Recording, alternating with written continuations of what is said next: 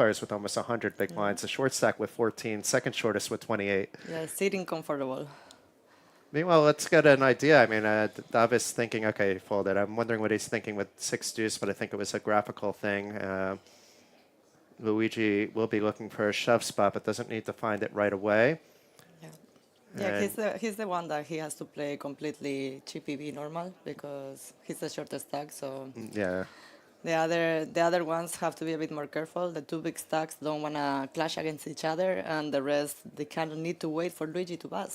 Yeah, that makes sense. I mean, that's the least amount of ICM, let's say, mistake you can make as a short stack. You're losing the Exactly. least amount of equity. So Exactly. we have Candido, though. He's opened up with the min raise to 1 million, and Leonardo with the defend. This is going to be a fairly standard hand. There's no reason, there's no backdoors, nothing for Leonardo, but at least we're learning a little bit about the players, that Candido is here to play ace-8. On his stack is fine to open. If you were like on a 25 big blind stack, you should be thinking twice at a final table whether that is the right move, depending on the players at the table. Exactly. And then we see Leonardo on a 25 big blind stack now. Happy to defend any two suited cards based on the Jack 3. So these are things that we can pick up that the players can't pick up. So that's why we learn so much more when we're behind the scenes. Yeah. And then when we play, of course, we understand that a little bit. But Yeah. anybody can watch the stream and also pick up that information for the next time. Yes. Watching it from behind is always easier than being there. Yeah. Although, Anna, I think I'm going to brag a little bit. I think I've won a few more trophies than you this year. I think so too. I've only won one. How many you won? I've won 3 for live poker, 1 Ooh. for online and a scoop, and then one for a GPI award, Oh my which was God. Mr. Jonathan Rabb, who you see down there, writing a nice article. So he really won that award, but it was my company, and I edited it. That's so it's his award, and he amazing. deserves all the credit for that one. Congratulations. So 4.15 will count 4, and then 1/6 of the other one. Congratulations. I'm way behind, but to be honest, I've been focusing too much on my wedding besides poker. Well, that's the biggest trophy of them all. Let's see the ring. There we go. That's better than any trophy, Anna. But back to the action. We have Maris here, mid-position open, more than standard, with ace-jack on any stack. And Candido, okay, I thought he was thinking about the 10-deuce for something, maybe trying to get in the head. And it's ace-jack versus ace-jack. And usually this is going to be a positional advantage thing, unless Marco comes along. Marco getting really good odds. We could see Marco's actually ahead with the 8-5 suited pre-flop. How often are you ahead with 8-5 suited pre-flop? Not so often, especially when they're like stepping in your clubs, because Ace Jack Marius has also clubs. So And Marco with a fairly easy defend off his stack size. If it's an 8-3 suited, you can fold it if you want to. A lot of players will call. 8-5 should be a call, though.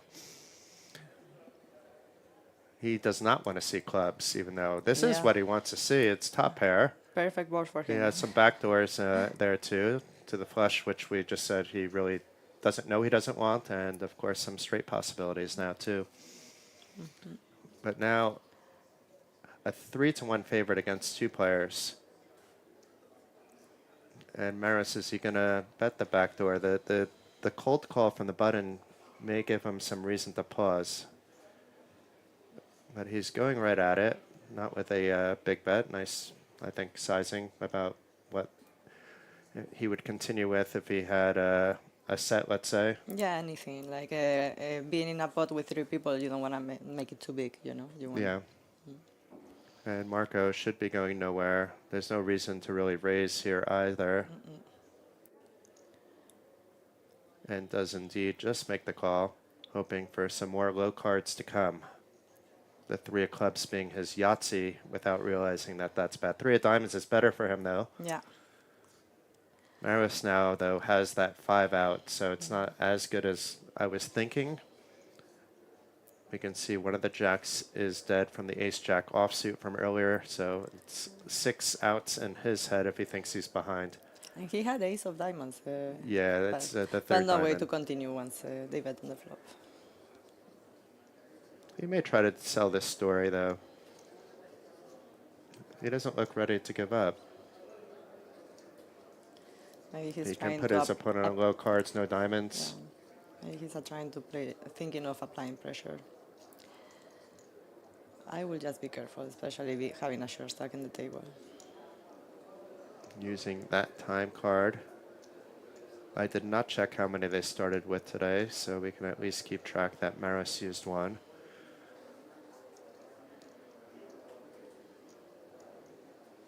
But I do like that there's a time clock. Yes. I like the way they're doing it in some... Ooh. A check back, and this is a dangerous river. And Maris should really be stabbing here. You know, this is a fourth diamond. A bare ace of diamond would probably check call on a turn like that and be willing to fire sizable on the river, targeting a queen or jack of diamonds type of hand. And that's exactly what he's doing. Let's see how big, though. A little bit on the small side. I would have it a bigger bit. Yeah, because now you're getting those five of diamonds to call. I think Marco is still going to give up on it. Yeah. Yeah, his 8 is too So it weak. worked. Yeah. Yeah. As long as you're not targeting those low diamonds and targeting those low cards instead, then the bet like that works fine. Against this particular hand, we saw it did.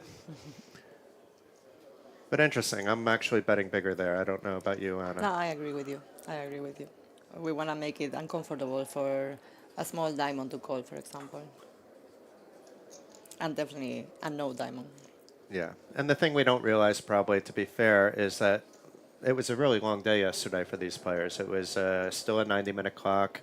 They were two tables for a long time. So the chances of these players not playing several hours with each other, either yesterday or the day before, are quite big. And there may be certain reads that they have, just like we have reads they can't have, they have Yeah. reads that we can't have. Yeah, that's what I was gonna say. Like, it's easy to make decisions outside of the table, but it's also more difficult because you don't have the reads, you don't have the dynamic. Like, so We can even see the pot size. You know, they have time bank cards, so unless they're calculating it as they're going along, they may not realize, oops, I bet less than half of the pot. You know, Exactly. and it's not online poker, even though it looks like it a little bit when you're looking at it on the big screen. But I want to welcome everybody that's watching. For those of you actually just tuning in, it's Jason, and I'm going to be with you all day long, but I'm here, at least for the time being, with Anna Marquez. What you're watching here right now is the Battle of Malta main event. Record-breaking 6,039 entries, down to 8. 5 Italians, actually, in this final table, 4 of which are a little bit new to me. So if you are from Italy and you want to get the in-depth analysis on the Italian players in Italian, go to the other YouTube channel. It's fine. You know, it's those guys are nice too. Maybe not as nice as Anna, but they're nice nonetheless, and you'll get additional insight into the Italian players. This is for the international audience, and those of you watching from Italy, welcome as well. yeah, maybe they understand a bit better. Yes. And then we have Rafael here. Raphael, I think they're missing a letter because I know him. It's Raphael and Leonardo with a ambitious flat off his stack size, but he's miles ahead with the ace-10 now. And if you're going to flat there, you're not going to just give up when you flop top pair. Yeah, it's actually nice because it's all these guys. Yeah. But it's also dangerous. Like, you know, Raphael should be opening ace queens, ace jacks, ace kings, some ace tens, you know, other aces. We see this as suited connectors, but I would have liked to have either seen a 3-bet or fold, and I'm not sure what you think because we have ICM pressure, so he needs to keep the stack size, but he's also one of the shorter stacks. Yeah, I mean, that's the thing, that like having Luigi being short, you really want to play careful, and in these situations with ICM, playing low ball is actually usually the best play. So you do like the I like the imposition and five. call? I do. Yeah. You just want to avoid losing more chips when you're shorter, and also like getting in trouble. And This is interesting though, Anna. Like it was check on the flop, and then Raphael sensing some weakness. You just called. I'm wondering if you should be raising there or not, but a call seems like the standard play. And now I guess it goes check, or if bet call. I like the call on the turn, especially having the ace of diamonds, because you don't want to raise and then suddenly they shove you or something, and then you're like, oh my god, I have so much equity. And then Like, you lose the equity because of the yeah, ICM pressure. exactly. And meanwhile, you can get another barrel out of him if another diamond comes, maybe anyway, because you're in Exactly. position. You And can let. this is a big person bet. This is a 4.4 million bet, Yeah, so you can let two-thirds them. of the pot. You can let them bluff. Yeah. And Rafael putting himself in a potential difficult spot, but he's actually put a lot of pressure on Leonardo. It's going to be for half his stack to call. He's only beating a bluff. The two pairs can make this bet. Straight, obviously, flush. Those hands can all find value potentially, but it's not going to be like an ace-8 doing this or a queen-5, He or makes the call. queen-5 is two pairs, so just a call. That's good. Yeah. It's a good read there. It may seem like, as we see the cards, that that's an easy call, but it's a very scary board, and facing a bet where you're committing half your stack is wasn't really half, I guess, but it was No, about a third of his stack. it is difficult. It is difficult to make that call in a final table for so much of your stack, as you say. And Luigi actually, even though you might think he would have been happier the other way around, now he actually has a few short stacks around him. We have Rafael short, and actually it's just one short stack. Everybody else above 30. I mean, this is we're going to have some fun today. There's going to be some three betting, I'm pretty sure. There's going to be some bluffing. They're way too deep. Eventually, we're going to see Davis and Candido, getting involved. Right now, they're being a little bit cautious.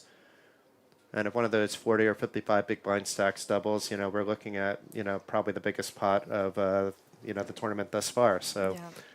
it's anyone's game. Yeah. No, the big stacks can apply pressure just as long as they don't get involved between each other. That's very dangerous. So.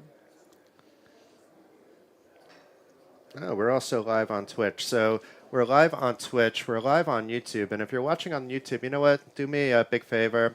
Hit that follow button. There's a lot of exclusive interviews that are up already, but there's more coming out. There's an informative one, but also a little bit funny with me and Anna on there as well, where I'm still wearing my Halloween costume because it was on Halloween, to be fair. It was amazing. You and- look so good. And Anna's like, I just took my costume off when she comes. I should have warned her, and then we could have both been in costume. That would have been fun too. But it's been a good festival, a lot of fun moments that will be everlasting memories for years to come. Yeah, next year for sure I'm bringing it because I actually thought about it because I did a video for an ACR promo, like for Halloween, and I loved how it looked. I was dressed as a bride, like a death bride, and it came out really good. And I thought, should I bring it? And then I was like, I'm not gonna dress up, no. And then you were dressed up. I was like, oh my god, I'm missing it up. No, that was so much fun. And I have the lovely Valeria to thank for the makeup.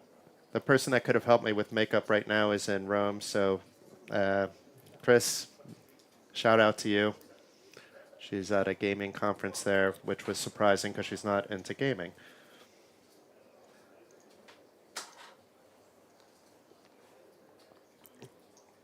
Okay.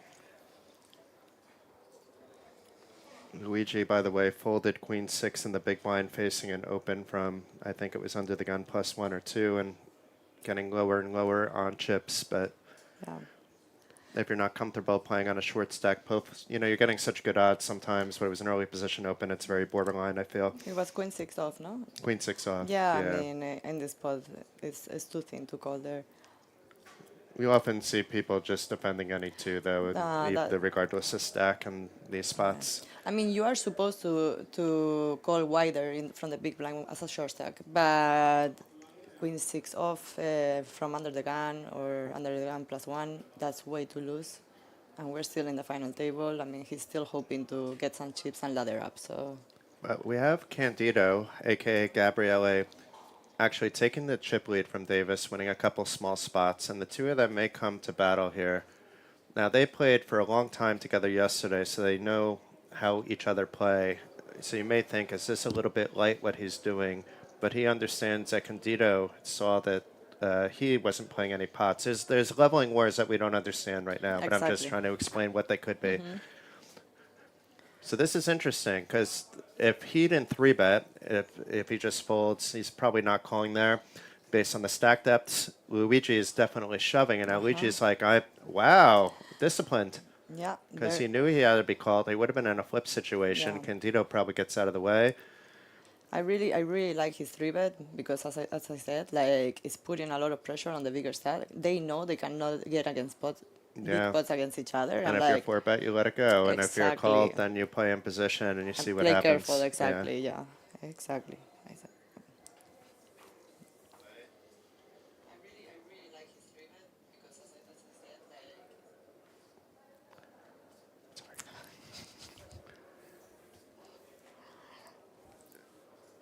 So Candido, he does indeed fold. That was just for posturing. You're not, you want to show that I'm thinking about something there. He was not going to call even as wide as he might think that his opponent is. He knows also he's playing it out of position against the toughest player that he feels is at the table based on Yeah. what he told me before the day started. Yes, and with chips. So, Yeah, there's no reason to, you took a stab, you lost a million, big deal, move on. exactly. What's a million between friends? A million chips, that is. Okay.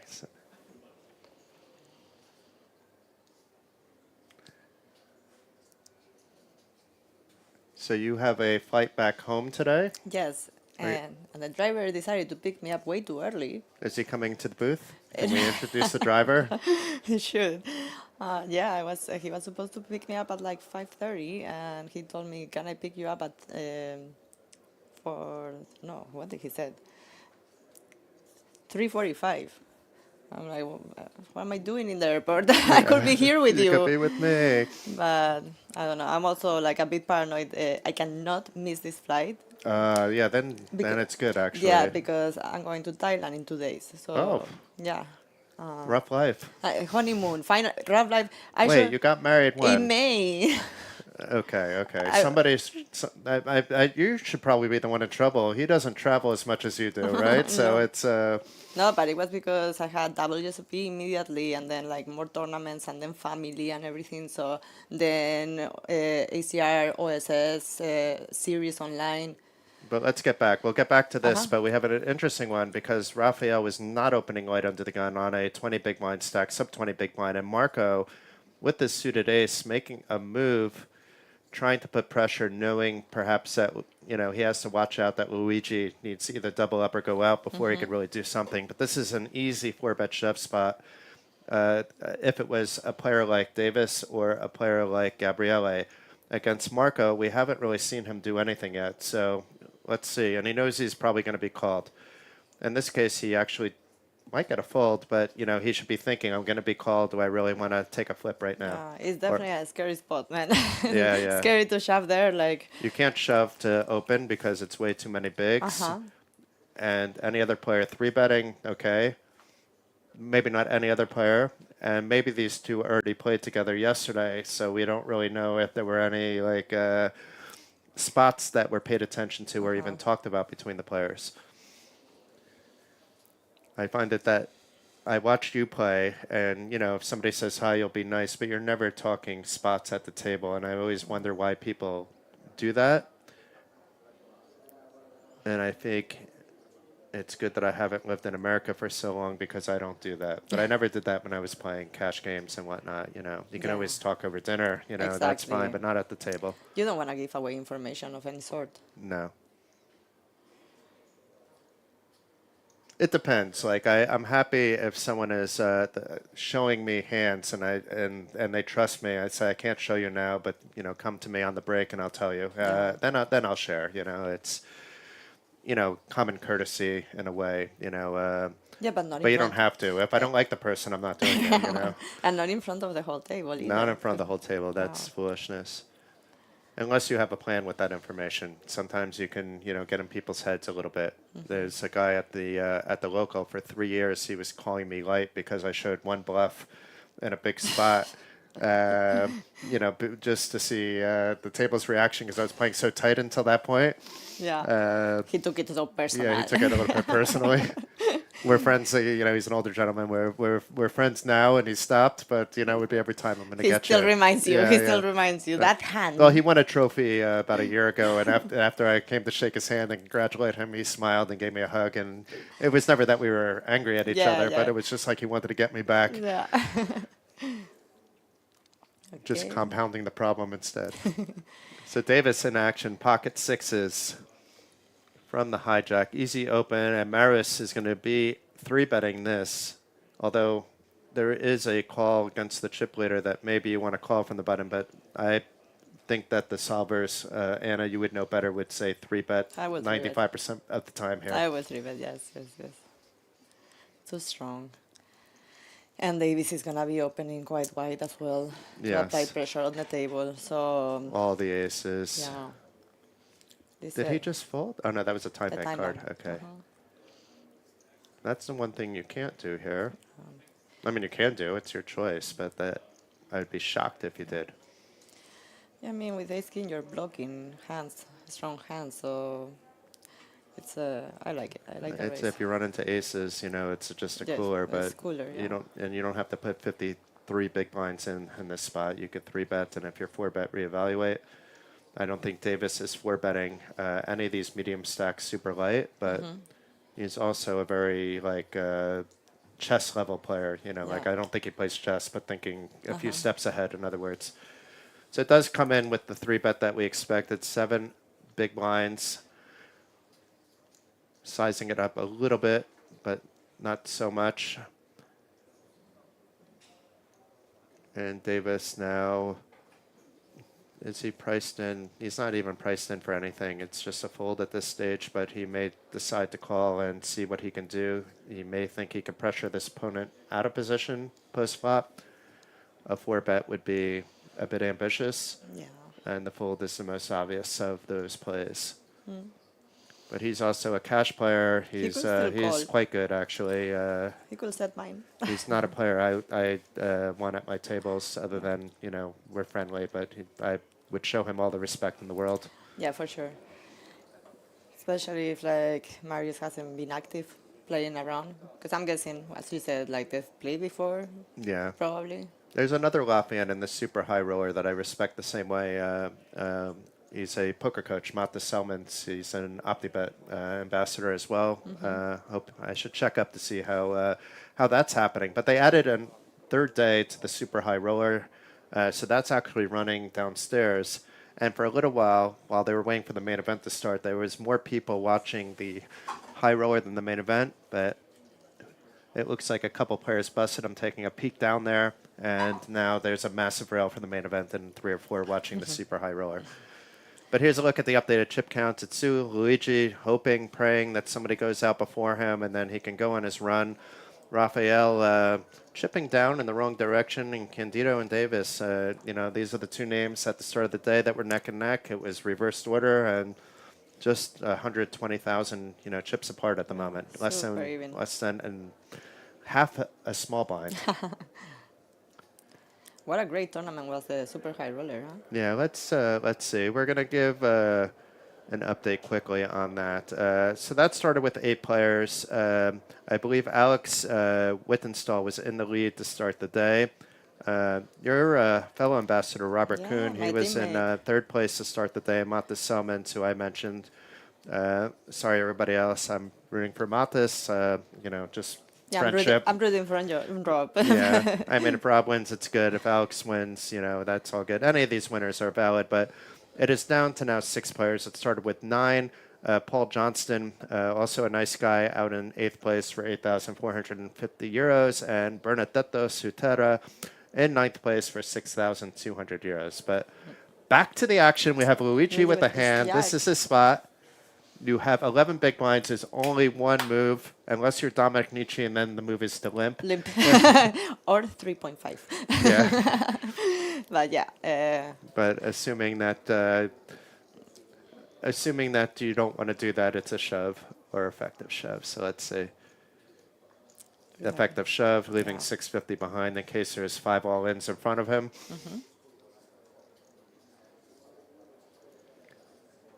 Gabriele with the queen deuce. So far, so good for Luigi. We want Luigi to stick around. Yes. We, we want to see the Cinderella story of the player with most experience in these spots. And Cancio, how do we pronounce this? Cancio. I don't know. Chancho. Chancho. Well, Valeria, if you're listening, run up to the booth. We need a little bit of assistance with this, but Cancio, we're going to go with for That now. sounds good. Yes. Yeah.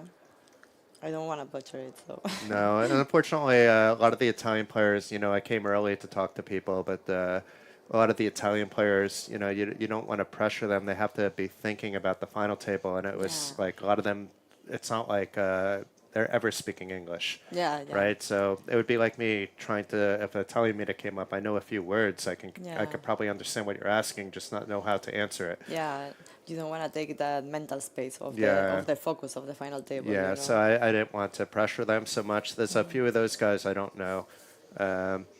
But we do have some bios from Jonathan Rapp that we will pull up throughout the day with a little bit more information.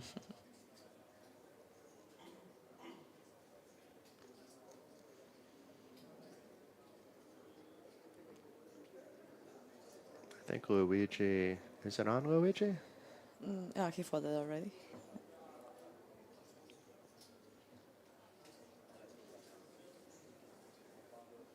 Okay, here we go. Gabriele back in action, aka Candido. We see, it's a raise, okay.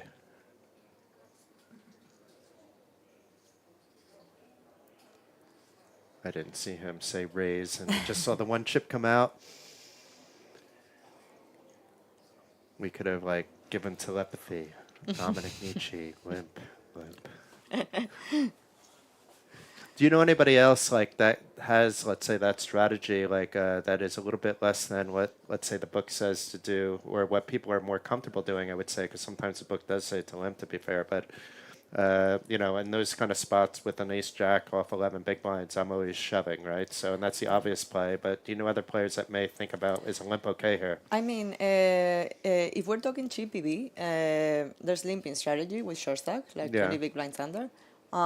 With ICAM, we definitely want to avoid limping because we don't want to play pots. We just want to take the pot. So in a final table, Even a deep stack final table. yes, of course. When you're the short stack, but everybody else is deep, you want to keep the pot control, but you just want to steal the blinds and Yes, antes, what you're yes. You saying, just like, wanna- like we do anyway. Exactly. We just wanna chips are worth a lot, so you just wanna take the pot as soon as possible. We wanna avoid confrontation. So limping goes against this. Okay. Even blind versus blind is better to raise than to limp. Even though the strategy GPV says you can limp. So just limping with ICM is not the best. You heard it from Anna. Do not limp at final tables. Don't, no. Before the final table, think twice about it. Know what you're doing at least and why you're limping. Yeah. Limping behind is much better than being the first person to limp. It's if you're just starting to learn out to go with a raise first strategy. If it's an unopened pot, you have 2 moves to fold or raise, and if you put that in your head right away, this is the biggest mistake I see in, let's say, the public recreational, because I'm also chill with them too. I chill with everybody. They want to play pots. They want to be part of the action, but they're not really understanding big blinds. They're not understanding, the power of raising. They do understand things like how to exploit people's weaknesses in a roundabout way, and do understand the basics of poker. But Yeah. These little things would make them shine, and potentially, if the cards go their way, here we go. They could be right where they are, and we're still here in the commentating booth. Exactly. I mean, if you have a limping strategy, you want to have it very well studied and applying it is very positive. Yeah. Very profitable as well, but in ICM not. Just So you have a limping strategy as Yes, well, okay? yes, Because I yes. do not have it in my game at all. No, I do, but like as I said in GPV, no, not ICM. ICM, we just want to take the pot down. And then if it's a bounty tournament, it becomes less limpy, I suppose, because you're trying, the bounties are just worth too much. And then Yeah. it also messes with ICM, obviously, too, Yeah. because it becomes almost a winner-take-all mentality, be with the big bounty at end if it's a progressive. Yeah. And people are overvaluing ICM sometimes, and it goes the other way. People going after these ridiculously small bounties and punting away their stack. See Exactly. that too? Especially like at the end of the tournament, like you have to at the beginning, okay, but like at the end, like the deep run is Yeah, more yeah, important yeah. than the bounty. It becomes more of a chip VV situation than an ICM situation. And ignore the bounties both ways until it's like a heads up, and then have fun. Yeah, exactly. Candido, this is too late for the Italian. One of 5 Italians out of the 8 players remaining. Rafael here.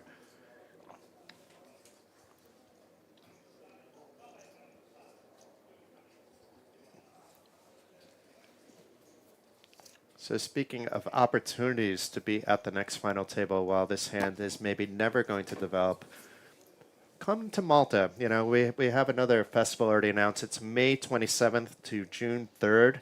So the dates have been shifted a little bit to later in the spring, beginning of summer. The weather is going to be good. The sea will be the sea. You'll be able to go in the sea, unlike in April where you're not sure if you're going to be able to go in or not. You So can do some windhoff, yeah, yeah, we can do. We can I do. like cold water. And I found a place to go jet skiing as well. Nice. So next Nice. time I come, we're going to be doing some water sports as well. Malta is so beautiful. It really is. And it's so much fun and so easy to move around. It's so comfortable. I agree. It's a great stop. I love it. I love to come here. So we have a limp pot situation. We'll see if this develops. But May 27th to June 3rd here at Casino Malta, the Intercontinental Hotel Eden Arena. It's going to be massive. There's going to be new surprises. And then there'll be another massive Battle of Malta right after that sometime around this time next year too. So maybe we see you twice next year, Anna. Hopefully. Hopefully. I'll keep it in mind for It's a my good calendar. place to bring the family. The dog can travel. I don't We know. bring a little doggy. My wolf, I don't know if my wolf can come here. No, maybe it's a little too hot. It's too big. Yeah, he's too big. I don't want to put him in cargo. Ah. Yeah, no. I don't want him to suffer the airplanes like I do. So I heard ACR is just going to fly you via private jet though, so it's no big deal. Yeah, I forgot about this.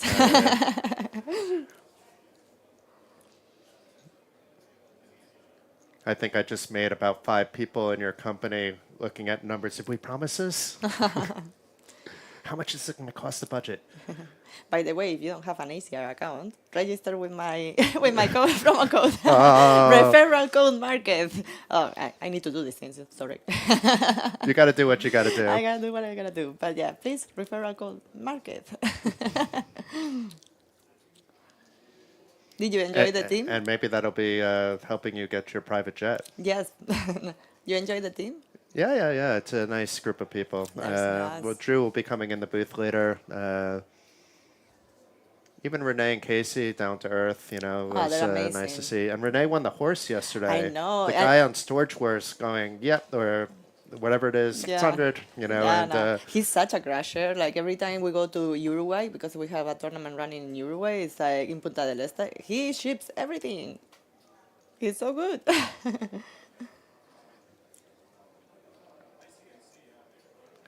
but we won't be giving out his promo code, right? Just yours. No, just mine, please. Okay.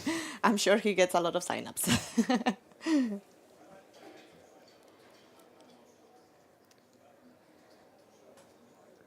And then even one of your former ambassadors, and not ambassador, he was a stormer, and Scott is around, and good to see him in Poker Bros. Oh, okay. He'll be joining Yeah. as well after cool, Drew. cool, yeah. Yeah. I saw him the first day I came here. Did you see him as Scott or as Cartman? Because he was in this Cartman suit for a little while on Halloween, which was really funny. I have a No, nice little video of him blowing up into Cartman. I saw him as normal Scott.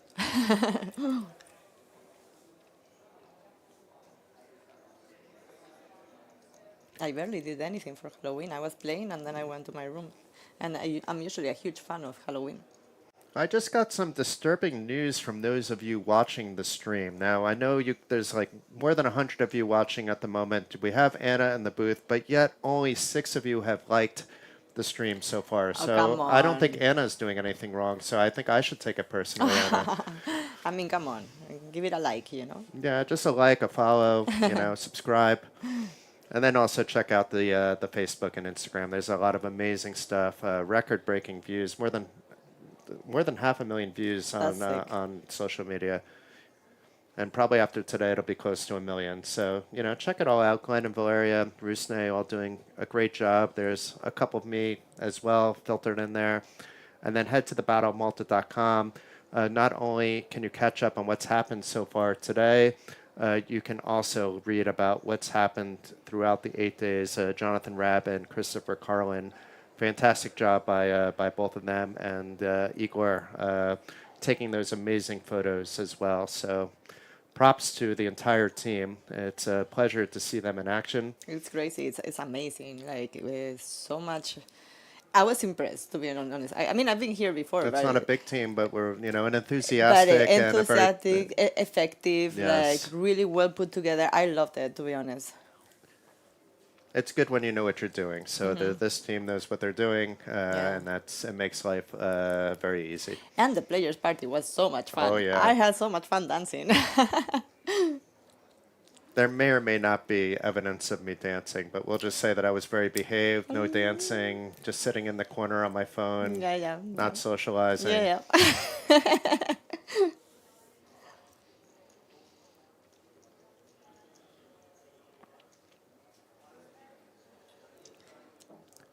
What an incredible tournament. So Yeah. many people, such good structure, such good first prize. It's amazing. And that man that you just saw on the screen, Rudy, massive shout out to him. He's the TD of this whole big bad boy. It was Andy Tillman last time who really turned things around. I mean, there are people that are just looking to, oh, we have a frozen screen. So it's good to talk for a little while. But, there were a lot of people that were just out to find things that are wrong with the Battle of Malta, perhaps out of jealousy because it's so big. Then perhaps, when you're growing into such a big festival, you have growing pains, right? So Andy Tillman came in last time with the hard work of Telly and Diane, Marcello, Mario, and it was such like a nice turnaround. All the little problems ironed out, and we have this massive one, Rudy taking over, right, and taking it into the positive direction that we see here.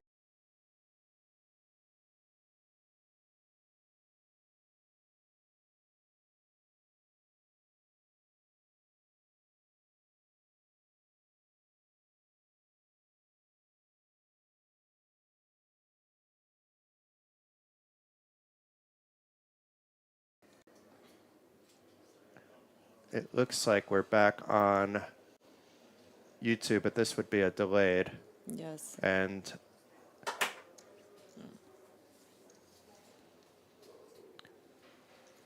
they are quickly fixing it according to what we're seeing. So perhaps this is not live what we're seeing. There we Ah, go. here we There we go. Ta-da. So we have the screen back, folks. And now let's catch up with what happened. Apparently, Davis opened the button. Maris, based on the stack size, must have just defended. And an interesting spot for Maris, a very pleasant spot for him, knowing that Davis's range from the button is really, really wide. And it is a bet call, and now it's going to be very often check on just about any time. Let's see. I'm predicting the future, and I'm sorry. I do that a lot, but it's easy to see that with the cards that, you shouldn't be taking another step. With the eights, you want to pot control at this point, and the ace-10 should be letting his opponent bet into him. Yes. If he's leading out, he's folding out everything that, he's ahead of, That's it. and Exactly. only calling what he's behind of. If it was a 100 euro hyper with unknown players, then yeah, we could see something else. And Yep. not a final table. And not a final table, yes. And let's see what the river will bring. Oh no, Davis still thinking, actually. He may have something in mind. Maybe bet for protection. Interesting. Yes, maybe if it's not that big, that's probably what he's doing, Yeah, just so he gets the small bet. showdown Yeah, without facing a big bet. exactly. A small bet Because for he's only ahead protection. of the 7 that would call this bet. Yeah, so he maybe getting a bit of the value. He may be also folding out with some 4 Yeah, sixes. He's blocking the 6-8. yeah, protection and mini value. Yeah.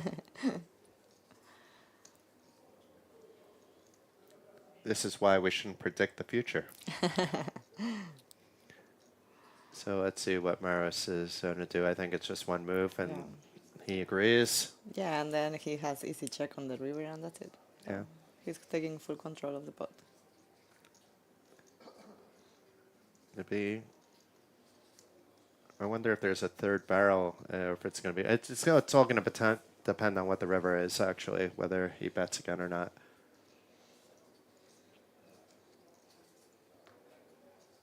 And this is an interesting river.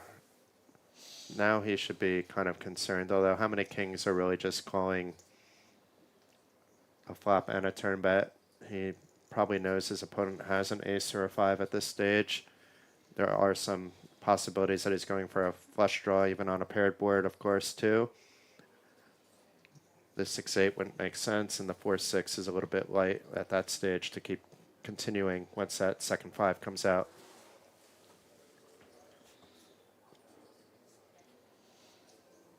The mind games begin. Because now if this bet is big, it actually puts a lot of pressure, but the king actually helps the ace-10 calling because you have less kicker issues, so it does go check-check. We'll never find out what Maris would do. But I think we agree that unless the bet was an all-in, which it shouldn't be, that it would be a call. I'm so sad I have to go. No. I'm enjoying so much. I'm No. so relaxed. You gave me the better chair. I'm so chill.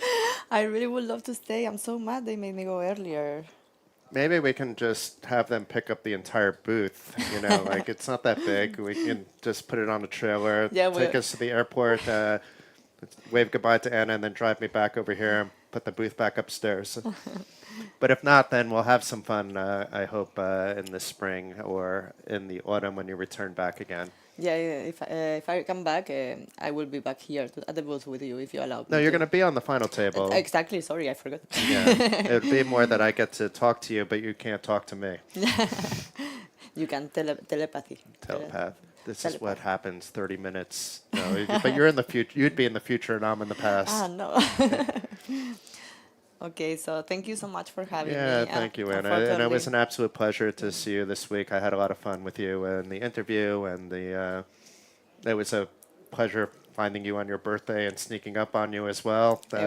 It was super fun. I enjoyed my time here a lot, and especially with the team from Battle of Malta and with you. It was amazing, and I'm super excited to come back. Thank you, and best of luck. This was Anna Marquez, ACR Pro. Professional poker extraordinaire. She didn't get her 2.5 million on Hand 'em Up this time, but she will very soon. A player to watch out for, one of the top players in the world, not just one of the top women players in the world. We don't need to talk women, men. It's one of the top players in the world, period. Yeah, thank you so much. Okay. Thank you, Anna.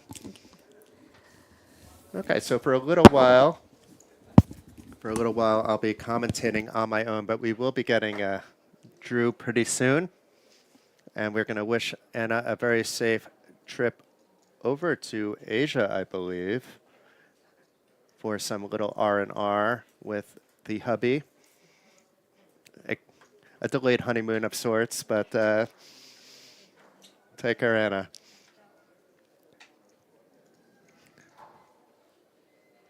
So sorry, guys. It's just going to be me, Jason, but we'll have a little bit of fun. I wish the chat was open. I'd be chatting along with you, but welcome, everybody. I hope you've been enjoying the action so far. It's basically where we started things off with Davis and Candido Gabriele with the chips. Nobody's super short besides Luigi, and we're still at 8 players remaining. This is the first light open we've seen from Luigi. And it's interesting it wasn't a shove, so it's one of these spots where he can get away from. And Candido opting to defend, he would have folded to a shove. So maybe Luigi can get an extra blind, if not more, out of his opponent, depending on what we see here. And so far, it's all black cards with a jack. So Candido pulling out ahead with that top pair. And it isn't such a nice board here for Luigi. Backdoor to the flush, one overcard. Maybe some possibilities with the 5 for an inside straight. And let's see if Luigi continues. It's hard. You have 10 big blinds now. 9, really.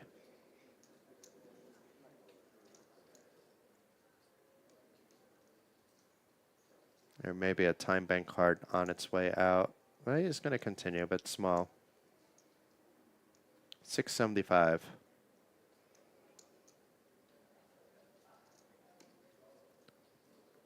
And Gabriele not going anywhere, I don't think.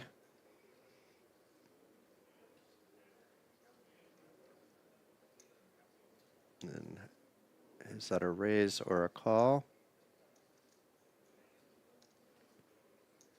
It looks like a call.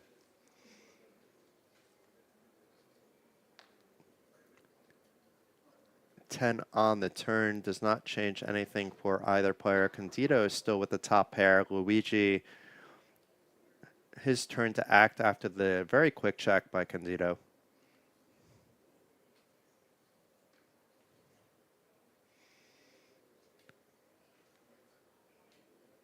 And is Luigi going to try to sell? I have min-raised off a short stack with aces. Or is he going to recognize after Candido calls? The problem is Candido should be calling with a lot of cards on that kind of flop, some of which haven't made hands. And the 4 clubs on the river, Candido probably feels he's ahead at this stage. Let's see if he tries to squeak out some value that isn't to be had. After Luigi checked the turn, and if Candido checks, maybe Luigi will try to steal this away. But very often this will go check, check as well. So a check by Candido, and Luigi,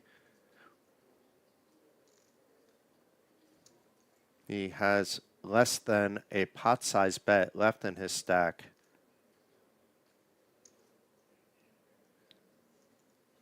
And knows the only way he's likely to win this pot is by putting some pressure on his opponent, but that could lead to him being the first player out at the final table.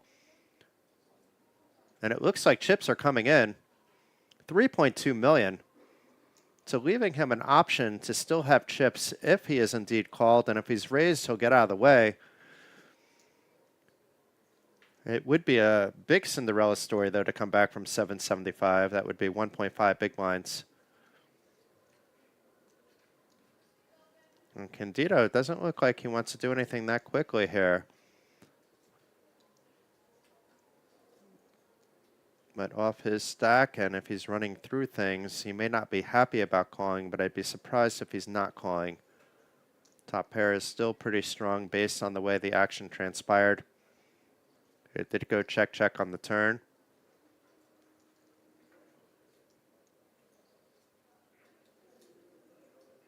Which it probably would with maybe even an ace, jack, king, jack by Luigi. And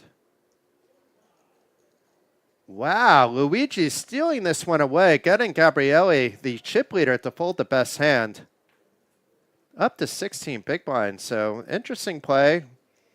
Opening the button off a short stack with queen 5, then building the pot on the flop, and then stealing it away from the top pair on the river.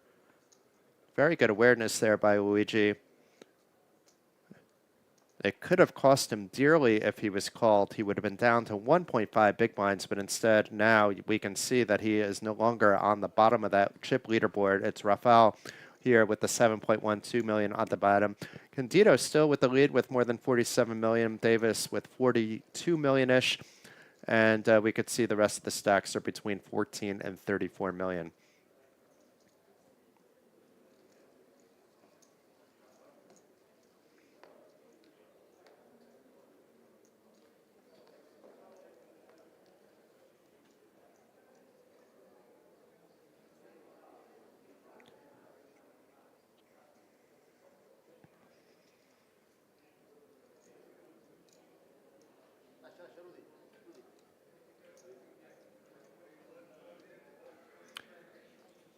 Chancio folding that king-queen from early position. And Marco with the jack-9, taking his time, but folding. Davis has been quiet, but 5-4 is not the spot to wake up again, and Luigi in a similar spot. He just won a little bit of a pot to get back up to 16 big blinds. No point in throwing away 2 of those right now. Maris, on the other hand, would have position on this hand if it goes post-flop if he opts to open the button, but playing it safe as well. And Candido with a weak queen. The chip leader introduced by Valeria as Gabriele. But typically we're going to go with the names that are in front of us.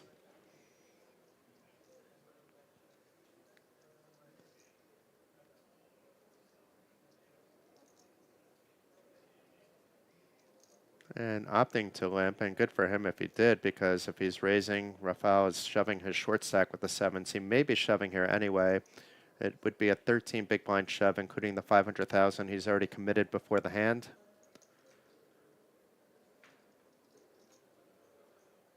He is the short stack now. That is a good shove spot. Even in position, it's not like 7s play that great post-flop. You don't ever know where you stand unless a 7 comes out. You can see there's a jack for the first card, for example. So as far as flops go, this isn't the worst one for 7s, just one overcard, and it's a jack. But it is a limp pot once again, so it's hard to know what's happening. And Candido checks. And let's see, does Rafael here go with a little bit of a cheeky small bet? So this hand will work out the same, regardless of the bet sizing. Expect Candido to fold at 600,000, so 40% bet. And if Rafael opted to raise or shove pre-flop, Queen 3 would have been quickly tossed away.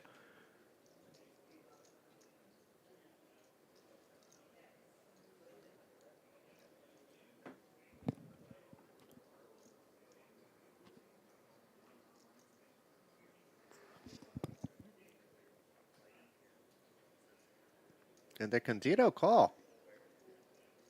It may even be a raise. Ooh. Did not see that one coming. And this is maybe why Rafael should have shoved pre-flop, because now he doesn't know where he stands. It's back to where we were before.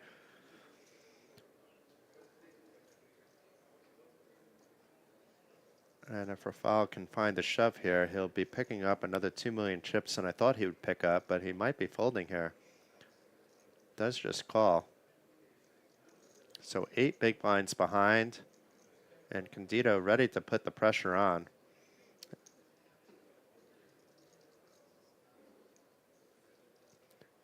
The 8 of clubs, another overcard to Rafael's 7s. And is Candido going to continue to keep the heat? It would almost need to be a shove, because there's less than a pot-sized bet left in his opponent's stack, or is he going to take his foot off the gas?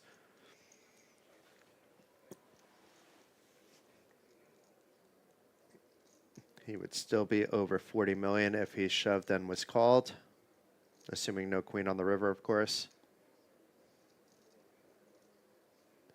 And there's only 1 queen left in the deck, because 2 of them were already buried and burned.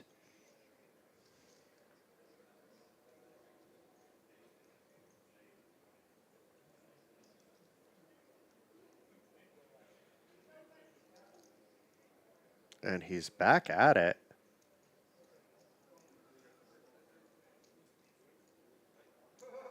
And it is a shove, an effective shove by Candido. Now, big decision time here for Rafael, our player from the country of Poland.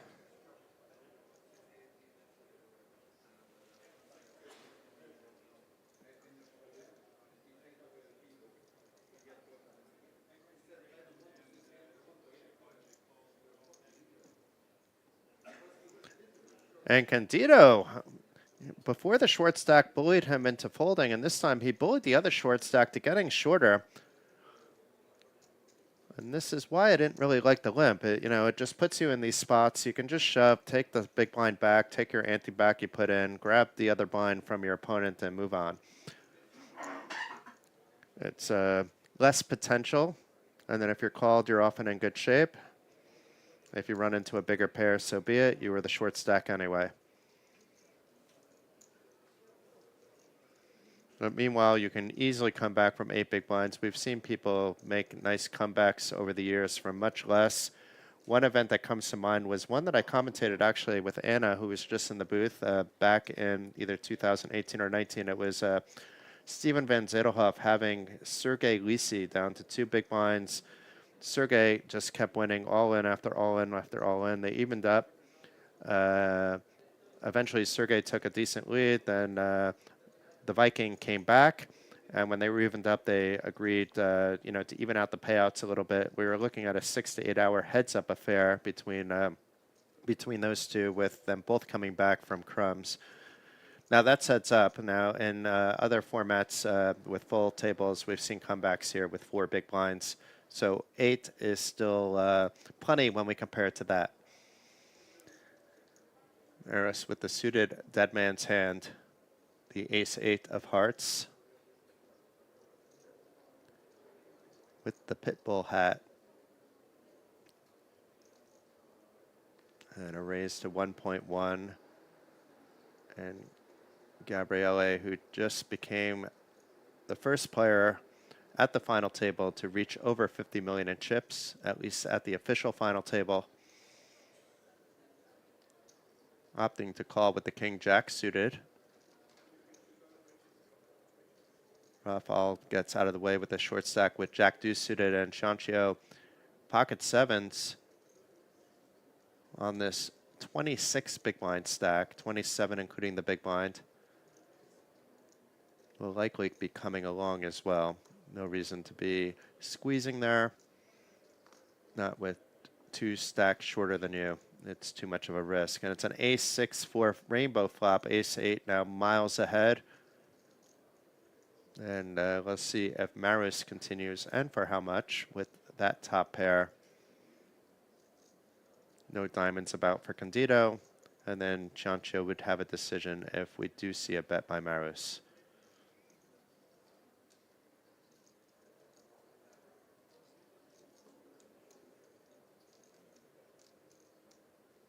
$1.6 million, a quick fold by Candido.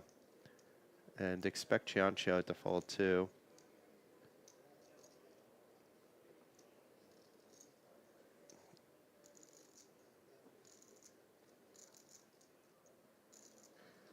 It is just one overcard, but that overcard's an ace. And does fold Damaris up to 37 million, Chancho down to 12.5 million. Still good for 25 big blinds.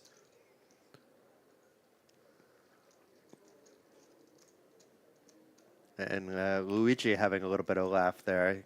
Looking a little bit more relaxed over in seat number 8. After winning a pot 2 hands ago, stealing one away from Candido Gabriela.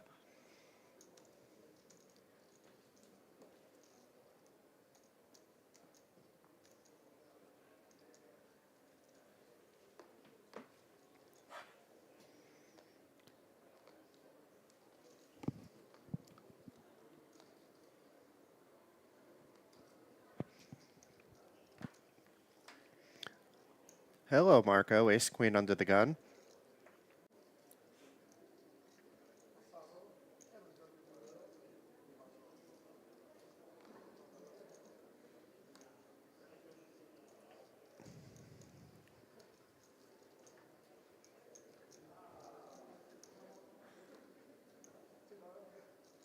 So Marco opening to 1 million, and Davis here thinking about doing something with his ace-3 offsuit from very early position.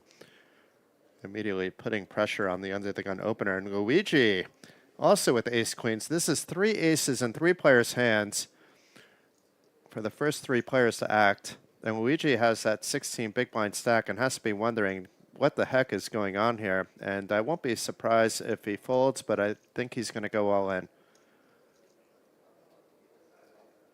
But we will see. If he thinks that Davis is capable of doing what he did, he may shove. He also has to be concerned about Marco's under the gun open, so it's not as easy as it looks.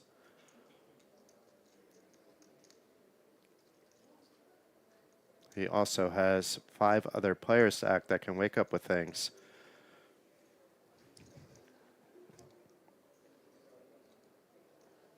And does indeed shove, folks. So let's see what happens here. First, let's see if anybody has a hand. Maris is going to get rid of his 3 high, the easiest fold in the world. Candido, Jack 8 should not be involved. Another quick fold. Rafael with the King 4, it's in the muck. He's hoping Luigi gets called and loses so he can ladder up.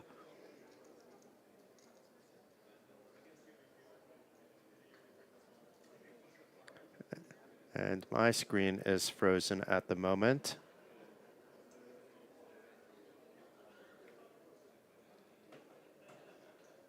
And it looks like YouTube is frozen as well. So we can be talking about this hand just based on what we're looking at here. Marco is actually in a weird spot. You know, he may opt the 4-bet fold, assuming the small blind and big blind don't wake up with anything. But I wouldn't be surprised for a fold there. And then Davis has to decide, do I want to call another 4.7 million with all this in the pot? And then when he calculates the pot size, it's probably looking at Luigi against Davis. And then we'll see what happens. But hopefully we get things kicked back in again.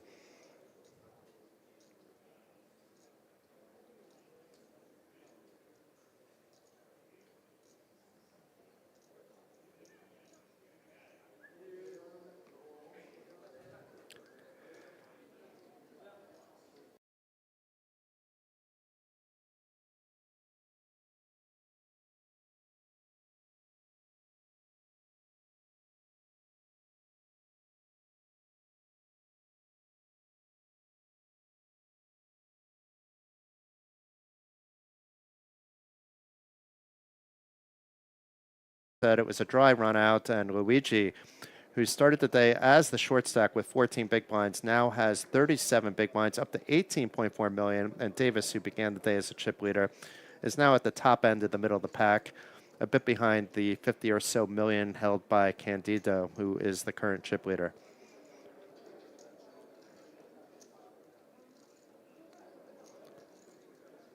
So just counting up the chips, making sure that everything is correct. The staff here is absolutely fantastic.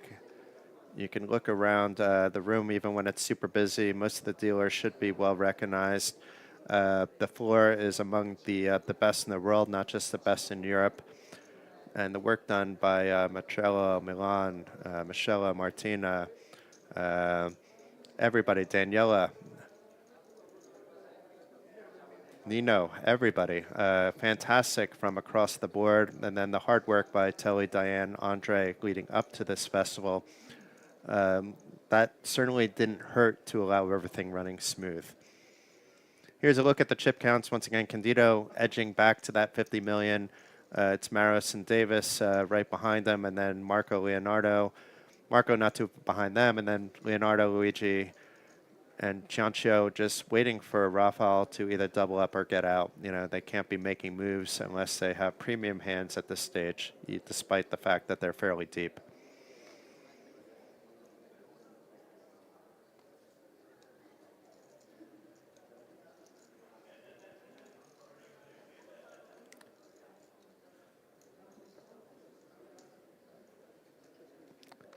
Folds around to the chip leader, who has been active but not necessarily overly ambitiously active, as we see with this 9-7 fold. And Ciancio with 24 bigs, wearing some Greek letters on his shirt. I think that's a delta and a chi. There were tons of Greek players, so perhaps channeling his inner Greek poker community with that, or maybe it has a different meaning. But meanwhile, raising to 1.05 million. And Leonardo, we said these two players don't really want to be getting involved that much in pots, but both with cards to do so. Let's see if he 3-bets or calls. Looks like maybe a 3-bet there. It is to 3.35 million, and that should get the job done. Marco will be folding his King 8, where I will do a lap around the room. He does fold in Ciancio here. It's not really a 4-bet shove spot, and even though you're in position, it's not really a calling spot. So that leaves just one more thing, and that's to fold. And Leonardo back up to 21.4 million.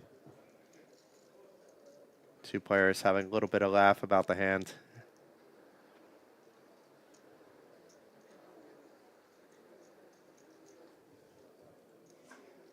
Let's see what kind of update we can give on the super high roller, the ACR super high roller, 2,200 euro entry buy-in. That even got 131 entries, unheard of really in Malta. The regular high roller, the 1100, was through the roof and also breaking records. We already mentioned that Paul Johnston took 8th place for 8,450 euros, and Benedetto Sutera with a 9th place finish worth 6,200 euros. There are two other players on the rail, one of which is ACR ambassador Robert Kuhn in 6th place from the United States for 14,450 euro, and Kazus Zazinski with a 7th place finish from Poland for 11,200 euros. And as far as we can tell, it's still Alex Wittenstall and OptiBet, coach Matis Selmans with the chip leads. The final 5 players in that one locked up already 18,400 euros, and they're playing for the trophy and a 62,100 euro top prize in that. So money to be had everywhere on the 2 final tables here on the 2nd floor of the Intercontinental side by side to Casino Malta. Maris with the open with ace-10 from early position. Rafa, who now has a little bit of breathing room with 9.92 million.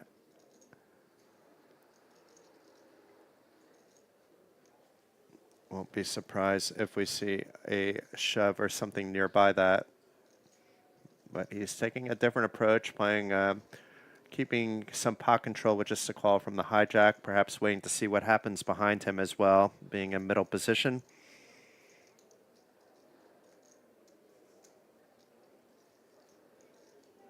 And Rafael, who started the day with 30 million.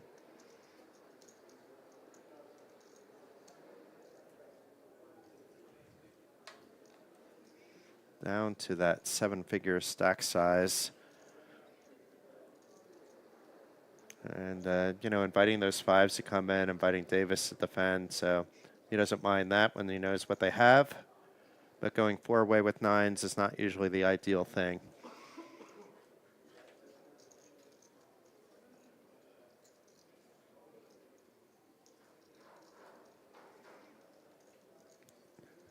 So a 6-5 queen flop.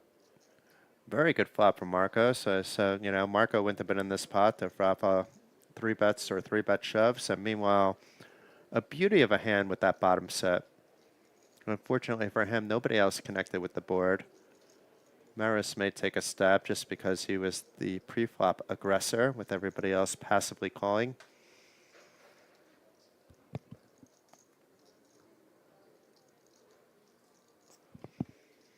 Understands in a 4-way pot, though, that maybe wasn't the best move and does check. And now, let's see if Rafa puts himself in a tough spot. He shoves pre-flop, perhaps gets everybody to fold. Now he's hoping with the pot already built up, he can get a bit more than what he would have gotten doing that. But we know that Marco is going nowhere, so this could spell absolute disaster if Marco just calls and lets Rafa just keep going with those 9s. But I think once he's called or raised, he just gives up, and it's a small bet, 1.85 million. So we'll still have 14 bigs behind with blinds probably going up pretty soon. Oh, they've already gone up to 300, 600, so it's actually 11 big blinds remaining.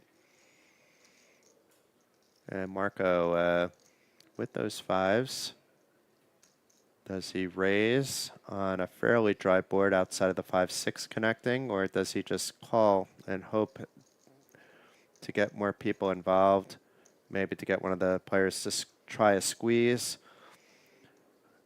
and maybe just to keep Rafa firing away on future streets? But it is a raise by Marco, hoping, I guess, his opponent has a strong queen. There's not really that much equity denial in these spots. And you want those overcards to stay in and hope they connect to get more money. On the other hand, there's something to be said for just pressuring the short stack opponent, whether you have it or not. So let's see what Rafa does here.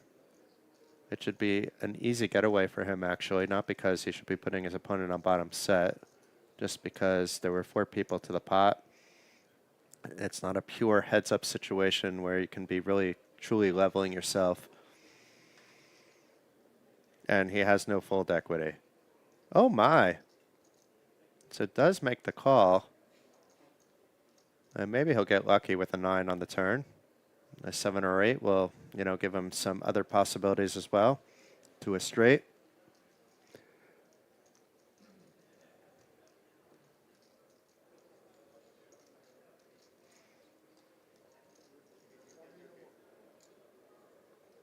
And 3 of spades doesn't change much.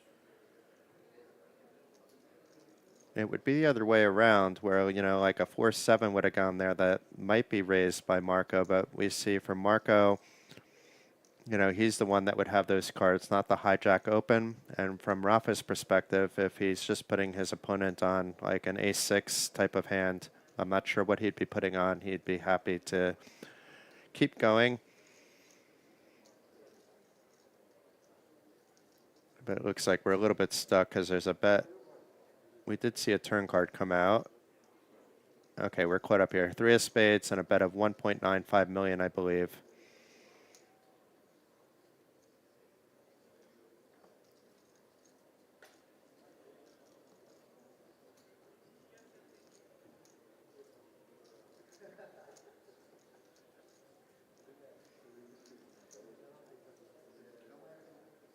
Okay, so Marco picking up the pot with the pocket fives, getting his opponent down below 5 million. And once again, it was Rafa who was basically in 4th place to start the day, 30 million in chips, 60 big blind stack. And, he's just sitting around losing chips while the short stacks are building up or at least sticking around. So not the day that the only player from Poland was hoping for, but as long as you have chips and you have a chair, that can turn around in the matter of one hand, 2 hands, and all of a sudden you have momentum on your side. But as things stand now, it's not looking too good for Rafał Lubczynski, and we'll need to get something going.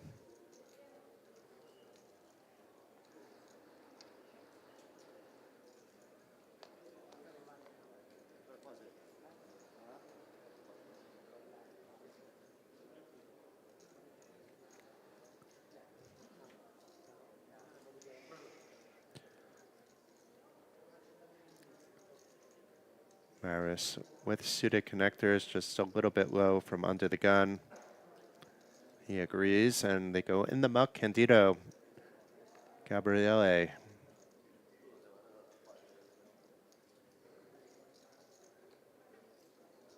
Chancho folding his queen 6. Leonardo will likely do the same with the 5-3. Marco with jack 10 from the button, though. I don't expect him to fold.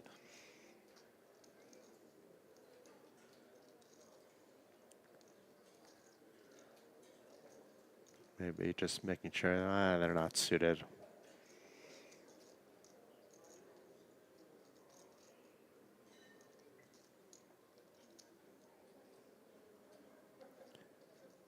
A min raise for Marco, and look at this.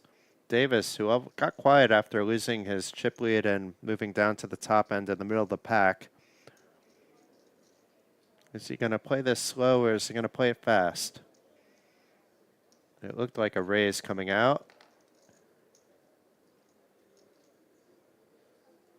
A quick fold there by Luigi. And let's see what Marco does. I think there's only one play, and that's saying, okay, if you don't have it, nice bet. If he does call, he would be in position. It's a min-raise to about 7 big blinds. And the cards are going to be going into the muck in a moment, and there they go. So Davis back up to the 34 million. Began the day with around 47 and change.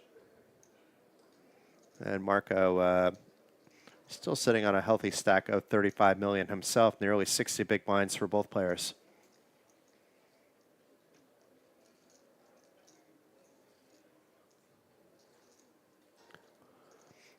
For those of you just tuning in, you're well aware what you're watching. You're watching the Battle of Malta final table. This began with 6,039 entries and now down to the final 8.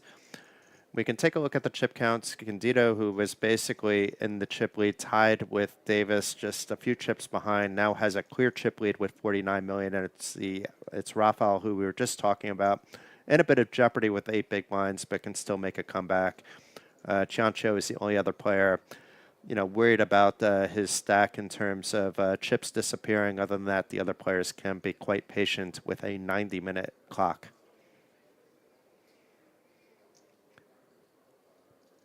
And if you missed out on this Battle of Malta, or if you were here and you want just more, you're sad that it ended, rest assured that the Battle of Malta will be coming back in a few months' time at the end of May, May 27th to June 3rd, right here at the Intercontinental Hotel, the Eden Arena, along with Casino Malta, who is hosting the overall event. This time around, there were more than 200 tables, including 26 dedicated cash game tables that were running around the clock. So whether you like cash games, you like tournaments, you like sunshine, come to the Battle of Malta. And my advice to you is that if you are planning to come, don't wait in terms of hotels. They go up rather quickly once players find out the dates. So take this information and do with it as you please. But I do hope to see you in the end of spring, beginning of summer of 2026 for the next edition. Candido with an open with Jack-9 suited, which you can do with this stack. Other players would be snap folding that, and it looks like he got everyone to fold. We have to catch up a little bit. Pocket fives done, and another Jack-9 offsuit done. Maros not defending with this 10-7. Happy days for Candido.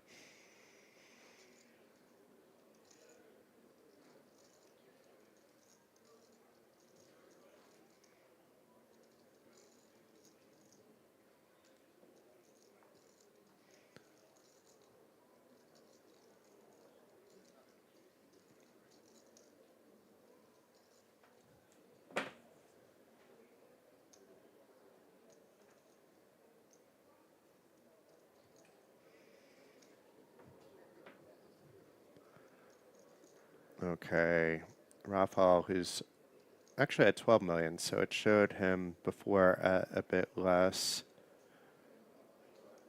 So that's a 20 big blind stack. That's a big difference, actually. Opening for a min raise.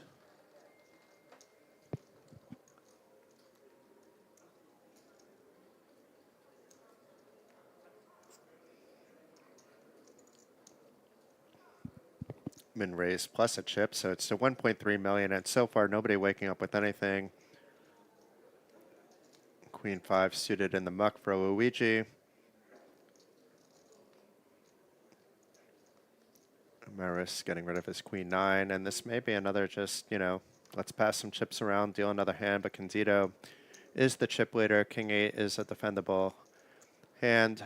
Maybe he's thinking twice against the short stacks under the guns open, and might actually think I can get myself in trouble if it's a top pair with that king.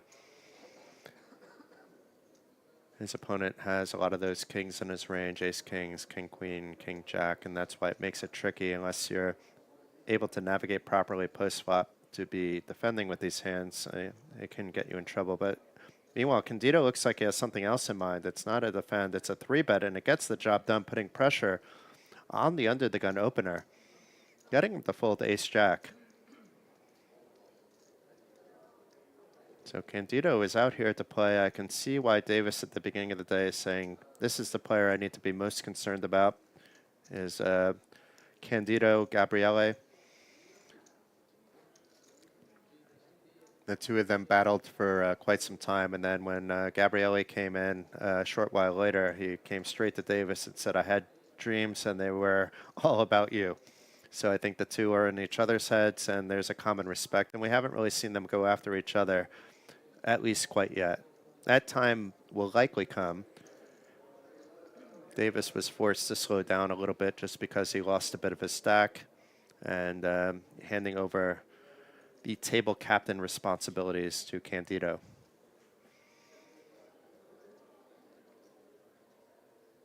Ciancio folding his ace-9 suited. Leonardo getting rid of his queen-jack, and Marco 10-6 is going to be gone as well.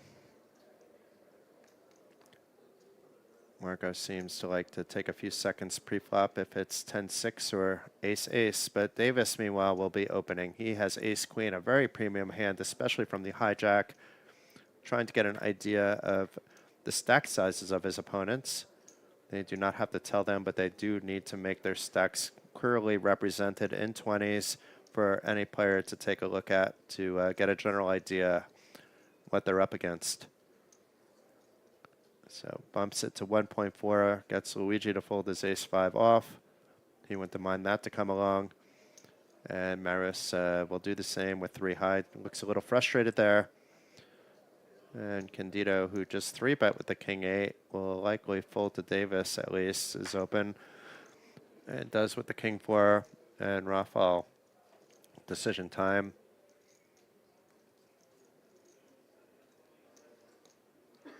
Sporting that Calvin Klein New York hoodie over his shoulder. And just the blinds and the ante, 1.5 more million to Davis, otherwise known in Latvia as Davis. But he has spent quite a time over recent years playing poker in the States, where he is also known as Davis.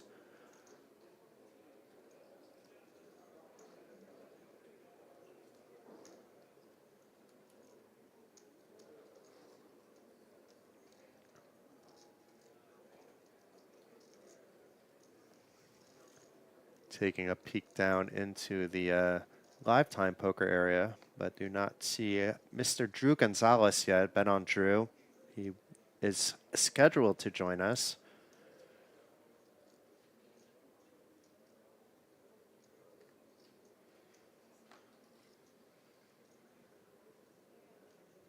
And we have Marco Ace King. This time he's doing the same thing as what he did with 10-6. But instead, he'll be reaching for chips instead of throwing his cards away. 1.2 million, min raise for Marco. Davis, 7-5 away. Luigi with the queen-jack. Would be pretty bad timing for a 3-bet, but doesn't look like he's ready to fold. Folds from the hijack off to Maris with the king-9. A little bit better than the 3 highs we've seen you with, but still not good enough to continue off and under the gun +1 open, an open pot. Then you have some things to think about. And Candido, who seems to like to find these spots, at least so far, we've seen him a few times put a little bit of pre-flop pressure on players on the button with the ace-2 suited. We've seen him put pressure a couple ways, both with the pre-flop 3-bet, but also doing what he's about to do with just calling and playing in position post-flop, as he can afford to lose some chips, but his opponent's a little bit less so. And Ciancio with 17 big blinds, including the one in front of him, taking a look at what the players have. And coming along for the ride. So we're going to go 3-way with 4.5 million in the pot. The ace-king dominating the king-queen and the ace-deuce suited. Not the worst spot to be in for Marco.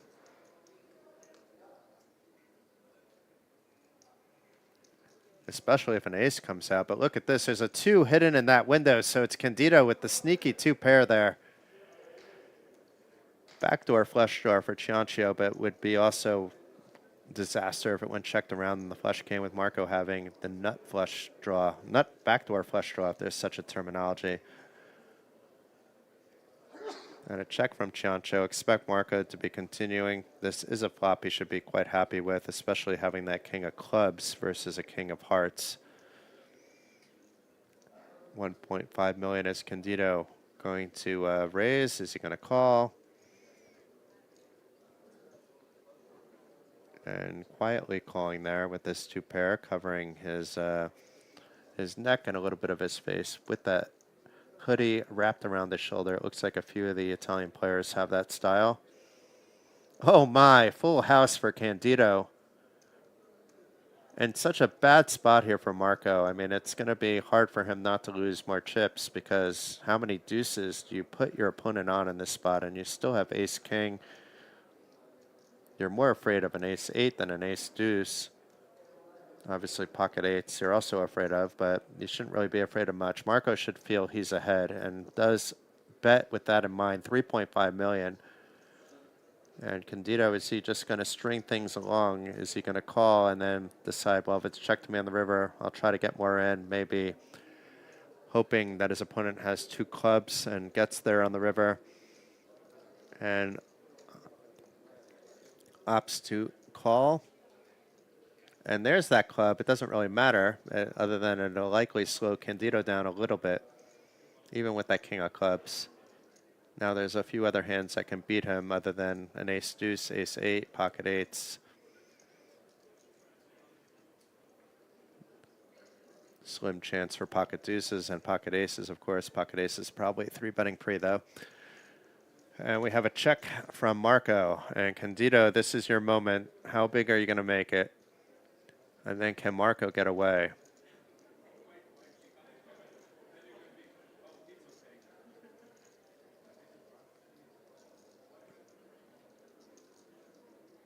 Thinking for a bit. If he's not careful, it's going to cost him a time bank card. And announces his bet. 11 million. So this is a big boy bet. 11 million. It was 14.5 million. So a very sizable percentage of the pot. Can Marco get away? If Marco calls, he'll be down to 18 million. Still 30 bigs. It's easy for us to say fold. I mean, we can see the board, but it's still ace king with the board paired with a couple deuces there. And it can't be necessarily thrilled about making the call, but I just do not see how Marco is getting away from this hand. And if he does, massive props to him. I'm never getting away here, especially based on how active we've seen Candido. Because this would be a perfect spot to push an opponent off the board as well, with that third club coming.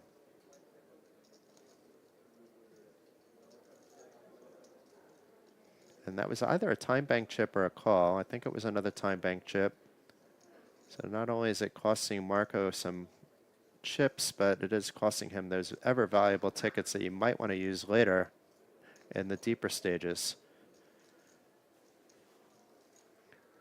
That being said, perhaps he can talk himself into a fold.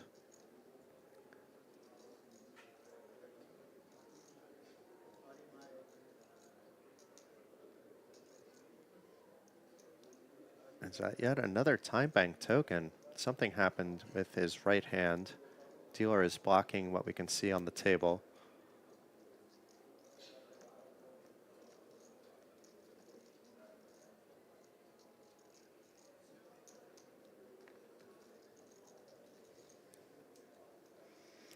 And does make the fold. Very good awareness by Marco, saving himself 11 million in chips. He's probably questioning himself now, but I'm sure he has friends either watching our stream or the Italian stream on the Battle of Malta YouTube channel, which you should like and subscribe, of course. There's a lot of good videos there. But he'll find out in right around now, because we're commentating it, but 30 minutes after the hand actually probably took place. He may have somebody on the rail telling him, yeah, you got away with that one. Very good fold.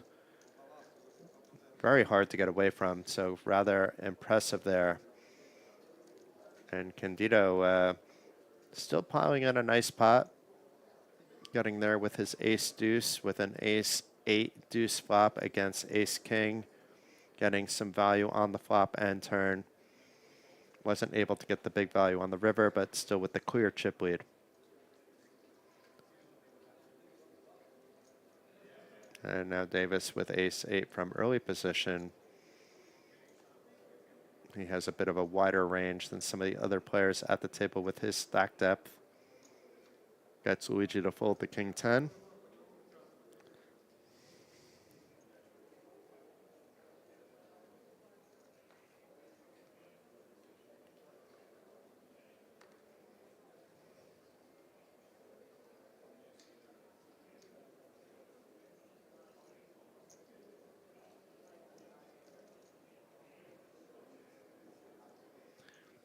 Candido taking his time. He is over 60 million now.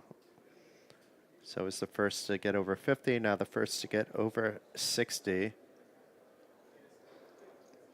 Playing in position as Queen 8 suited, so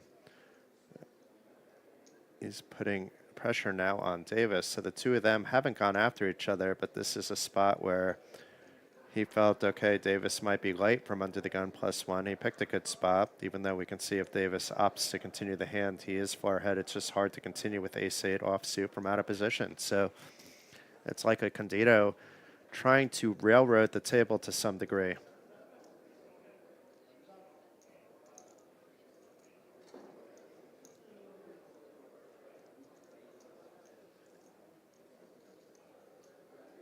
And gets Davis to fold. So another pot here by Candido.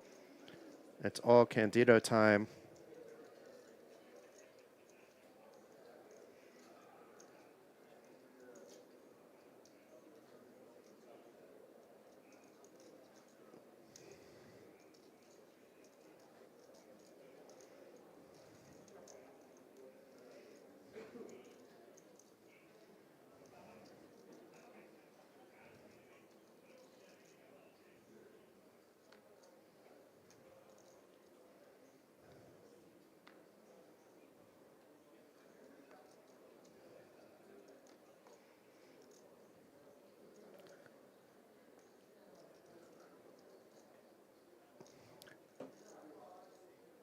Couple of quick folds by Davis and Luigi. Maros following suit with his rags. Candido with the Jack-10 suited will have other things in mind, even if it was Jack-10 off. And opts with a min-raise sizing that we've seen him throughout so far the early portions of the final table in play.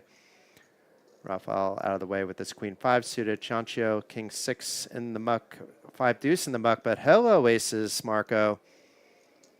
And it's a heads-up spot, so we may not even be seeing a 3-bet. Especially against a player like Candido. You can easily just call and let him barrel a little bit into you. Of course, Candido can get there, but you know, you have to be thinking about how to maximize this pot. If you 3-bet, how often is my opponent calling? It's a heads-up spot. If I call, am I going to get a spot in future spots? But Marco just trying to jack up the pot now. Who cares about pot control when you have pocket aces? And Candido thinking about whether he wants to call for another 3.3 million with his Jack-10 suited. He would be playing in position, not getting the worst odds to call, has chips to spare, so what we might think is an obvious fold could turn into a call, but it is a fold indeed. And Marco back up over 30 million.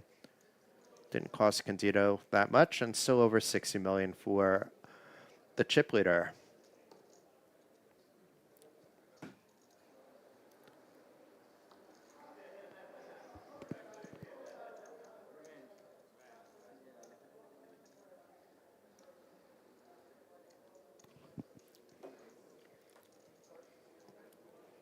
So still 8 players remaining. We began today with 8 players. As we mentioned when we kicked off this final table stream here at the record-breaking 2025 Battle of Malta Autumn Edition main event, that we could be looking for a lot of deep play. You know, there were 2 stacks near 100 big blinds. The short stack 14, which was Luigi, who's shipped up since then. There was nobody else that was really below 28 big blinds, and most players at least above 40. With a 90-minute clock, that means there's going to be a lot of good poker, a lot of spots to talk about. It's not your typical push-fold final table that you might see. And Candido with the min raise. King, queen offsuit. Maybe we'll get some pre-flop raising stats, but Candido's have to be through the roof, as they should be. And if Davis defends, it will be awkward for him if it's a queen that is the high card on the board. Gets out of the way, and Candido gets back the chips that he raised folded to last hand, and then some, another 300,000 on top for a little icing on the cake.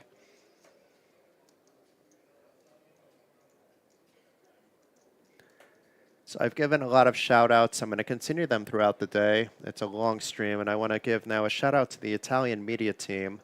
They've done a fantastic job, whether it's Marco or Michelle Nucci, who have been helping out on the video, not only in Italian, but also helping with some of our studio videos that we've been doing in English. Cesare and Jack, you can go check them out. They've been busy all week, and now they're commentating the final table in Italian. And the lovely Valeria, who spent a little bit of time with Italian, but mostly also helping out the English team. And we can't leave out Irene, who's been taking fantastic photos for the Italian team. We've been using them too, and alongside the English photographer and Igor.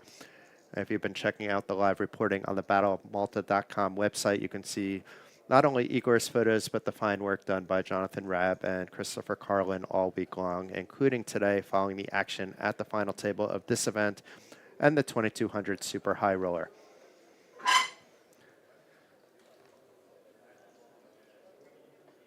Ciancio opening up with the ace-jack for a little more than a min raise off a short stack.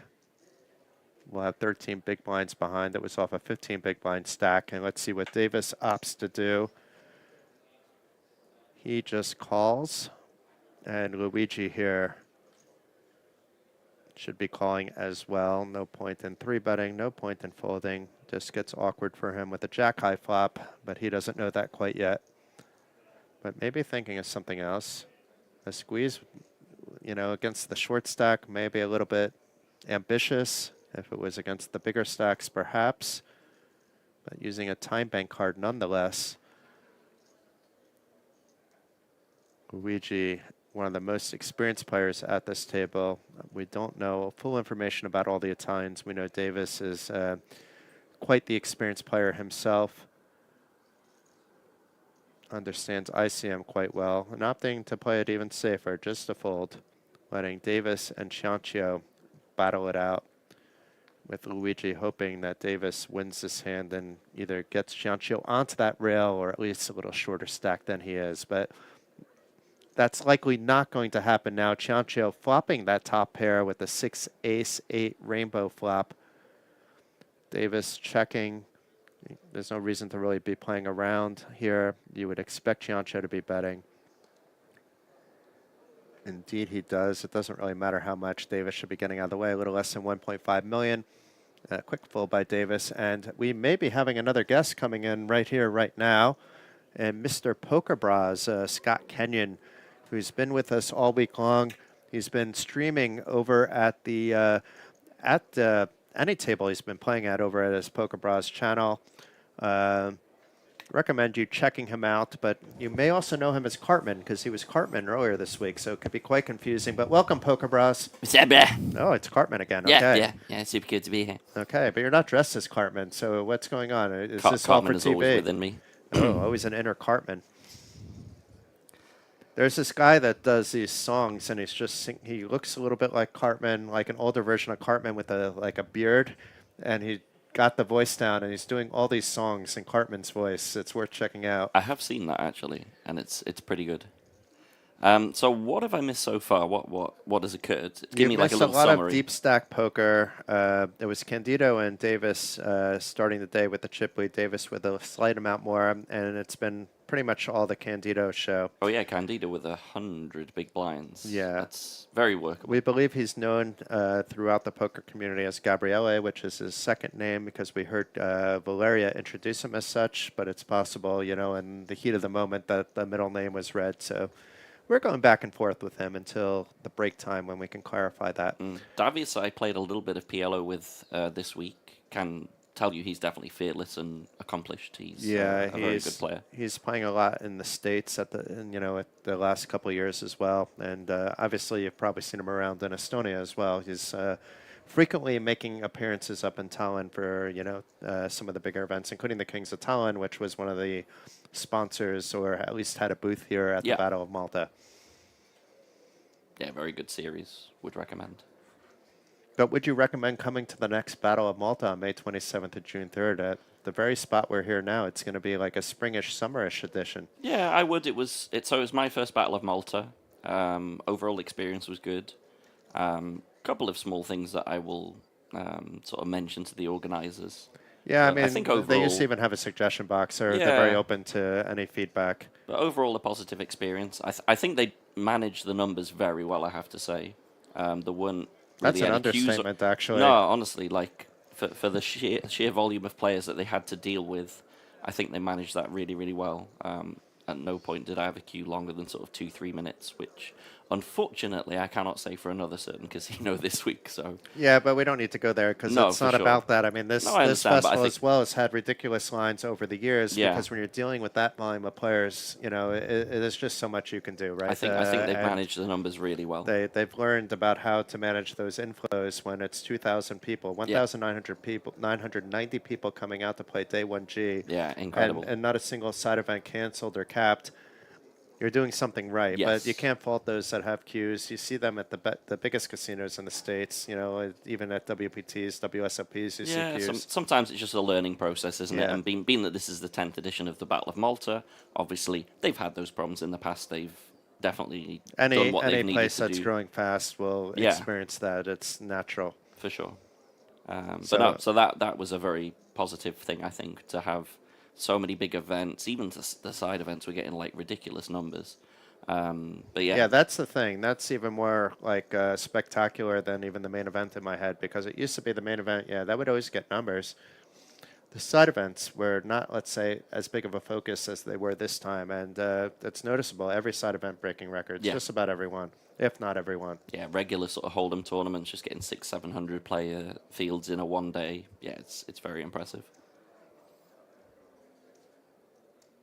So how's your success been? Have you found any? You got your flag, I think, right?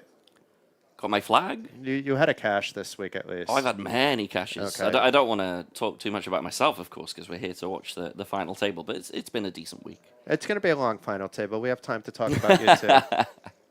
All right. If I must, I had 5 days where I cashed in a row. So I think it was out of 6 tournaments. tournaments. Nice streak. 6 tournaments, I managed to cash 5 of the 6. So pretty good. The problem is, unfortunately, you're firing too many bullets. And no, so that's the crazy thing as well. The only tournaments that I rebought were the horse tournaments. Did 2 bullets in the horse. That's it. Everything else was 1 bullet. Oh, I got so angry at myself yesterday when I late entered the horse, and I was extremely tired. And I'm fairly okay at horse. I have a trophy. I grew up playing those games. It was a fairly balanced field mixed with really good players and players that really just had no idea what was going on. But I got put on the table where everybody kind of knew how to play. Yeah. And that was fine with me. What wasn't fine is I made it didn't cost me chips, but I got so angry at the time. It was like in Omaha high-low, I have the low draw, and then I have river Broadway. Don't see that there's a third diamond there. So I lead out, and then I didn't even see that I got, this is how tired I was. I didn't even see that I got raised. And then I just thought I was called, and I tabled my hand as if I won because there was only a high. And then they're like, no, sir, it was my friend that raised. He's like, Jason, there's a raise here. And I said, and then I just storm away, angry at myself and knowing that the floor has to come to make a ruling whether I have to do anything. And then when I get back, the person I raised, Jason, you probably didn't realize there's another diamond out there. Yeah. So that was nice of him, actually, and I did fold because even though it was just 1 bet, it was too much of my my stack at the time. So it didn't cost me chips. I would have had to call a bet by him, but it's just I don't like making mistakes. Yeah. Bad beats, you'll never see me storm away. I'll shake somebody's hand, even if they got it in stupid. I don't care. That's your money, your chips. It's when I make mistakes. No, of course. And I'm not talking about making a mistake. Okay, I should have raised to 1.5 and I raised to 1.2, or I should have raised and I folded. I'm talking about reading the board wrong, betting when it's an obvious check, Yeah. that type of stuff. It happens to the best of us, Jason. We all have It's those happened to Phil moments. Ivey, so Yeah, it happens to every single player. So I wouldn't beat yourself up about it too no, much. I These, was these okay things later. happen. And the table understood completely, once I got back. Yeah, you were mad at yourself. Yes, I was. Yeah. All you got to do is just brush it off, and Yeah, I especially did. I did. especially if you still have chips, you have to brush it off and just do the best that you can do with. And then what I you got have. it in good with those chips, and they were gone. But Yeah. that's That's standard. poker. It was like I had like not so much left in the stack. Yeah, Marco with the facing ace three king players. suited. Sorry, ace king off. Ace king off will be opened. See, I misread that, Jason. I thought it was ace king of diamonds. I've still got to get my eyes recalibrated after last night's late night drinkies. I was behaved. You- I mean, I you were wasn't very this- well I behaved. wasn't to sleep early, but I tried to go to sleep early. That was the difference. So an open, it's not a min raise. It's a 1.5, 2.5x. And Marius, this doesn't mean anything. He stalls for about 5-10 seconds every hand, and As he's Hold'em been players playing do, fairly yes. ABC. One of my reasons for leading the Boo Holder movement, the fastest growing movement. Benny Glaser says I should make it the Yay Mixed Games movement, and for sure that is a thing, but yeah. Well, you know how I feel about we need more kind of like mixed games Oh, we around. do. need, We do. And people are like, well, it's more complicated. And I said, well, you're bringing in a whole new level of recreational players because you're not only bringing in, the guys that already know Hold'em. You're bringing in the people that like board games. You're bringing in the people that like chess. You're bringing in the people that even like Monopoly. Like it's because it's each game is a little bit different. They're a lot of fun. And to be fair, Hold'em isn't the first form of poker out there. It's just the simplest to explain to people, to learn, and to be an expert like these guys. That's a whole different story. But you can explain poker to somebody in 10 minutes, and they could already be playing. If it's Hold'em, but not if it's stud high low pot Yeah. limit version. I had an interesting chap on one of my mixed games tables this week, who's a bit of a Scrabble player, and I believe Annette Oberstradt, who is still, I believe, the youngest ever World Series main event winner. She's now a Scrabble player, and they even have like a Scrabble Hendon mob as well. There's a Scrabble Hendon There is mob. a Scrabble Hendon mob, yeah, and she's pretty good. The big tournaments are mostly in North America. Yeah, they're rather competitive, actually. Yeah. I mean, it's not. It's possibly harder to win those than to win, let's say, this main event with 6,000 entries. So Yeah. it's at least comparable Very to skilled. some degree. Yeah, It's like spelling. Like it's like when you watch those spelling bees with the 10-year-olds that are spelling words that are like 20 Yeah. word letters long that you've never even heard of before. it's Think impressive stuff. that you have that vocabulary when playing Scrabble, and you understand exactly how to position yourself like chess, because there is like a element of where to put the words. Oh, for Do I want to sure. put this word? Am I opening up a spot? Forward planning in terms What of they might have based on what they played. Yeah. It's a lot of mind games that go on in Yeah, Scrabble. It's a fun very game. strategic. I'm only good at it against people that don't think on the levels I just described. These people would, destroy me the same way I get destroyed in chess against Yeah. anybody that takes it seriously. Maybe we should do a Scrabble poker tournament. You do Scrabble first, and then based on how many points you get on the Scrabble is how many chips you get for the poker element. And it's just me, you, and like 3 other people playing for a trophy. No, I'm sure a lot of people would play that. You think? Yeah, I mean, a lot of people like their Scrabble. I played it as a kid. They I'm like not- Scrabble, but then to mix it with how many chips you might get in the poker, I don't know. They've tried that with golf with mixed popularity, I would say. I like the idea, but you already need to have like a group of people gung-ho that you're going to do it for that idea to actually be meaningful. Yeah, Candido open jamming from the bottom into the 2 shorties is going to be getting that through the small blind and the big blind. Good awareness of the fact that both those players are now in push fold mode. A little less for Ciancio, but he doesn't want to open up the 3-bet shove, at least by him. And he's folding out, a lot of hands. He's folding out the king 5s, etc. Blah blah blah. In this case, even 8-4 would have done well against ace-3 if he just min raised it.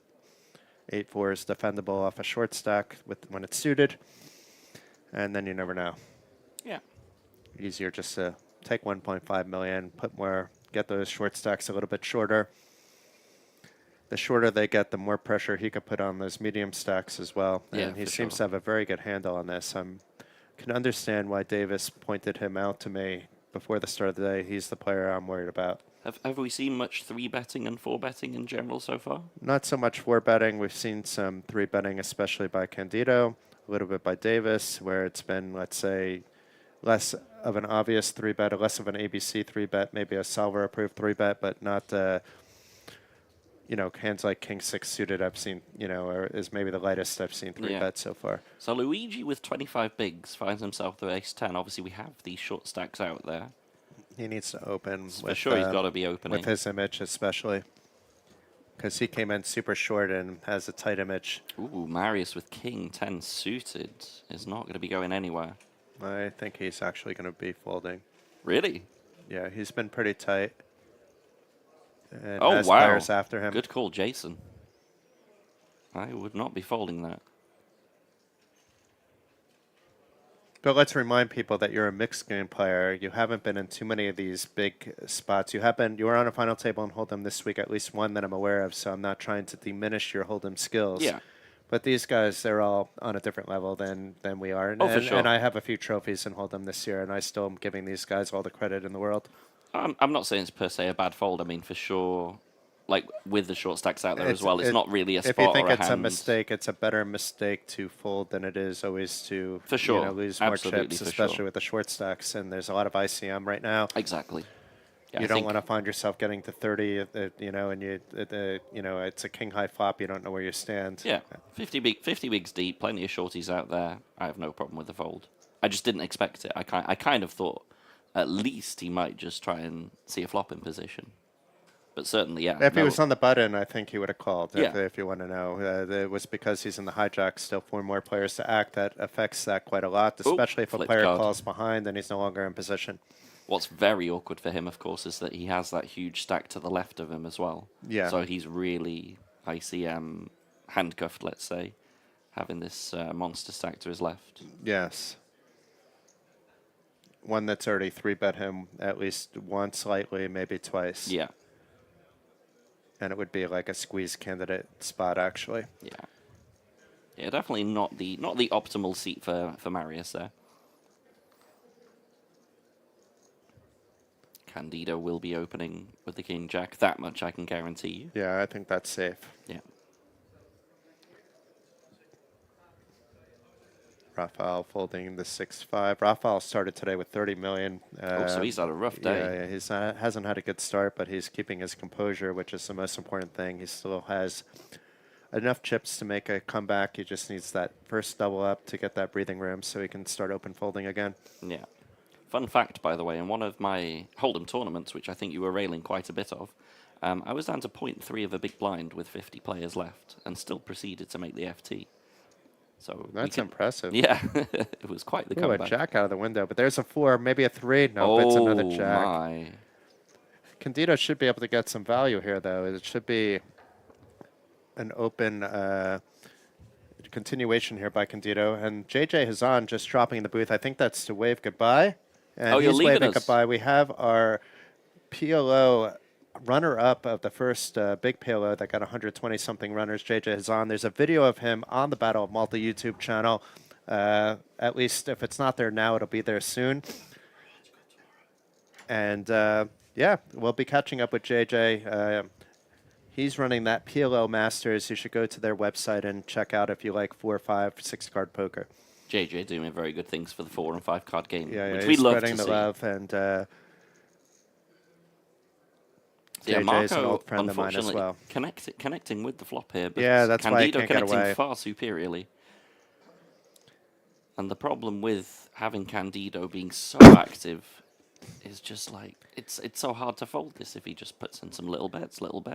Yeah, We're gonna have to pay him off a bit. I and think. it's going to have to stay little, even though it's an 8. There's not, backdoor hearts, backdoor 10-9 aren't really calling so much. There's some backdoors that are calling, like an ace-4 of hearts is calling still, obviously. But you need to keep it small, I feel, like you said. You have such a strong hand, and you want those 8s and 4s to just be Yeah. milked out of some chips. Looks like he's going for about 1.7 on the turn. Oh, 2.7. So he's chipped up. And Marco might be thinking, this is a big bet. Would he ever be doing it with a jack and leveling himself? Yeah, The this is problem is awkward it's for not just Marco. a jack that he'd be doing this with. He could be doing it with the pocket pair with the jacks pairing up, Good trying to get discipline some fold. value. Good discipline fold there. It's very easy in his head to just be like, Candido is really taking the mickey now. But meanwhile, Candido now, he was the first player over 50 at this table. We saw him go over 60 and now over 70 million in chips. So just Amassing keeps quite going the chip in lead. one direction, which is all positive. Have we got any One Direction jokes we can make? Maybe some Ooh, One are we Direction going there? songs we can slip into a sentence. Are we going there? And the average stack is currently 27 million. So he's nearly triple that average. Quite the grip that he has on this final table. Still a long way to go, of course. Still a lot of poker to be played, but a great spot for Candido at the moment.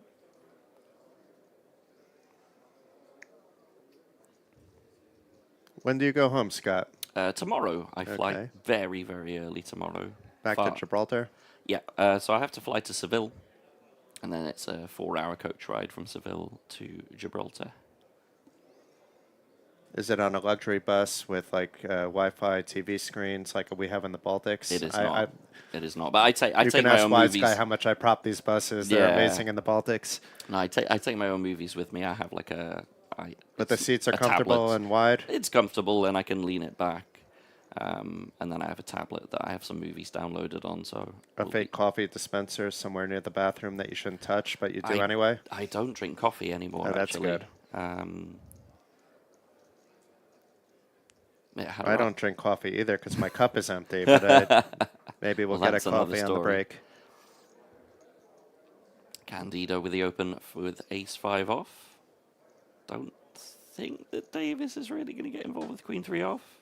He might defend here. It's against Candido. It's much different than against another player. That's the thing. If it's like someone else opening and they've got a shorter stack, it's different. But against Candido, and Candido has position post as well, it's just... Yeah, and he's the player that he wants to avoid as Yeah. well. So, the fold is the obvious, but waiting for another spot is even better. Yeah, Candido is going to be very hard to stop at this point. But all it takes is one nasty cooler against one of those 30 million stacks, and suddenly the stacks reverse. And yourself, Jason, when are you going home?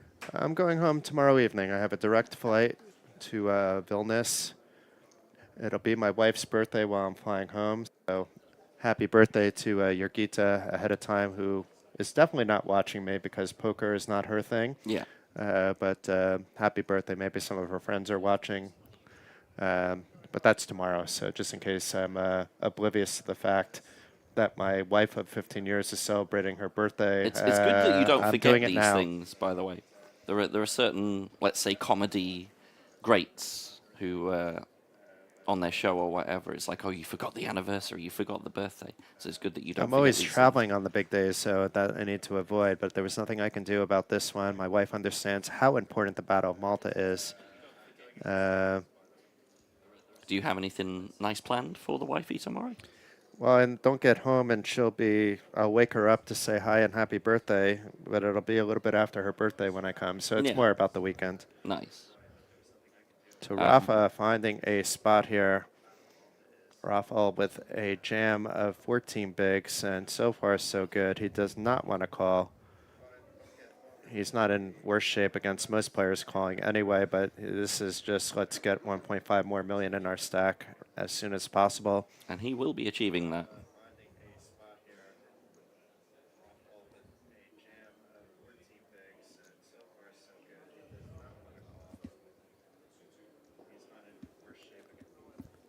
Oh, I was hearing some echo because my computer started playing the YouTube for some reason. I knew I heard you twice, and I was like, how am I hearing It's that? bad enough to hear me once. I apologize for that. No, no worries.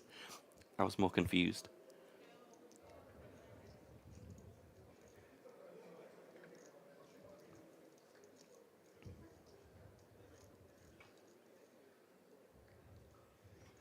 And where are you going to be next on your travels?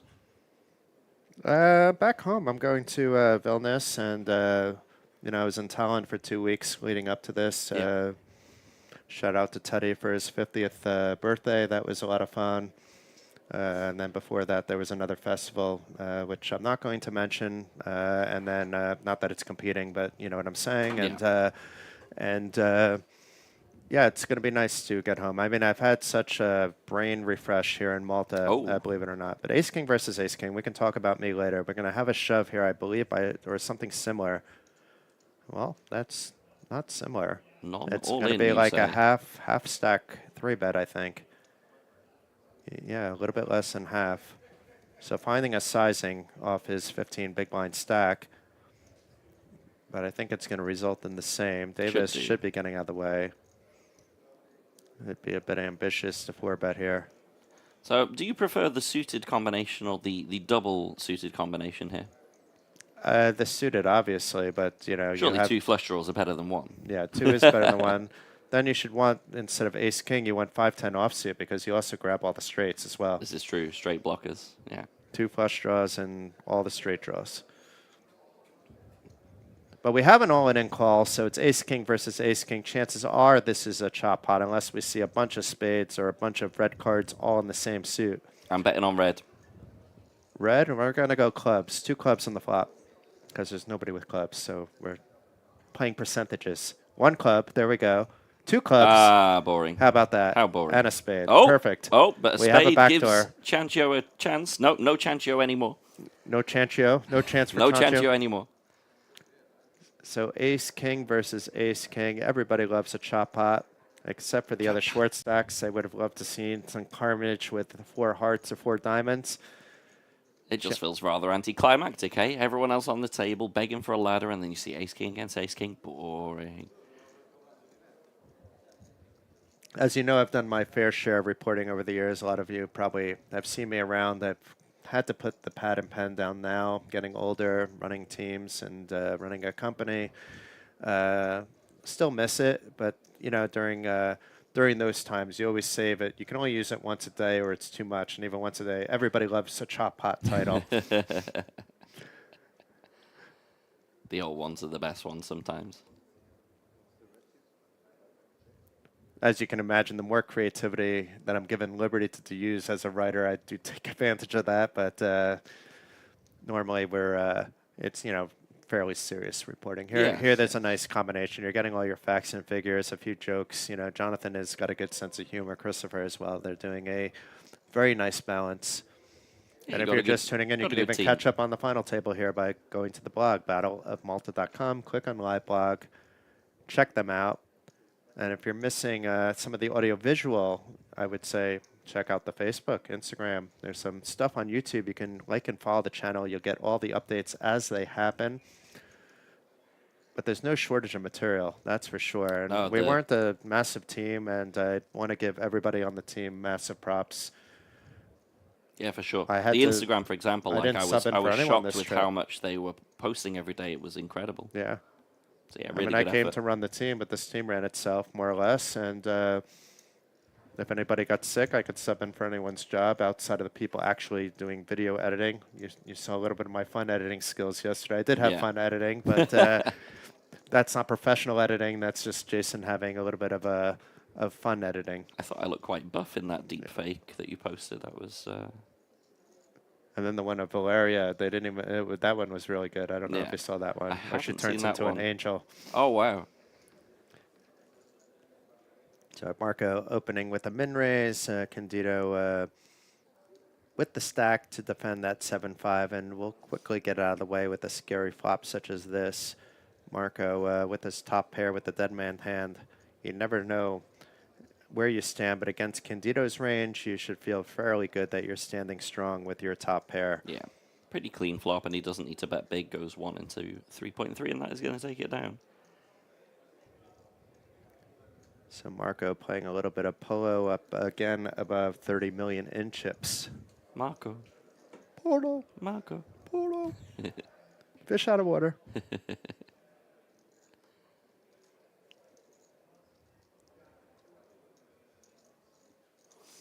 And we have Antoine. Please share the link. Should I share it with him when he says he's not going to watch and he just wants the link? I think that's okay. So shout out to you, Antoine, even though you're not watching. We love you anyway. Oh, he does a lot for Maltese poker, and always happy to Yeah. try and share help.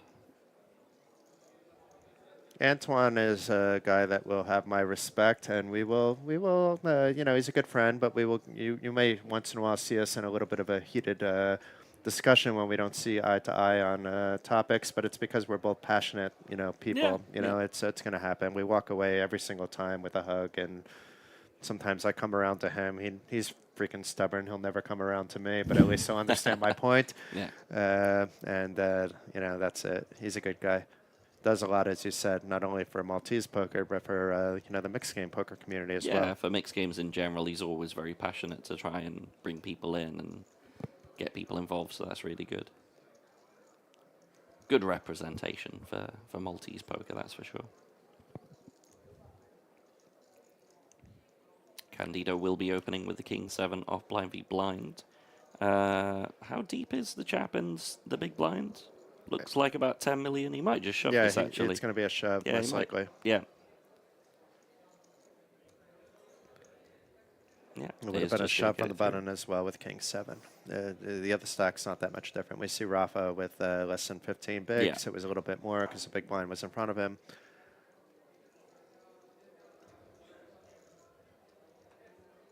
And Rafa is still hanging around though. So you gotta give him props, right? He lost 2/3 of his stack pretty much instantly, over the course of a few hands.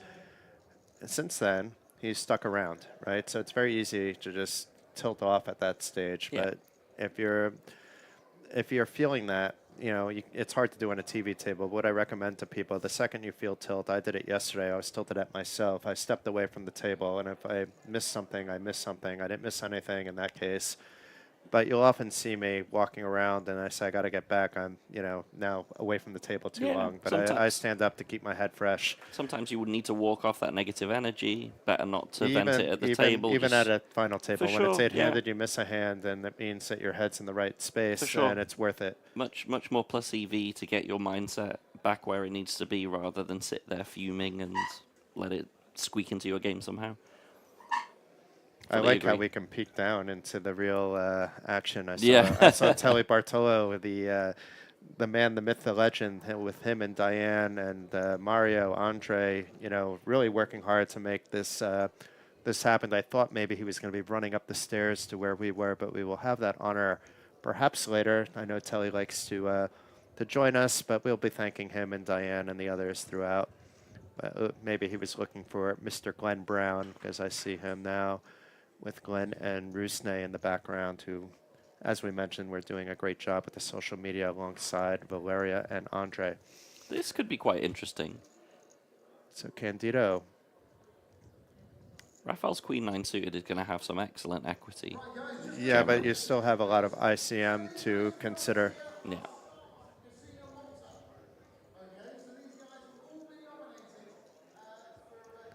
It sounds like there's something happening in live time with the giveaway, actually, which we'll hear on stream in a little bit of time. But there was a giveaway all week. Presentation happening now by Glenn Brown, so I was spot on. That's where Tully was going. Yeah. We can see behind the scenes from up here and give away hidden secrets. Yeah. We won't give away any crucial spoilers, of course. No, I can't see the actual TV table. I intentionally have the actual monitor blocked. I only see the right side of the room. That's probably just as well. Yeah, I don't want spoilers. No. And as we get deeper, I'm even going to completely shut the window so I can't hear or see anything. Yeah. Now it's nice. We're getting a fresh breeze, nice relaxed action. 8 players remaining. Happy, fun, good times. Only playing for a cool $250,000. Yeah, yeah. 28,000 locked up already, though. It's pretty sick. For a 600 buy-in. Maybe some of these guys got in for 300 too. There was that true, half-price flight. The evening flights. I tried one of those, but unfortunately was not successful. They forgot to deal you more cards. Can I go there again? I'd love that, yeah. 4 cards, please. Or more. I have a thing with Scott where for a long time I didn't see him in Hold'em tournaments, so now he's back to playing them occasionally again, and I'll make fun of him for a little bit of time. But I had a very bad timing, not realizing it was the money bubble at the Beer Poker Tour event, and I go, you have 2 cards. They're like, Jason, it's the money bubble. I'm like, oops, No, it's quickly fine. run into the It's corner. absolutely fine. But I think when you came over, I was like all in on the money bubble as well. Oh, I didn't even So- see that yet, Gyps out. yeah, yeah. It was just my normal hello to Scott. He's live streaming. Scott and I actually met on his live stream, believe it or not, back in the day, um, when there was a massive online tournament being streamed that I actually had to live cover. It was that big. And Scott, the software wasn't necessarily that cooperative with hand histories, and I'm watching Scott stream, chatting along on the final table, Yeah. pausing, replaying the background video from your Twitch to catch up if I missed something. Yeah, it And was we a cool we one got as well. to meet Blash virtually We that did time meet as Blash, well, and and now he's a good friend of yeah, yours. yeah, met him a few times. Very, very accomplished player. He managed to get himself his first 2 bracelets this summer as well. Yeah, it's sick. I mean, back then, nobody heard of him. We heard from someone in the chat. I remember, oh, he's a former footballer. And we're like, Yeah. okay, we're all on team underdog Blash, including me. You Yeah. were definitely hardcore And rooting crazy spin up. He spun then up he a won it. $5 satellite. So he didn't win it, but he got 1.3 million for, I think it was 4th. him. Okay, I feel Yeah. bad for him. It now. feels like a win pretty much though. Like It turning was $5 the into catalyst to 1.4 him million. becoming a professional poker For sure player it by was. far. For sure it was. Meanwhile, we have an open here by Luigi and the short-stacked Leonardo, who's been very quiet, defending with the ace-8, only to flop the top pair, that backdoor flush draw on top. Does check. Is Luigi going to continue? It is a scary board once you're defended. If it was like a even like an ace-9 3 board, then you can rep that ace. Here it's hard to rep that you really have this board helping you. Yeah, I think this board definitely favors the big blinds defending range over the opening range. Sensible of Luigi. Because to even just if you check. have an overpair, it's scary. It's still. He may opt to bet the turn after it was checked the second time, but I think it's going to go check, check again, and then maybe, depending on the river, we'll see what happens.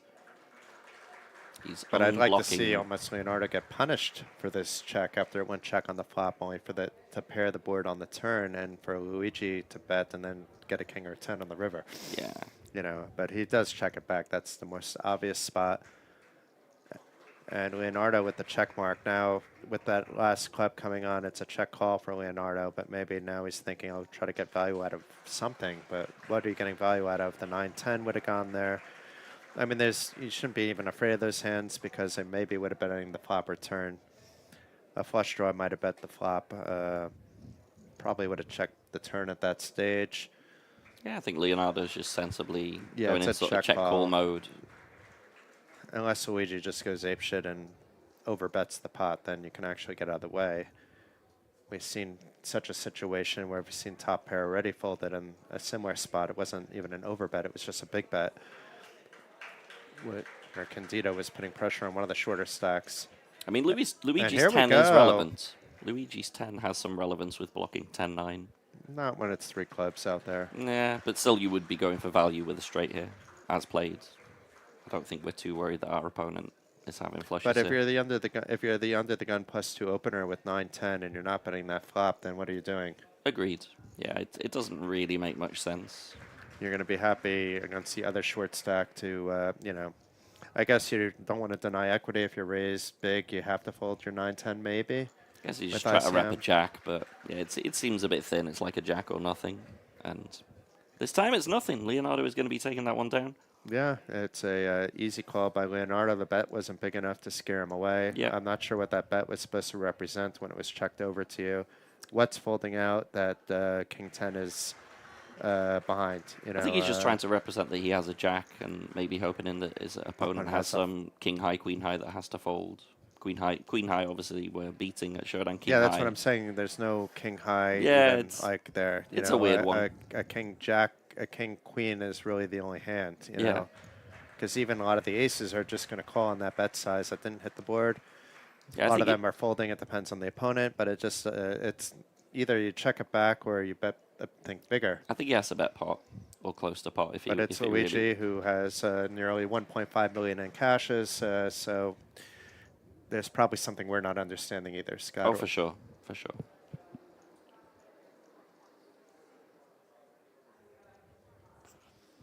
And it's not like Leonardo looked thrilled at having to call it, but equally just does No, not you get never to check should be fold. thrilled to Yeah, call there, does not but get to check you fold have that, to call it.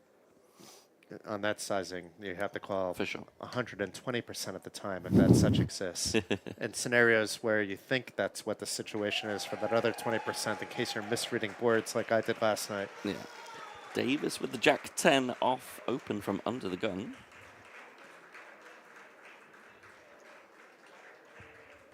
Gets Luigi to bin his Queen Jack off. It looks strong from Davis, especially if you weren't watching his earlier play where he was a little bit more active with more chips. Opening from under the gun, you don't put him on a Jack 10 offsuit. Uh-oh. Candido has one move to make, but he's probably going to do something different than what I would do. That one move is just get all the chips in now, but we've seen different sizings. But yeah, here we go, Ciancio. So far, so good. Leonardo's going to have to fold. And I think Davis is going to have to fold as well. It's 15 bigs is just far But too... Marco! Oh, hello! Polo. Marco can't be going anywhere, I don't think. Polo. But he has to be concerned a little bit about Davis, so I think it's just a call here, but he may level himself out while Davis opened under the gun and putting him on a really crazy range, and then Ciancio just coming out and firing that 3-bet shove. Maybe he can talk himself into a fold. Results-oriented, it would be a very good fold. Imagine if Davis is open somehow saves this absolute cooler. Yeah, I mean, he's opening up all those strong hands from under the gun, you know, tens, jacks, ace, king himself, which we see in Ciancio's hand. We can see he has some other hands. I think this would be like the bottom of his range. Maybe other lower jacks if they're suited. Maybe he's opening a jack 9 suited, but other than that, this is the bottom for offsuit cards. Yeah. Wow. So very disciplined fold. Wow. Good understanding of ICM. I do like the fold, actually. It's just very difficult to do, and that's not a results-oriented, just based on the players involved and what they're doing. But Davis's open has literally saved him there because button versus big blind were never, ever, ever folding. But I think it's more the Davis open that really has him a bit spooked. The whole dynamic is different. Ciancio opens, and it's a 3-bet like by the ace-queen, actually. Yeah. Wow. But it could be a call by the ace-queen, but the ace-queen is still obviously not going anywhere in that spot. So Ciancio, risk-free, almost $3 million added to his stack, almost 25% addition. So that's the best outcome. You may say, well, you know, he wanted a call by Davis, but, you know, he still has to sweat. You know, you're 30+% of the time, you know, you're on the rail if you get a call there. So yeah, and same better obviously to pick up the risk-free chips. Yeah. Even ace-king against ace-queen, yeah. 30%. 3 out of 10 times. Bye-bye. That's a great pickup for him, but wow, the fact that the Davis is open saves that absolute button versus big blind cooler occurring. Interesting dynamics. And meanwhile, if we didn't see the whole cards, we'd make nothing of that. We wouldn't know the ace-queen folded. No. You know, it would be a boring hand to even talk about. Yeah, maybe we're thinking he's Open, got like pocket 3-bet shove, 7s, fold. pocket 8s, thinking about it, but ace-queen is a different proposition altogether. Maris here with the king 6 will be folding, but first we'll be counting to 5 in his head, it seems. Got to balance those folding timing ranges, you know, it's got to be consistent.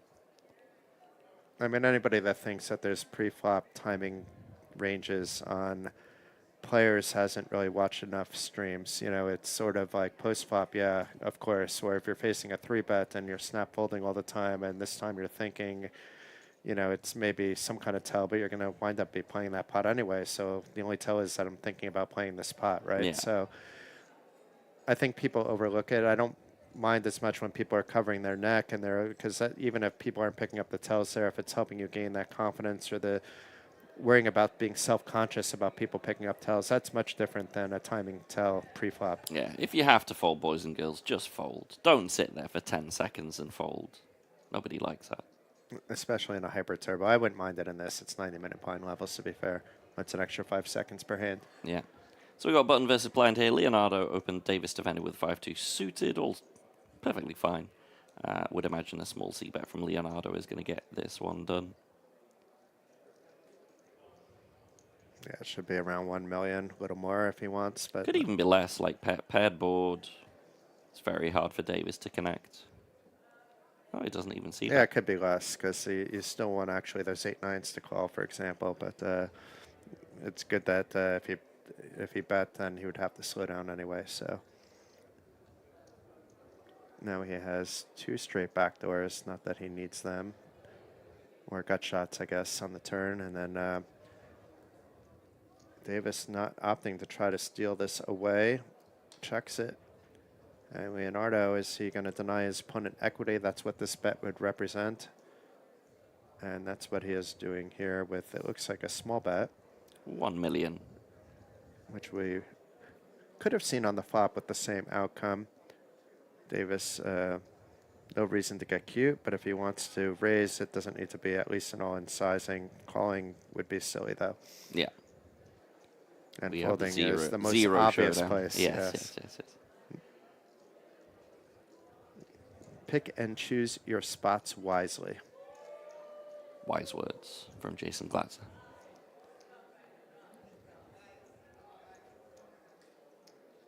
Those chairs are lovely, by the way.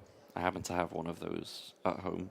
Very comfortable. Did you steal it from the Battle of Malta? I did not. Okay. Okay, security, we're calling off the, the alert. You can leave Gibraltar. You don't have to raid Scott's home. The chair just happens to look the same. Let's have a look at the chip, shall we? We've got Yeah, Candido yeah. with a massive 122 big blind chip lead.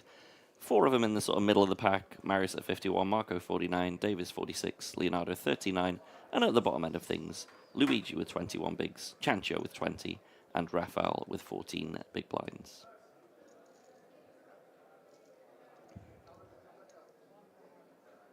Candido with around triple average at the moment. Very strong position to find himself with 8 players remaining.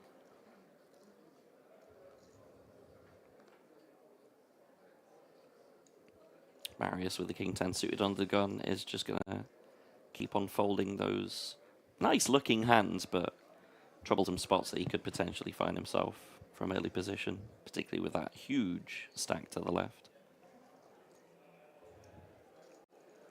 Marco will be opening the button with his pocket 8s.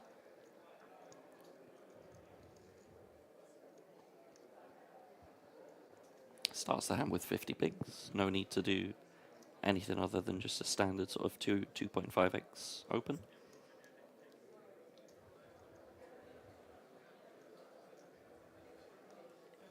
Announces 1.3 million. Davis folds.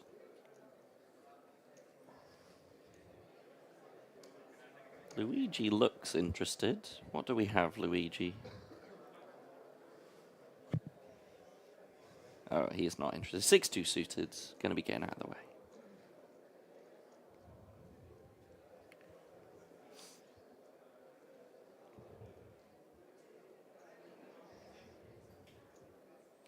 So the short stack still hanging around. We're probably getting closer and closer to that first break. We had 66 minutes to start of the 250-500 level, and we've already progressed more than halfway through the 90-minute level of 300,000, 600,000. I believe after this break, it'll be every blind level there's a break, and then eventually the clock will be shortened. I believe at 6 players, it might be 5 to a 45-minute clock. More hands get in. The players, I'm pretty sure, don't want to be here till 8 in the morning, so it's quite logical to do it that way. I assume equally you don't want to be here till 8 in the morning. Oh, I don't mind. My flight tomorrow is not till the evening, so I can sit here and watch poker, talk about it all day. Can confirm that Jason would do that as well. I mean, there was a time right before the pandemic where the Battle of Malta streamed every day. Yeah. And I barely missed a minute for 7 straight days, and the shortest day was 13 hours. Wow. And the final day was a doozy. I mean, we had a 6 to 8 hour heads-up affair. Blimey. Between the Viking and Sergei Lisi, who we've never seen back in Malta since him running home with the trophy. Hit and run. Marco with the open from King Jack off from the cutoff. Is Davis thinking about 3-betting the ace-5 offsuit? It looks like he is. Marco has folded before to a 3-bet, Yeah. so Comes in for 3.1 million. if it was ace-5 suited, it would be an easier 3-bet, but it does actually not only put Marco in a hard spot, Maris with the ace-10 with the quick fold, folding that better ace. So not a hard spot, but actually folding the better hand. And Marco also, now he's seen Davis, he's got I wouldn't say a super, super wide 3-bet from what we've seen earlier, but it's not the first time we've seen him 3-bet either. Yeah. And the only two players it seems capable of 3-betting light currently are him and Gabriele, otherwise known as Candido. But I think Marco is going to wind up folding here. He's using a time card first.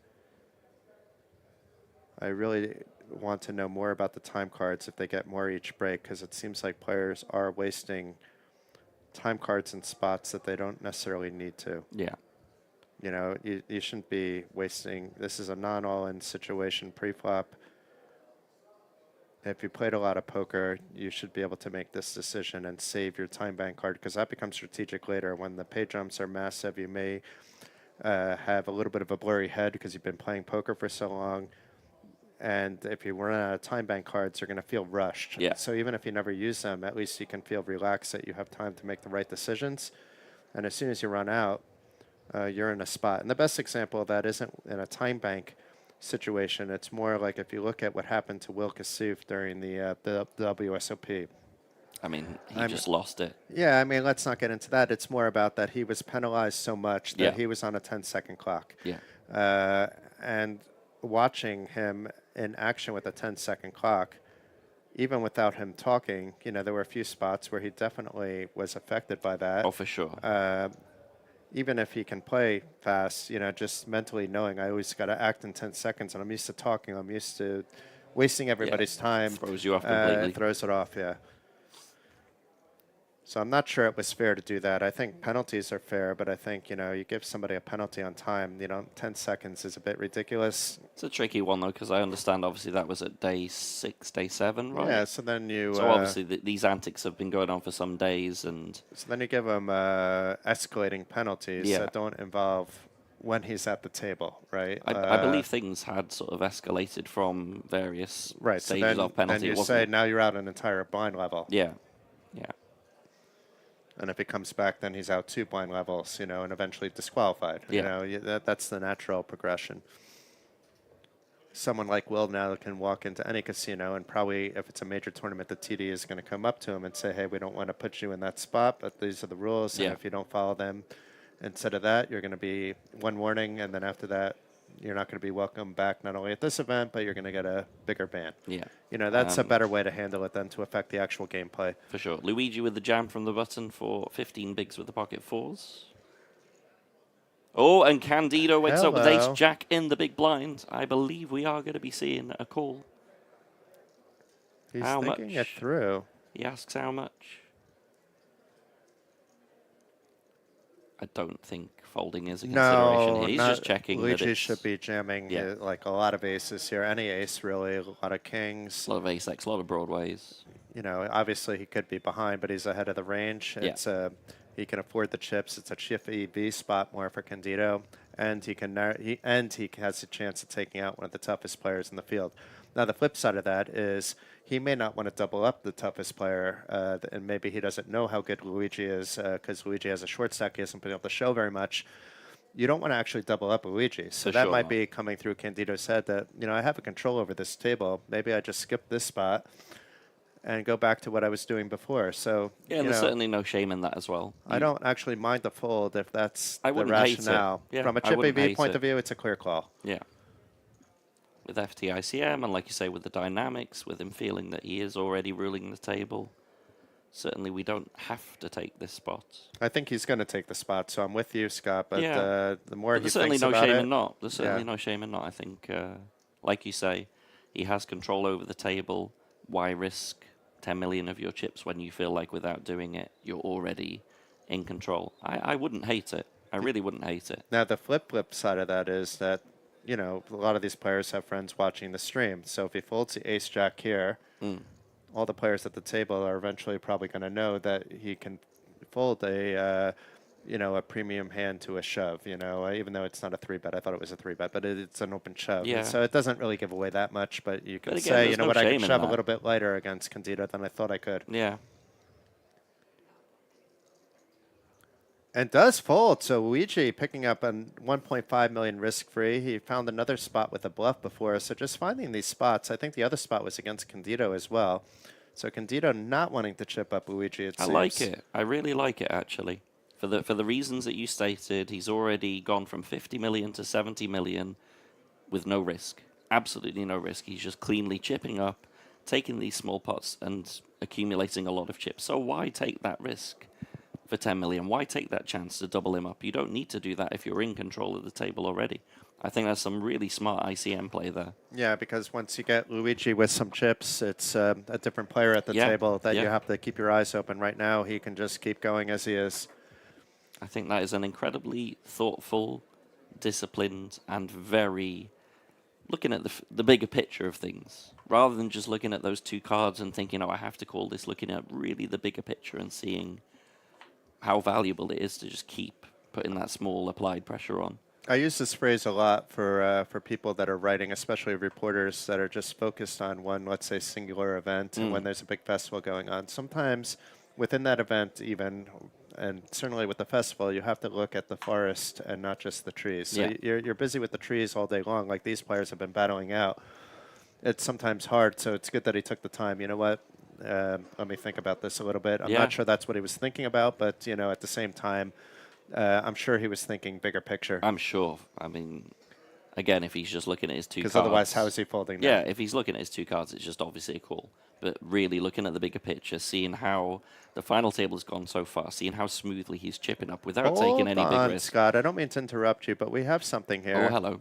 We have Davis opening light from the hijack with pocket deuces, and Luigi not being afraid. I think it's a 3-bet to 3 million, so it's a light 3-bet for 5 big blinds. And again, Marius finding these lovely looking hands, king, queen suited, but instantly in the bin again. Really not wanting to get involved with these short stacks out there with the big stacks he's left. Playing correctly, he's to be very fair. much handcuffed in a lot of these spots. And Davis actually, if it was a bigger stack priced in, but it's still deuces. What are you going to do here? You're going to have to fold to any bet if a deuce doesn't come. Obviously, if it's like a 4-7-9 board and you want to call because you think your opponent has like an ace-king, in this case ace-10, you can. But looks like was that a time bank chip? Time bank chip, okay. yeah. I assume he's more thinking, do I fold or do I jam? I don't think calling is something that he's considering. A jam would be a massive risk that he doesn't need to take in this spot. He was chip leader to start the day and would probably have a break coming along.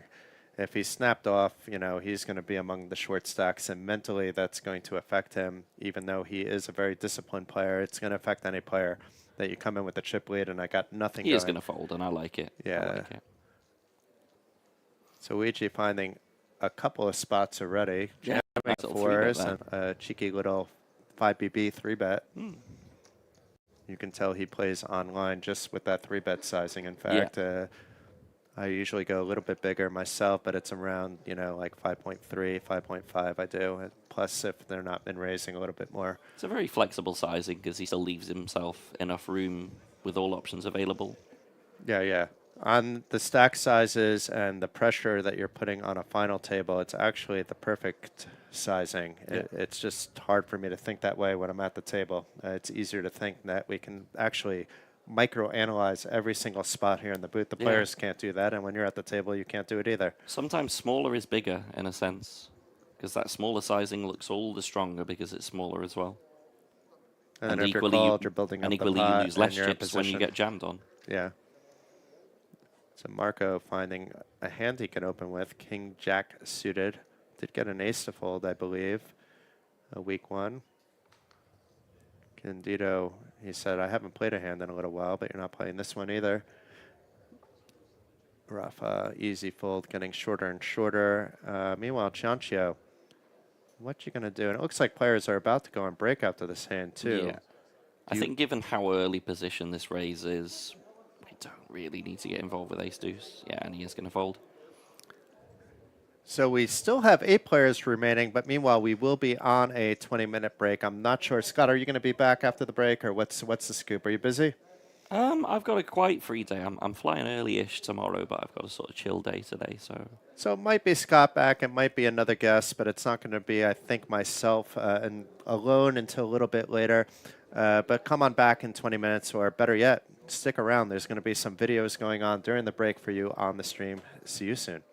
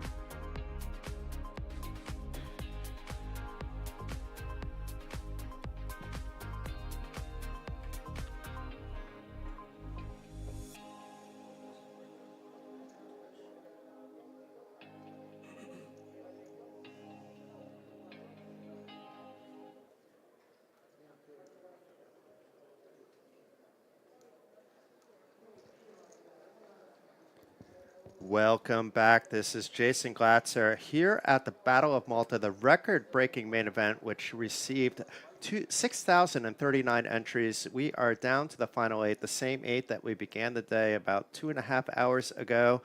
Here's a look at the chip counts. It was the start of the day, Davis in the lead, just by like a chip or two over Candido, also known as Gabriele.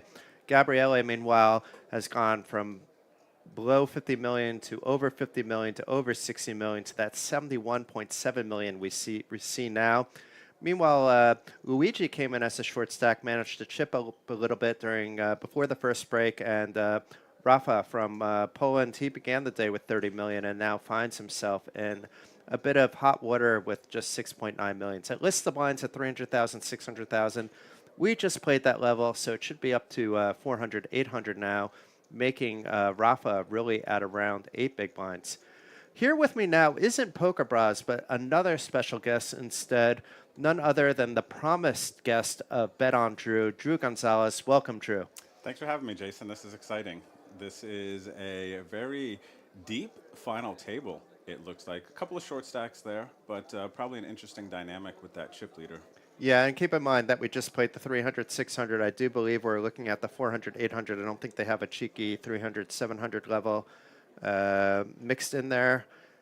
In which case, yeah, the chip leader is still near 100 big blinds. But, Rafa and Ciancio, and even a little bit Luigi, sub 20, their stacks all of a sudden look a bit shorter than they actually are showing in this graphic. I see a lot of Italian players representing here. Love to see that.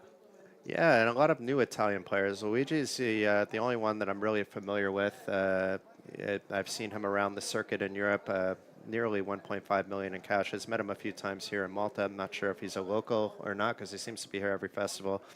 The other 4, all new faces before yesterday to me. Jonathan did a little bit of digging on some of them, which we will bring out during the stream. Rafa, I believe I've seen around. Maris, I believe I've seen around.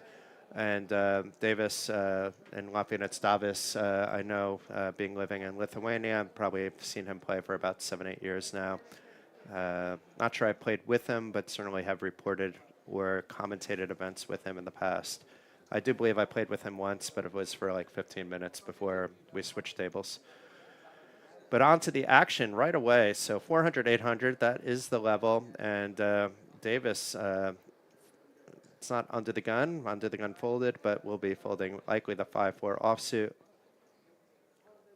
And Rudy, the tournament director, had a question for Maris, or maybe giving some instructions there. But Luigi, hello. Luigi with the aces. And you know what? Now that I'm looking at Luigi, I played with Luigi during the main event this summer out of WSOP. And he's a really good player. So I actually have a good bit of experience with him, too. And he also is a composed player. I may get copyrighted on doing that. I need to be careful about my Mario Brothers humming, but it is a easy min raise for Luigi. When you're short stacked, you think about shoving just so your shoving range is kind of balanced and it doesn't look like aces when you're shoving, and you just hope somebody has something that they're calling with. But being a 19-ish big blind stack from under the gun +2, this is really the only move to make. Agreed. And what is Maris wasting a time bank card on? He's taking his time a lot pre-flop, and this just, once again, seems, unless they're handing out cards every break, it's a waste of a card. For sure, especially with so many players behind. I can see it being different if he was in the big blind. And Luigi's like, please, 3-bet Maris, please, do what you're thinking. This is interesting. Checking this. Is he using another one? What's going on here? Maybe he doesn't have 5. I mean, he has 5-3 suited. The RFD ID chip are really usually correct on the whole cards. It's just if an accidental card swipes over, it could read it wrong. But that can only happen really on the board, not in a player's hand. Perhaps he thinks that Luigi has been opening aggressively in this spot, and he's a good stack to attack here. Luigi's been pretty calm, cool, and collected, though. He hasn't had chips until recently, and even now he doesn't have a lot. It's just time waste. I don't get it, actually. He wasn't. He couldn't be thinking about that. He's also been the player that's waiting 5 or 10 seconds in every spot pre-flop. So to use 2 time banks, he's just punishing himself. It's an easy fold.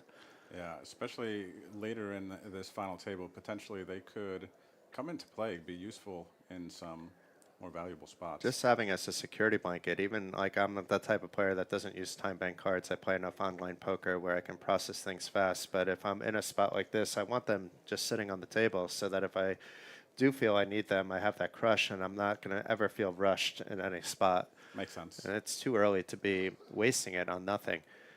If at least it was a spot. But never mind. Ace is miles ahead against 9-8 on the 6-king-king flop. Not so much to worry about for Luigi. However, he may want to be a little bit sneaky with the king paired, hoping like another low card comes out, he can get a little bit of bet on turn. Now he's only really getting a call from a 6 and, behind obviously a king. But Depending on Leonardo's strategy here, he does have a hand. He might be able to check raise. Now, granted, Luigi's on a bit shorter side. He might not be able to have enough room for that. yeah, and keep in mind that we have a lot of ICM implications with the short stack. It would be a very weird spot for him to check raise with no equity, to potentially even have a slim hope of getting there. It was a backdoor straight draw on a paired board. I don't know, backdoor flush draw, not enough to choose that spot, I think. And, they've been playing now for about 3 hours with not a player busting. There's 3 short stacks, shortish stacks, 2 really short. Do you really want to be punting away chips against a player that hasn't really shown to be out of line at all? He's been probably on the lower side of the VPIP. Yeah, I think it's pretty standard the way it played. Yeah, for sure. Makes sense. Especially Luigi's range from under the gun as well is going to be tighter. Could be a little bit different if it was a late position open. That is also true. Yeah, then you can have all the check raises in the book. But then you maybe should be 3-betting with your 9-8 suited versus just flatting with it. What was it? It was a big blind defend? Big blind yeah, defend then with it's the still 9 the suited. same thing. You're not 3-betting there.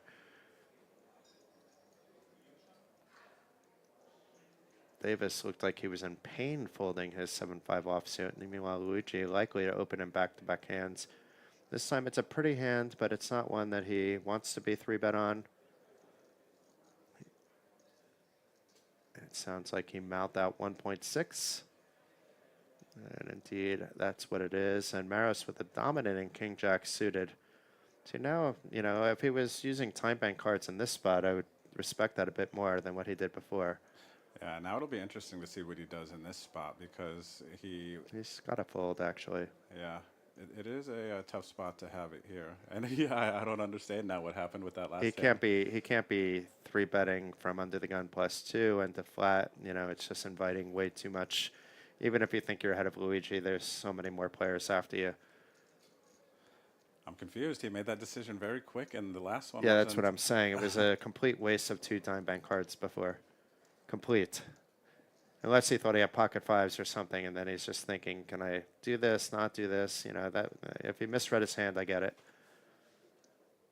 And that can easily happen with all the lights on you, all the attention on you.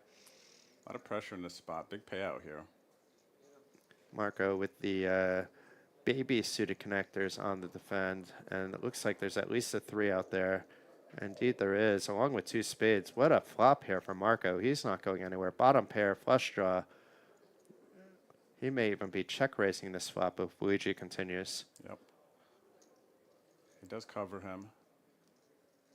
On the other hand, you want to deny equity. You don't mind, you really don't want to be shoved upon, but you would be, I guess, calling because you have your opponent covered. And plenty of ways to catch up if you were behind an ace-10 or a pocket jacks, etc. But we'll find out what happens because Luigi is sticking to the plan, repping that big pocket pair.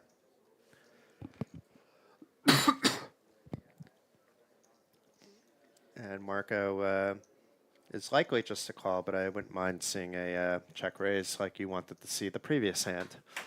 Yeah, the check raise here is going to be, it would be interesting because he would hate to, well, I wouldn't think he would want to risk half of his stack, like you said earlier, with those short stacks here. So I'm kind of thinking he might lean call.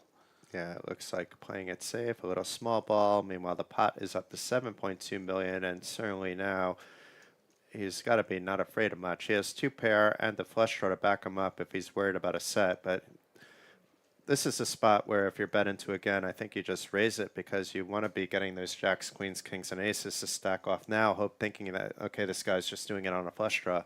But let's see if Luigi slows it down, he may recognize, you know what, he called the flop. He's in the big blind. I'm going to have to bet big if I want to take it on the turn. Luigi's a player that is capable of doing that, but I'm curious to see if he slows down. He does. Yep, I think that makes sense.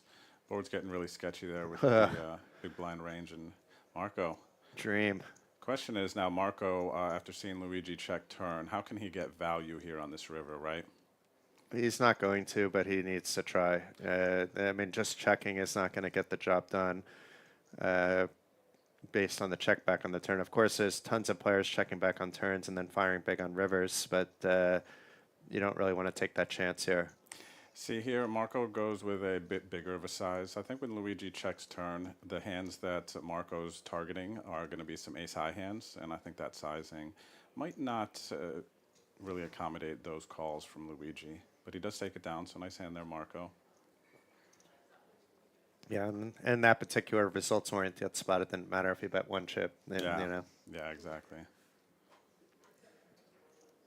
So an update on the super high roller. On the break, they were heads up between Alex Wittenstall and Matta Selmans, both players saying, well, this is one of the rare circumstances the two best players are facing heads up. No offense to players such as Robert Kuhn, who obviously may feel differently, but that's what these two players felt. In the payout circles, we have Robert Rohr in third place for 27.4, Nicholas Deitmar for 22.750 for fourth place, Vala Gambarov with fifth place, 18.4, the aforementioned Robert Kuhn, 14.450 for sixth place, and the other payouts we mentioned earlier. I'm not sure what the deal structure looks like. If they agreed, I had to run up, but I do know that Alex does have a bit of a lead against Matas. It was something like a 5-1 chip advantage when they agreed to something, unless I counted the chips wrong.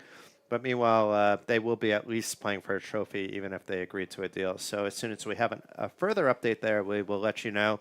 Other than that, all the action, all the people that are here are now watching in live time the final table. There's two corners of activity where there's actually TV sets where you can watch it without the whole cards in live time. We're on a 30-minute delay.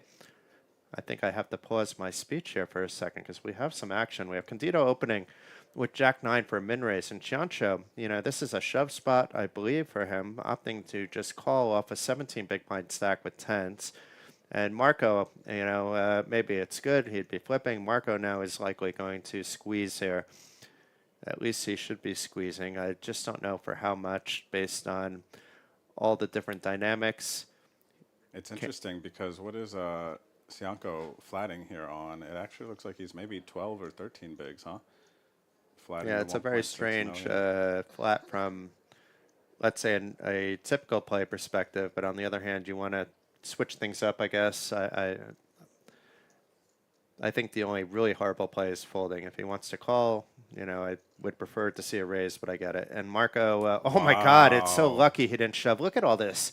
Everybody waking up with something. Marco with ace-king, and now Davis, Cowboys. This is a crazy hand. Genius now. Yeah. Assuming he can still get out of the way, which he should be able to. Now, Davis, what does he do? He's thinking, he's trying to look like, okay, this kind of sucks. Here goes a time bank card. This is a good use of one. But let's see what he does. Yeah, this is very interesting because Marco covers him. There's the obvious short stacks around, and you're just a middling stack here. 27 mil, over 30 big blinds here with the kings and facing a 3-bet. So cold 4-bet, jam, call is weird. It's a very interesting spot. I mean, I think the 4-bet has to happen just because of the multi-way actionness of it. Otherwise, you can argue otherwise. But it's a question now, how big do you make this 4-bet? There's already 13.2 million in the pot. So, like, while a shove may seem out of control, it's not as bad as it sounds based on the stacks of the other players. So now Candido is likely to fold anyway, you know, just because he's wide. And it's putting max pressure on the 3-better, you know, who just showed that he's in. And that's exactly what he does. I love this 4-bet shove. It does seem big, but this is going to be a big hand. Chiancho, looking like an absolute genius, as you said, True here. Yeah. He's got to fold, and he's got to hope Marco calls. It's a, somebody's going to win a big pot here if there's a call, but he's got to like the odds of, I've got 8.9 million. One of these guys is going to be less than me or out of the tournament. Quite unorthodox play, but he must have sensed something. I have Soul no read, idea. live reads or something here. Now it looks like he's gonna take a little bit of time before he folds, because I do think that if you're this short stack, you're flatting here. It's to get away in the event of a situation like this. Yeah, you got to get away, and you shouldn't be wasting time bank cards anymore. I mean, I know it is a tough spot, but you made that decision when you flatted, as you said, Drew. Yeah, for sure. Maybe now he's regretting not shoving, saying if I shove, then maybe I win the hand at that spot. But and when he looks back, he'll look like a hidden genius. Yeah, for sure. I think he'll maybe burn a couple more time banks and then realize, all right, this is just That not part a I good don't like, spot. because that then leads me to believe that he wasn't sure why he was flatting, right? Yeah. One time bank card for, posturing or whatever it might be. And he is reaching for chips, He's touching actually. his chips. He might be putting this in. I would say more often than not, when I see players touch their chips, especially in spots like this, Good fold, good yeah, fold. good fold, good fold. It's like, I mean, I'd be out of the tournament. I would have shoved these tens, and Davis would have woke up with kings. The ace king would have been in. Would have been mayhem of a pot. Probably 2 players out by Davis. yeah. And Marco just never folds here, does he? It's He has to fold, actually, from an ICM perspective. well, that's what I'm saying. It's not a normal spot here, especially now the short stack has folded. With all that action, he has to give Davis credit for ace king or better, right? So he's at worst flipping or tied. And then he should be doing it with kings. He should be doing it with queens, which are flipping against. But do you want to flip? I don't want to flip here. I just say, okay, I messed up. I didn't mess up because of the way the cards were. But with all that action, it's not really the spot to just. It's the first jam we're seeing from him. It's really not the spot to be doing with it. So I think when Marco, who's been a little bit tight to the vest, when he runs all this through, this is time bank territory. It is a fold ICM, actually. It's a clear fold, even. I wonder perhaps Marco will consider, if he does win this pot, that could set him up to win this tournament potentially. Maybe if he is thinking, maybe he's up against queens or jacks sometimes. It's lighting money on fire with all the short stacks. I mean, if he gets there, as you said, like we're never talking about this hand again. But it's this isn't online poker with 20 big blind stacks where this is an obvious call. This is still, he folds, he has more than 30 big blinds back with a couple of the stacks under 10 at this stage is just suicide to call, actually. If you win and you're taking risks, the guys that say, I'm only playing for the trophy, even in these spots, yeah, there's some level of fear that they can actually turn that into their advantage, but it's still in the long run, you're lighting money on fire with a call here. You know what this makes me think of? Michael Mizrachi. Yeah. Deep in the main event, he had a spot like this. I believe it was versus Kings. He had the ace king, and then he rivered the ace. That's right. And I just saw Michael. We were, like you're commentating with me now, I just had Michael in the booth over in Estonia. It was nice. Oh, very cool, very cool. Well, you know what? I'm happy that Marco is the one having to think through this decision and not me. Did he fold? No, it's another time bank. Another time bank. Yeah, the Mizrachi spot is rather interesting, but the dynamics were different. Like, this is just a spot where Davis is actually never light. Never, ever, ever. Yeah. That is true. I mean, they shouldn't say never, ever, ever. He's 1% of the time light here. Oh, card protector off, and he makes the fold. Bravo, bravo. Well done, Marco. Well done. I mean, I know the Italians would say, call and is an ace coming, but this is a very good awareness, a very smart play, Yeah. very strong understanding of the dynamics at the table and ICM, and understanding that Davis shouldn't be doing this light and that he's an experienced and intelligent player. So, I mean, you might say, how can you be clapping? He just lost 8.4 million. I'm clapping because this was perfectly played by Marco. Very disciplined fold for sure. What do you think, chat? Would you be making that fold there with the ace king? Easy fold, tough fold. Easy fold. off of it's a not a fold if you have 15 big blinds. It's an easy call then. He could have also actually been the one to just 3-bet shove just to try to deny everybody's equity. That wouldn't Yeah. have turned out well for him. But I've seen players do that. I've done that before with a 30 big blind stack where Yep. you're just too nervous about the players ahead of you. They're too good. Yep. And that they're too easy to push you off pots. You know, this isn't the kind of table per se. You have Candido that's able to do that. Luigi is capable. You know that he has chips, and Davis as well. All the players are capable, but those three at a very, let's say, higher frequency. But in that spot, I don't think any of the players were capable of doing this. Yeah, that was a very interesting spot. Very fun. And once again, it's much easier to say easy fold in the booth. On the table with the lights coming down, the time bank cards in front of me, I have no idea. Maybe I'm accidentally calling there, but you saw how quickly I said, no, it's a clear fold. Right, right. Ace King again here.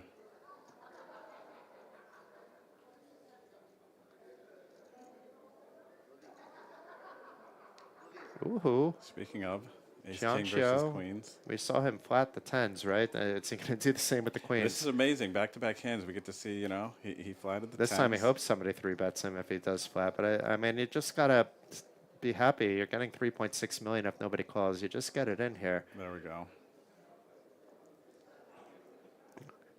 Possibly what you should have done with the tens, but you'd Is this be real on the right now? rail. Ace King suited now for Marco? Yeah, what's Marco going to do? Marco just had to fold ace king. I mean, this is suited. It's for a lot less.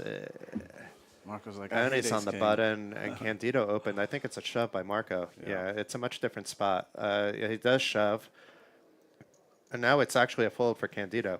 Yeah. You know, it's very strange to say. You know, he has both players covered, but if it was a bounty, it's a clear call. That's the other Yeah, thing. for And sure. the ace king would have been a clear call with in a bounty as well. No bounties. Once again, cruising along. Do you really want to play this pot or not? I think that he's got such a nice lead here that you could just fold this, move on, especially when that 30, what was that? Yeah, a little over 30 big blind stack Marco jams. If there's 30 players left and you want to call, I can fully get on board with that. I think then you can have some fun, but have some fun another hand, Candido. And this is a spot that if some of the other players that wasted time bank cards on maybe feel rushed to make a decision, where you could see Disciplined fold. he was a little bit nervous but had the time to calm himself. But meanwhile, we have an all-in on call, so we have the queens against ace king. We have Ciancio at risk with the ladies. It is a pure flip situation. We see the queens are a bit ahead just because the ace and king were held by Gabriele as well. A diamond out on the window. We have a There card it is. stuck. There we go. 9, 6, 2, 1 diamond. Backdoor for Marco. Otherwise, Ciancio miles and miles ahead. We see there's really just two pure outs, aces and kings, and other players' hands too. 3 of clubs on the turn. Will it be a double up? A 9 of diamonds on the river. Ciancio up to 21.4 million. He could have been on the rail with the 10s a hand before. Could have been on the rail here if he doesn't win the flip, but instead in good shape. Meanwhile, Marco, who made a good fold the hand before with ace king, this time made a great shove, but just couldn't win the flip, and it's down to 17.3 million. Ciancio the genius, flatten the tens, avoiding that big cooler last hand. I think he's like 7 levels ahead of me, and I can only understand a level or two ahead of me versus these 7 levels of flattening the tens. Yeah. I'm probably going It doesn't broke mean with it's you. incorrect, but I can't explain it either. I can't figure out the reason for it, especially after he was tanking when it came back to him. Yeah. But meanwhile, look at him. He's now in 4th place, 27 big blinds. The stacks are now getting a little bit shorter because we started the day at 250-500 and haven't lost a player. We won a full 90-minute level of 300-600 too, and probably close to 30% done with this level, with tons of exciting hands so far. Oh, hello, ladies again. Wow. Tens, queens, queens. What's going on here, Ciancio? You get away from the tens where you had been hitting cowboys. You win queens against ace king. It's been like this all day? Just these huge hands? No. Every no. single hand? Just because you came in the booth. Apparently, you know, you have some karma towards the past. Let's go. Interesting raise sizing here. What is this? A 4x 4x, open. yeah. We haven't seen that yet.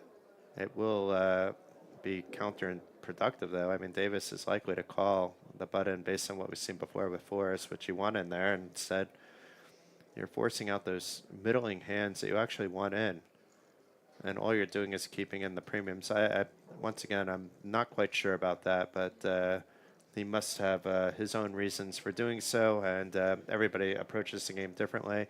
Some of the best players in the world, in fact, approach the game so uniquely that I don't want to say good play, bad play. It's just I don't have a 4x Yeah. for any hand in my raise sizing. Certainly not queens, where I want to be called by at least one player, hope to be 3-bet, etc.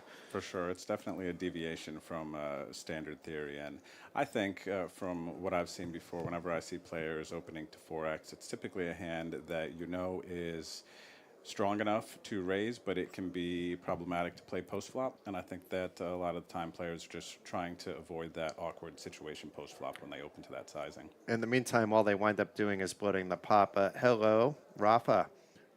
Sees a suited ace, would be in the big blind next hand.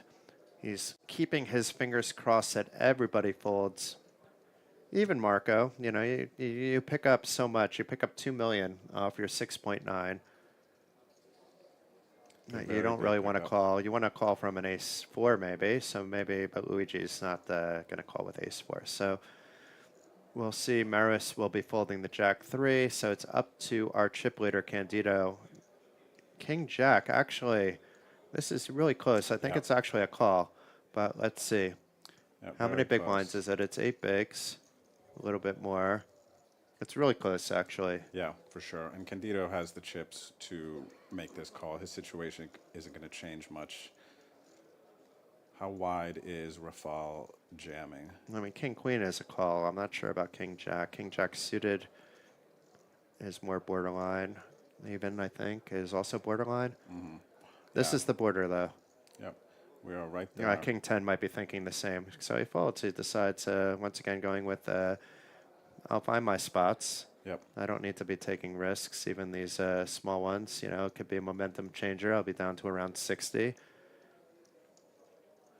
Meanwhile, the rest of the table would have liked to have seen a call, and then for the King Jack to get there, I'm pretty sure everybody must be getting a little bit antsy with the fact that we are still 8-handed.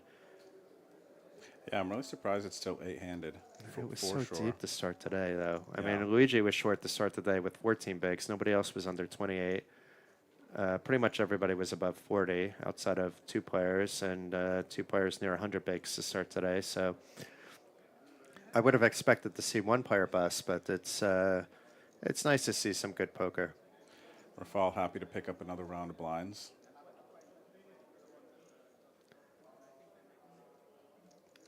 So, Drew, when do you go home? Today's my last day in Malta, so I'm going to get a nice dinner here. I've really enjoyed my time. A lot of fun people to play with. The series has just exploded. I mean, I couldn't believe some of the guarantees were just getting smashed. And this is a nice culmination here. Deep stacked final table. We got a wide variety of players here. And we have Davis with a pretty hand with a min-raise. He hopes to cut off and button fold, and then he won't mind a call from the rest of them. He doesn't really want to be 3-bet, but if he's 3-bet by one of the short stacks, he will call off with a king-queen suited, knowing Davis a little bit better than some of the other players at the table. But Candido, I think he's going to put pressure. We've seen him like with these spots, especially against these stacks that have more to lose even than the short stacks do. From an ICM perspective, it's more costly to lose chips for them. Yep. Let's see if there's another 3-betting coming here. Seems like a good spot. He's made some disciplined folds. Yeah, this is going to be a 3-bet, folks. He's reaching for those big boy chips. 3-bet to 6.5 million, so a 8 big 3-bet, showing some commitment. And Davis is, even though he would have called one of the short stacks, he could play this in position, but I think he's going to wind up folding. You can also opt to 4-bet and see where he's at, but that's also a bit ambitious at the final table. Yeah, looks like he's going to make the call. That's fine as well. He's a very good post-flop player and is in position. But it's a big pot. This could get Davis back up if he can find some love. This is not the flop either player found love on.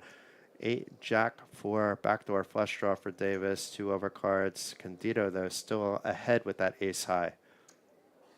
Let's see if he continues after 3 betting. Depending on the sizing Candido chooses, there's some good turn cards for Davis. He might peel one off. It looks like 5. I think on non-ICM situation, he's calling 90% of the time, if not more. However, 5 million is a lot of chips, even though it is just 6 big blinds.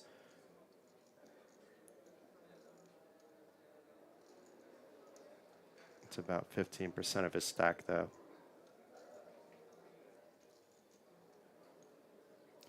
That face kind of tells the story here of what you said. If it was another situation, he knows he wants to call, but here his hands are a bit tied with the short stacks. He's been there, done that many times online. He's a, and then he shared with me. I didn't look him up beforehand. I wasn't following him that closely during the summer. He's the kind of friend that if I see him, I'll say hi, wish him good luck, and maybe we talk for a minute or two, and that's about it. Yeah, he shared that he was on a final table and at the WSOP this year too, but bowed Very out like in nice. 8th place. So I asked him, were you recently playing for as much money on a final table? Because it's rare, you know, if you're playing these level of buy-ins, unless you're playing a bit higher, you're almost never outside the Battle of Malta going to see a $250,000 up top for a 300/600 buy-in Yeah. main event. That was really cool, by the way. That was the first time I ever saw if you could get like a half price buy-in. Yeah, I mean, let's explain that to the viewers. So what happened was every day there was a normal flight of 600 euros. 15% of the field qualifies in the money. You start with 40,000 chips, and it goes up 40-minute blind levels. And in the evening, what they did is they cut the stack in half, they cut the buy-in in half, they cut the blind levels in half, and the amount of players qualifying for day 2 and the money in half. So everything was halved. And equitably, it worked out where there's nothing missing from the prize pool. Now, I see some clowns on social media actually portraying some false narrative where they're taking the number of players and dividing it on the prize pool and say, look at the rake. And yeah, you're making yourself look stupid. Just stop. I mean, I'm not even going to respond to that nonsense because, of course, it's going to look that way if you're taking numbers and jiggling them the way that you want to, but that's not the rake. You know, that's just the fact that, you know, you need twice as many players in 300 for every stack, and the you know, the equity works out. Meanwhile, there's other festivals that are actually you know, doing things like early birds where they're not actually contributing to the prize pool, and I don't get that. You know, like, okay, early bird, you want to treat the players on the island. That shouldn't be at the expense of the remaining players. That should be at the expense of the organizers, right? And that's how early birds used to be. So really, all these gimmicks, I wish they would just go away. I don't even like reentries, you know, myself, but you know, that's a necessary evil when you're dealing with a poker festival where people are traveling into. You know, how do you tell a player that, you know, they're coming for 9 days, they bust 5 minutes into the main event that they can't come back in, right? So Yeah. I understand that aspect, but you know, let's keep it at that and not, you know, we don't have to make poker that much more interesting than it is. You know, Yeah, it's already yeah. quite fascinating. Chip leader bonus is fine if they're reasonably priced. They don't really take too much out. Chip leader bonuses that reward, you know, multiple stacks are absolutely. I agree with Alan Kessler. Those are absolutely awful for the game. Yeah. The accumulator stacks, you mean, right? No, accumulators are fine. I mean, like if you bag on day 1A, you should have to forfeit your stack if you want to play day 1B, you know, Oh, for yeah, example, and yeah. then it's up to the festival. What I don't like, if you bag on day 1A and then you're invited, you can still play day 1B, and not only will you get a second min cash, but if you bag in 2 stacks, you get 5K off the prize pool. Yeah. I'm not saying that happens often in this area, but that happens in other parts of Europe and other parts of the world, more often in the U.S., in fact, than Europe. Do you see that? So I wish poker players would speak up more about these things, but you know, at the end of the day, you know, the professionals are going to always seek the angles that are better for them. The recreationals are, some of them are well educated, but just don't have a voice. So we're kind of stuck where we are at the moment. But back to the action. Rafa with the pocket threes, and we could be seeing an all in and a call. Jancho has no reason to 3-bet shove here, but he does have a reason to just call. He doesn't look happy about it, though. And he doesn't have to call here, actually. A fold is more than fine. But I think it is a clear call if it was my stack. For sure. I would be making the call. But I also, okay. I was going to say, I wouldn't be surprised if he did find a fold. A fold would have been fine. Just the shove is out of line because you're dealing with a very tight Leonardo. That if he shoves over you, you just get out of the way. And if he calls, you just go, crap, I should have shoved and gotten him out. Yeah. But he's not calling that light either. If it's before final table, it's different. So we have Rafa at risk with pocket threes against ace 10. Rafa, who started the day with 30 million, has been low for hours and hours and hours, below 10 million. And this might be a spot to get back in. So far, threes are, oh no, threes were ahead. But now it's the ace 10 by Ciancio that pulls ahead. A king of clubs on the turn. And the jack of hearts on the river. We do lose our first player at the final table. Good game to Rafa Lubchansky out in 8th place for 28,000 euros, and the final 7 players have each locked up 36,850 euros. So another hard-earned 8,850 euros. These guys were playing 8-handed for hours and hours to start today. It was quite entertaining poker, but we are down to just 7 players. Nothing he can do there. You got to shove those threes. Ace 10, as I said, I would call 2. Yep. The hand played itself. You get yourself short, you wind up having to find yourself in higher variance situations. For sure.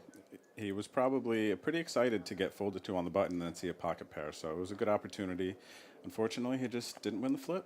Did not win the flip, and here's a look now. Nobody is short again. Luigi, who is more than comfortable at 19 bigs, is the shortest stack. We could be in for a bit more action. I wouldn't be shocked if we don't even lose another player this level, but let's see. Oh, and Rafa, because I just did a refresh, actually was one of the day 1 chip leaders. So not only did he win 28,000, but he's going to be invited back to play the next Battle of Malta on the house. So that's 20,600. Each one of the chip leaders. So that's the one thing that did come out of the prize pool for transparency at the Battle of Malta. So I did, if you're going to complain about this overall rake, please look into it a little bit more. You're making yourself silly, but you shouldn't even care that this little bit's coming out for for the small packages for the players. It's a nice little thank you when you're dealing with a close to 2.8 million prize pool. If you're taking out 10,000 or so, that's a real rounding error. Like, you can complain about it if you want. That I'll listen to, but I'm not going to listen to people giving false information and then complaining based off that false information. That's garbage. Yeah, that's a nice bonus. I'll be curious to see as the other payouts come in if we have any other day 1 chip leaders. I'm pretty sure Jonathan Rapp has that recapped on the blog. You should check that out at battlemalta.com. Both him and Christopher Carlin have been quite busy, even today, wrapping things up. Christopher mostly focused on the hands of the man, and Jonathan, providing the overall flavor. But I did warn them based on how things are flowing, guys, get ready. I have a feeling at some stage it's going to be like no bust outs, and then we're going to see like 3 or 4 at the same time. Makes sense, yeah. But they're well prepared. It's an experienced team down there. My protege, Christopher Carlin, holding his own as well. I'm always very proud when, you take somebody, it's mostly him, but you take somebody a little bit under the wing and, you give them a little guidance, and then you see them flourish, and people very happy with their work, and it gives a sense of good feeling for me as well. For sure. Almost feels better than doing it yourself, actually, seeing I'm learning that because, Yeah. I love to do commentating, but, do I want to, are there better commentators? Of course, there's going to be a better commentator somewhere, so unless I want to really just focus and be like a WSOP main event or Triton commentator, which, pay big money, I'm not a showman. I'm just Jason. I have a good time. I can hold the stream, but, you got the guys like Henry Kilbane, who's been Henry's out to great. Triton. My main man who should be on that stage, and George Sanford, also another great commentator that you've probably never heard of. Google him. Yep. But there's a lot of good commentators, and then they're the the best of the best. Like Ali Najad is one of my favorite. Nick Schulman, I knew him before he was even 18, playing in underground games in New York City with a different PokerStars screen name and all that. Yeah. Those guys are the best. It's Legends. interesting flop here. So we have Candido opening, Davis with a suited defend only to get middle pair, flush draw. Candido will likely continue on this flop texture, maybe with the bottom pair giving him a little bit a point of, let's say, maybe not, but I'd be shocked. And the bet's out there already. Considering he has a c-bet frequency of around 90% for what we've seen, if you're not betting this flop, you're not betting, then you're just confusing the heck out of me. Yeah. Chip leader life is amazing on the final table. It's a great place to be. And for Davis, this is just a call, actually. I don't see him raising here. If it was earlier stages, a raise is certainly within the possibilities. And 9 of hearts, and he may have this. Actually, Davis may get pushed off this hand if Candido goes heavy turn in river, because it's still only second pair. No diamond. That 9 of hearts brings the jack tens into play. Davis, though, recognizes that the range of Candido can be wide even with a turn bet. That he's the one player at the table capable of betting range and not what he has in his hand. Very true. Going to put him in a tough spot here, even if he just goes big bet here on the turn. It looks like he's reaching. That looks like about 5. It is 6 even, so close to a pot size bet.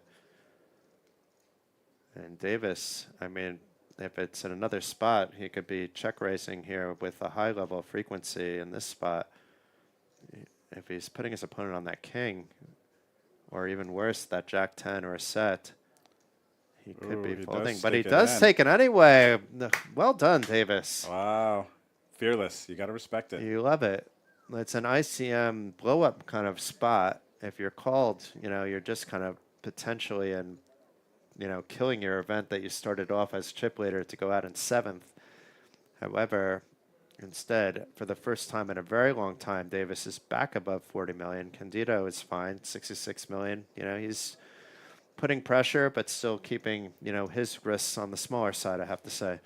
Taking a stand there, I like that. That might buy him some checks in the future from Candido as well. So could be a good strategic move. And I don't know, I might have missed it, but I thought Davis might have even showed his hand to kind of let him know.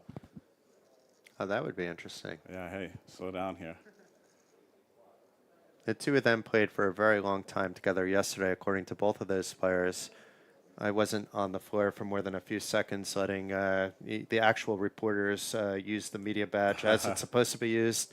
But according to those players, they were. And I looked back at the reporting, and there was a few hands with those guys involved as well. So we have Marco now, quiet Marco, who had to fold the ace-king, only to have to call ace-king a hand later to lose close to half his stack. And Davis, who just chipped up against a smiling Luigi.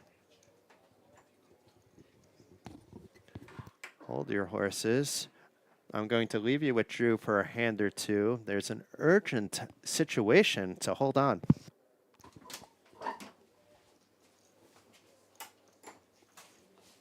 So Davis decides to just call the small blind here. He was eyeing up Luigi's stack.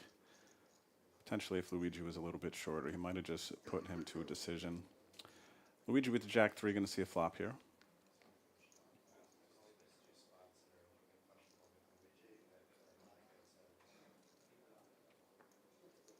And I think this is going to be a spot. Davis is going to do a lot of stabbing. Probably just bet one blind.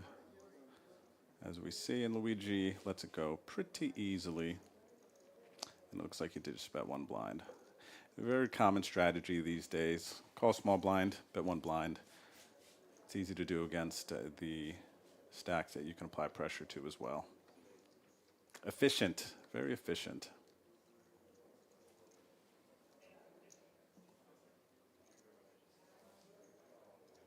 $250,000 for first place. $600 buy-in. This is an amazing event. I will definitely be looking forward to coming back again in the future. I believe there are 2 Battle of Malta series per year. If I remember correctly, I believe that May will be the next one, the Spring Battle of Malta. And then it'll be October, November again for the Fall Battle of Malta. So what did I miss, Drew? Did I Aces miss a lot? versus Kings versus Queens and Jacks, Jason. So there's 15 players out, and we're down to 12 players We're heads because up. 5 players were allowed to re-enter. Yeah. I missed a lot then. Yeah, you missed everything. I wonder how Rudy approved all that, though.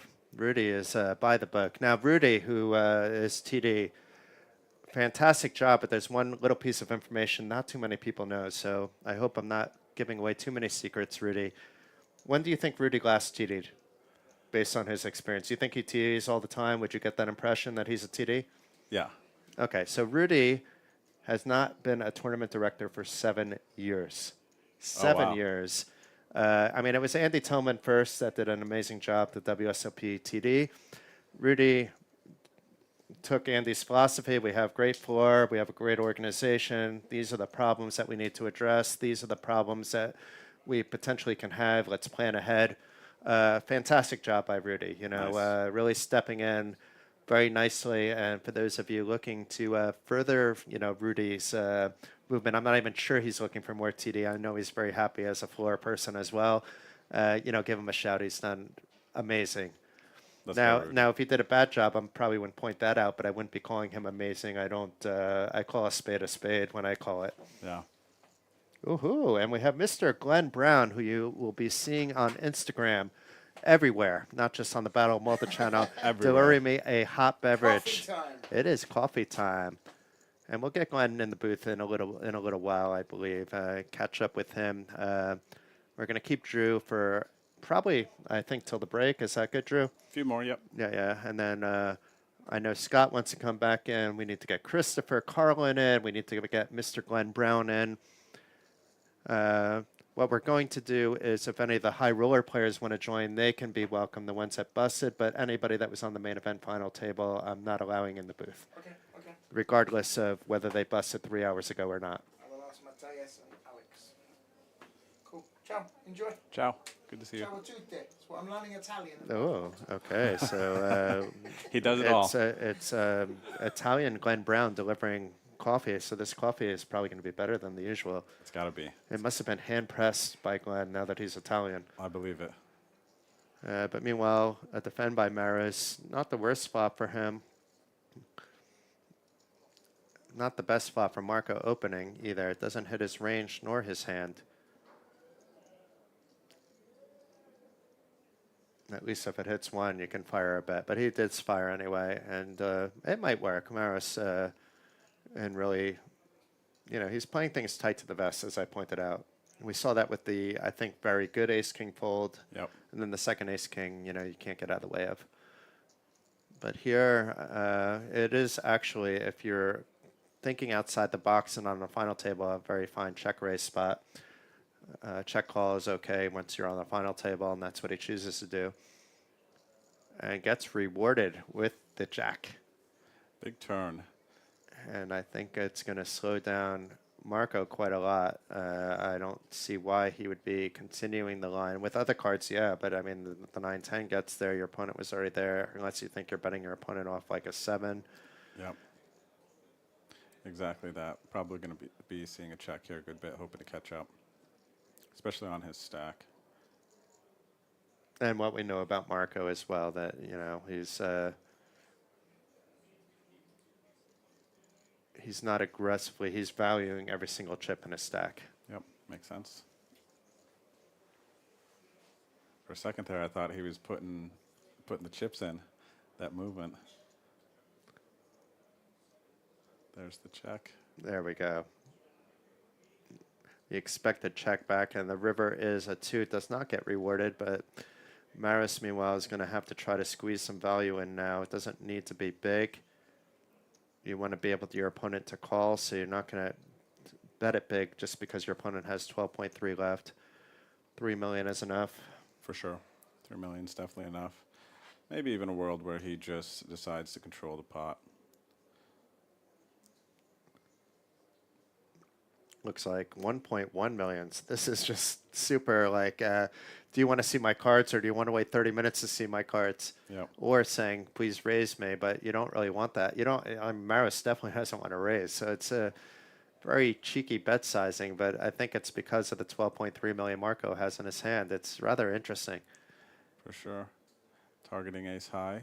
And look, it is getting him to think about that check raise, but Marco's like, am I ever okay here? Like, he only needed to be right 1 out of 7 or 8 times from a chip EV perspective, but does save that 1.1 million, going back to the point where every chip in his stack is actually valued dearly by him.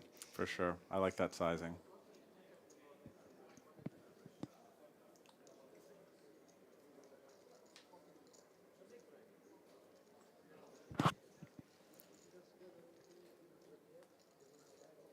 So we're down to 5 Italians, 1 player from Romania, 1 player from the Baltic country of Latvia, who began the day as chip leader and now is in 2nd place in Davis. It's still Candido Gabriele with the lead.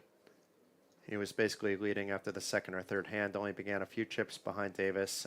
Davis ran into a couple of unfortunate spots and then hung tight in the middle of the pack, top end in the middle.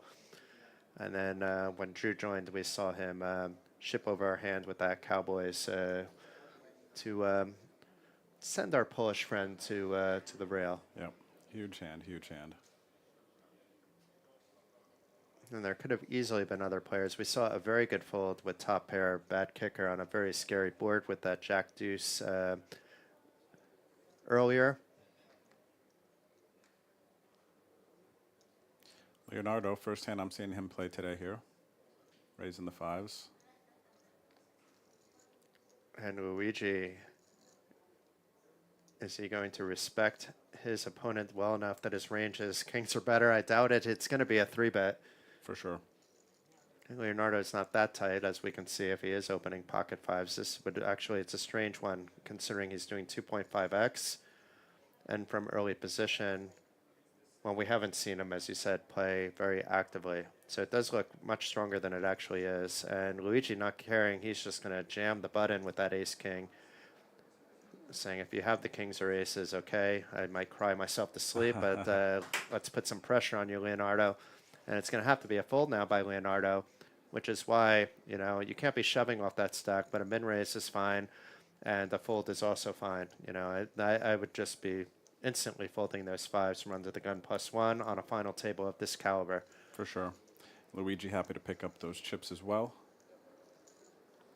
Up over 20 some big blinds Yeah, it's now. beginning to get scary because Luigi, nobody had to worry about him when there's a short stack, but Luigi is a very good player.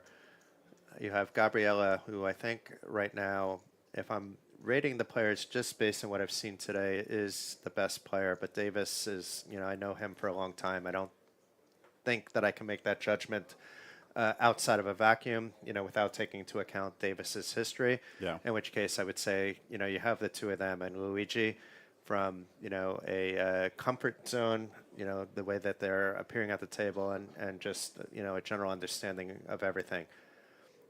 Marco, I think, has just been unfortunate. You know, he's played his cards right. He's just with one of those middling stacks and was card dead, et cetera, et cetera. And then when he gets cards, there's too much action. Yep. Very disciplined. And to be fair, anybody that made the final table is obviously did something to get there. You can't just get lucky with 6,039 players and just get there on luck alone. There has to be some skill involved. For sure.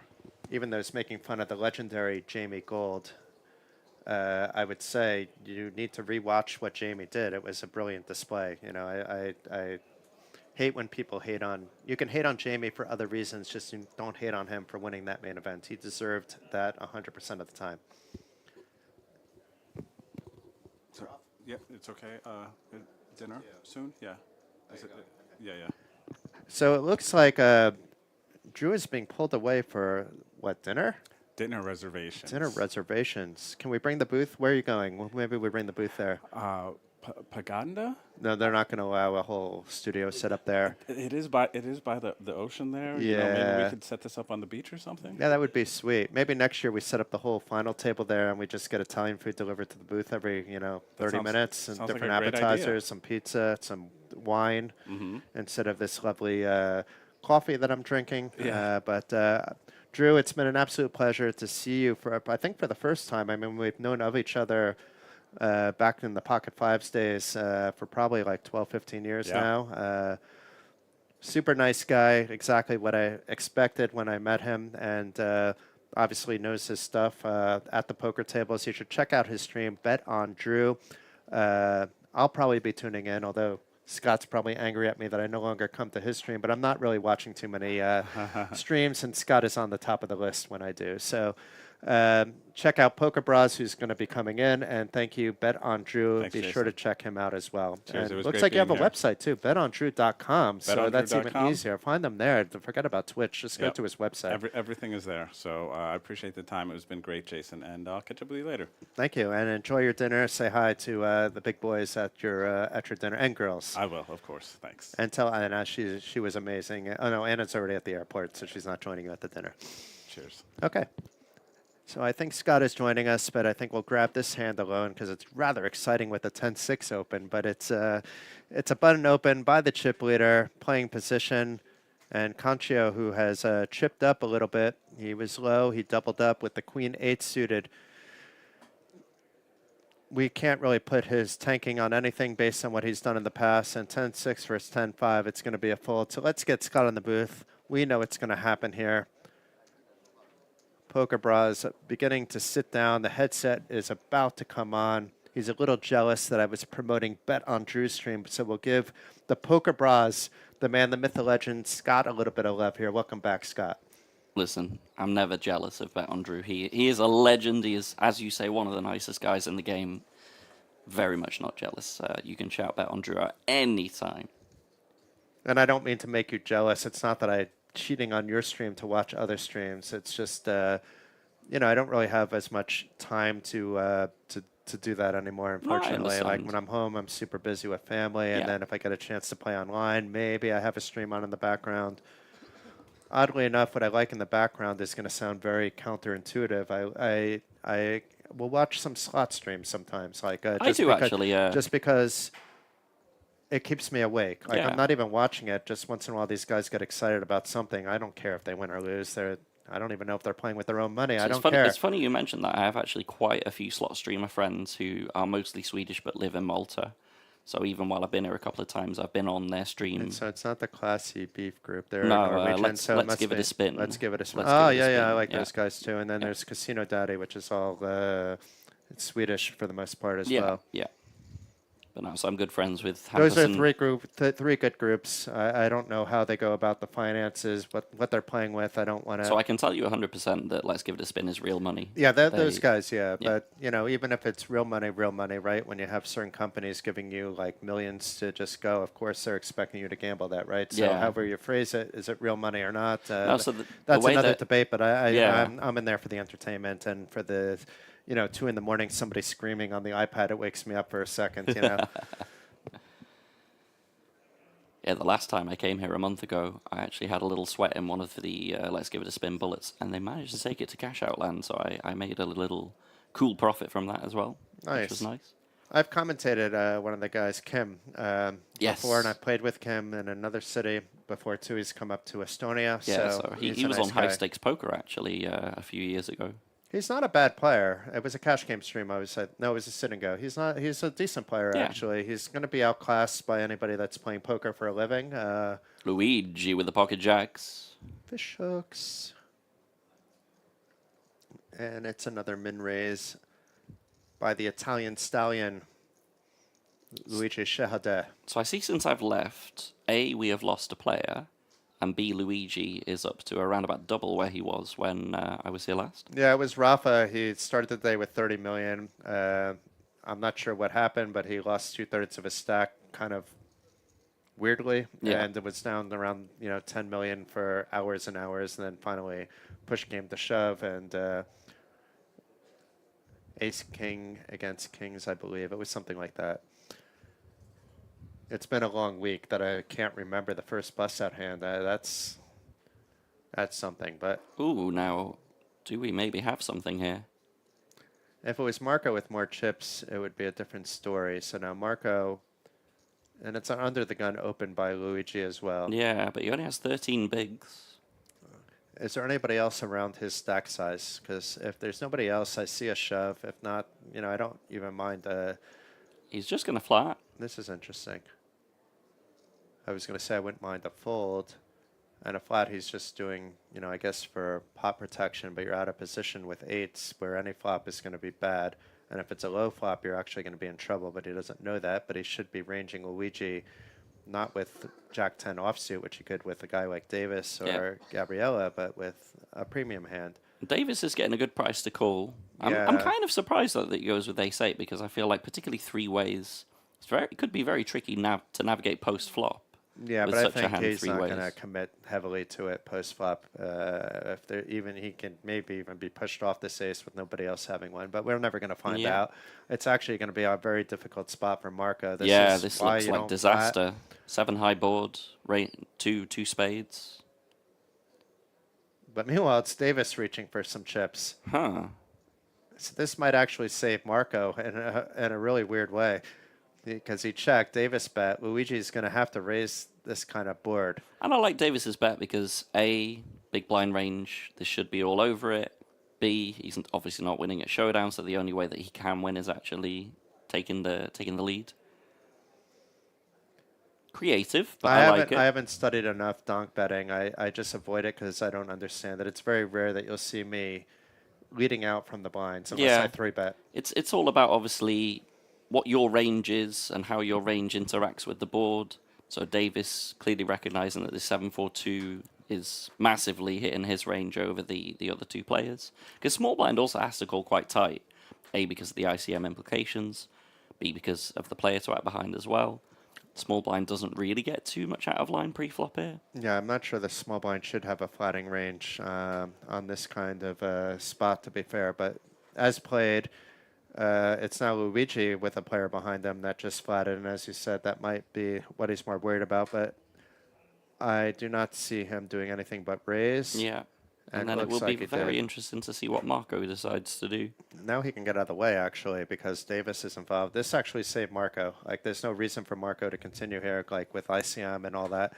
I know he'll be down to 9 big blinds fairly soon, but at the end of the day, it's Davis's lead out does look rather strong. Yeah. We see it's ace-8, but it looks like what you said, like a 7-4. Yeah, Davis is kind of repping a 7, and then with the raise coming over, he's obviously saying, all right, I've got better than that. So it saved Marco. Yeah. So if Davis doesn't bet, it's Luigi betting, and maybe a shove by the eights, and then a probably a call by shove, yeah. Luigi. So Davis changing the dynamics on the hand with, I wouldn't say out of line bet, because I understand what he's doing, even though I don't He has fully no, he has bet no myself. showdown equity, so the only way that he can win the pot is to take the initiative, take the lead. Or the check raise, to be Yeah. fair, and take a little bit more. But in this spot, he's saving himself by not check raising. Not that that would have been presented to him. So Luigi, once again, now up to 25 million. Building, building, building. And like you say, he is the one with the most tender mob caches on the final table. He's starting to become dangerous here, potentially, Jason. Yeah, I'm not sure what Davis has, though, because his Hyundai mob, I think, is hidden, and he's been on several final tables over the years in Estonia, but I don't think it's at 1.4 million. He is playing he did play some tournaments in the States over the summer, had some nice results there. Also plays a lot of cash games, though. So it's hard to say between them, and then based on what Candido Gabriele has shown, it's clear to me. You have those three, and then Marco, I'm just keeping my eyes out on because he just hasn't had those spots yet. I like his awareness, such as in that fold spot. Yeah, he just has to be very careful because having this big stack to his left, it's very, very difficult, especially when he's as active as he has been. So I like even the though I Marco don't like flat with eights, that might actually be correct there. Yeah. Or if not correct, not as bad as Yeah, obviously, if it's a late position open, it's entirely different. Then it goes shove and call and good luck to the pair of you. But from an under the gun raise and with ICM implications on FT. Hello, Leonardo. Ah, Leonardo has a hand. Does anyone have a better hand? The dirty diaper for Marco The dirty diaper. goes in the bin, as a dirty diaper should. Nicholas Rigby might Unless disagree you're with you on into that one. that, yeah. Unless you're Nicholas Rigby, then yeah. Or like a fetish person, I guess, too.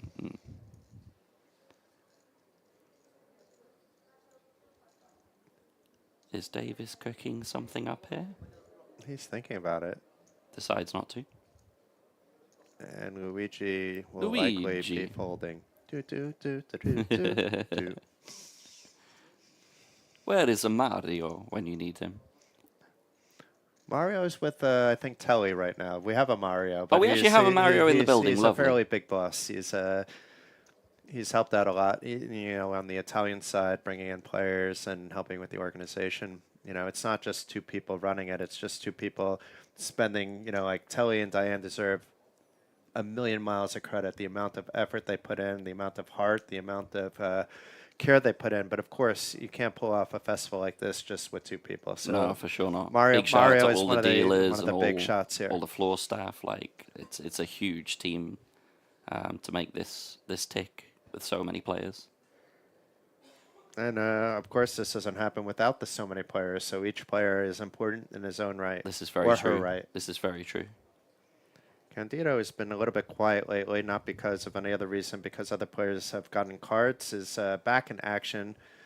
Ace-8 under the gun, a hand that most players, based on their stack sizes, would just fold under the gun, but Candido can feel more than comfortable opening it. Yeah, for sure. It's not like he's really getting played back at too much as well. And if he does, you just get rid of it. Yep. 1.6 off the stack, big deal. Or other players, 1.6 off the stack can be a big deal.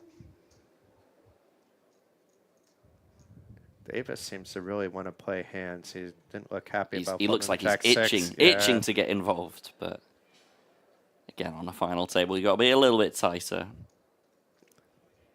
And yeah, this will just be going in the bin from Marius. Another clean pickup from Candido. Boring. Over 70 million though now again. Not the first time, but he's been hovering around that 70 million for about an hour now. Has he been struggling to sort of get beyond that? No he's looks just, for the 80 million. It's been pure up and then plateau. Pure Yeah. up plateau. It's Hovering at the moment. He's at the not 70 making mark. big mistakes and then just slowly chipping up, Yeah. avoiding. He's the one dictating the pressure versus the other way around. Being a true table captain after he had a gap between him and Davis. Yeah. The ace jack against Four's hand was really interesting. That for me showed good awareness that he really feels he's in control of this table. He doesn't need to take that 10 million flip. Thank you. Now I remember what Rafa went out with. It was Yeah. pocket 3 shove on the button, and a player woke up with ace 10. Oh, okay. Ace on the flop and showers the rest of the way. Yeah. And obviously from a chip EV point, yeah, we're calling all day long, but this is not chip EV, this is final table EV. So why risk 10 million when you feel like you're just dominating the table already? Yeah, yeah. And like you say, Luigi, dangerous player, not someone that we want to be doubling up to Definitely a not. bigger stack.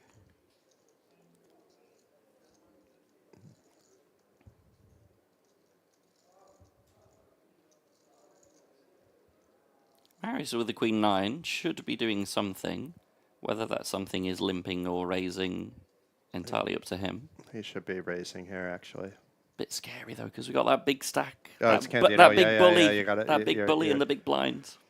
You know always what, though? tricky. He hasn't raised against the bully. It would still look strong, but it's a call on this spot is okay with what you just said. Yeah, I think he wants to control the pot rather than bloat it out of position against the chip leader. It's just against the rest of the table. You're getting so many folds that it makes sense to raise your queen 9. For sure, for sure. But he gets Clean rewarded flop. with top pair. Let's see if he checks it or bets it. Either. It's quite a dynamic board. okay. There's some diamond draws, some straight draws. I think certainly we should be leading for value on the flop here.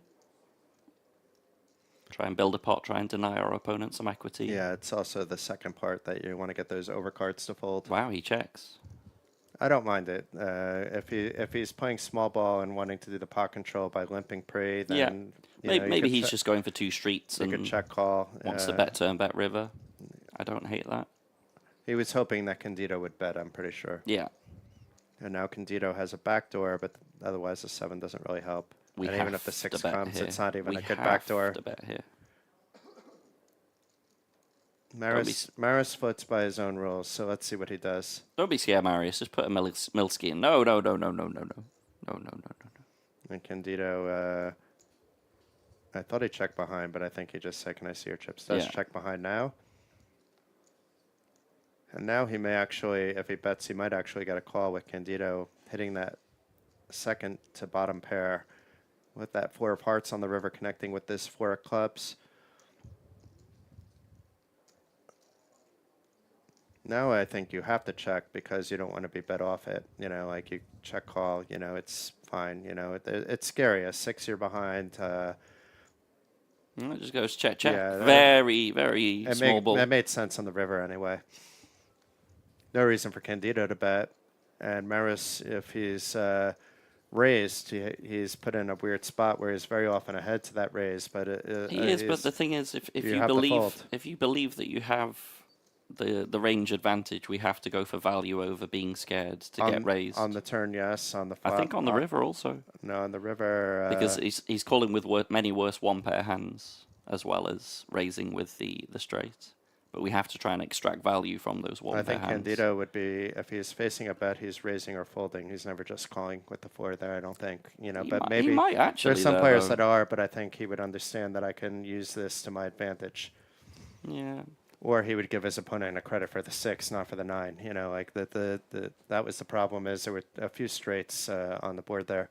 I think the main problem Marius has for that entire hand is just that his hand looks so weak, given that he checks flop, checks turn, where he should be trying to instead build a pot, whilst he has an excellent hand. He sees Marco with 9 million chips and just decided, let's just win a small one. I think. Yeah. But we don't know what he's actually thinking because I would say it's not the first time he is playing a little bit differently than how I would approach it. But he's at the final table. I'm in the booth. So Yeah. Oh, no hello. judgment from me. Luigi's got some kings.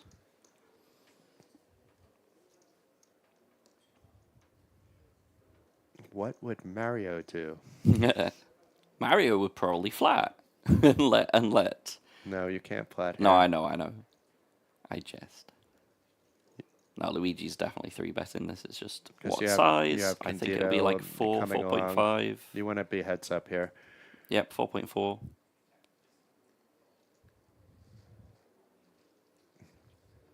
Now we see it's probably not going to even go that far unless somebody wakes up with a hand. Candido will fold his queen 5 to a 3-bet, and Chancho maybe would have defended with the 5-4 suited if it was just a call, getting a good price, but has to fold. And Davis, unless he senses something with the Luigi, Hopefully should he never doesn't be send calling something. and should never be 4-betting.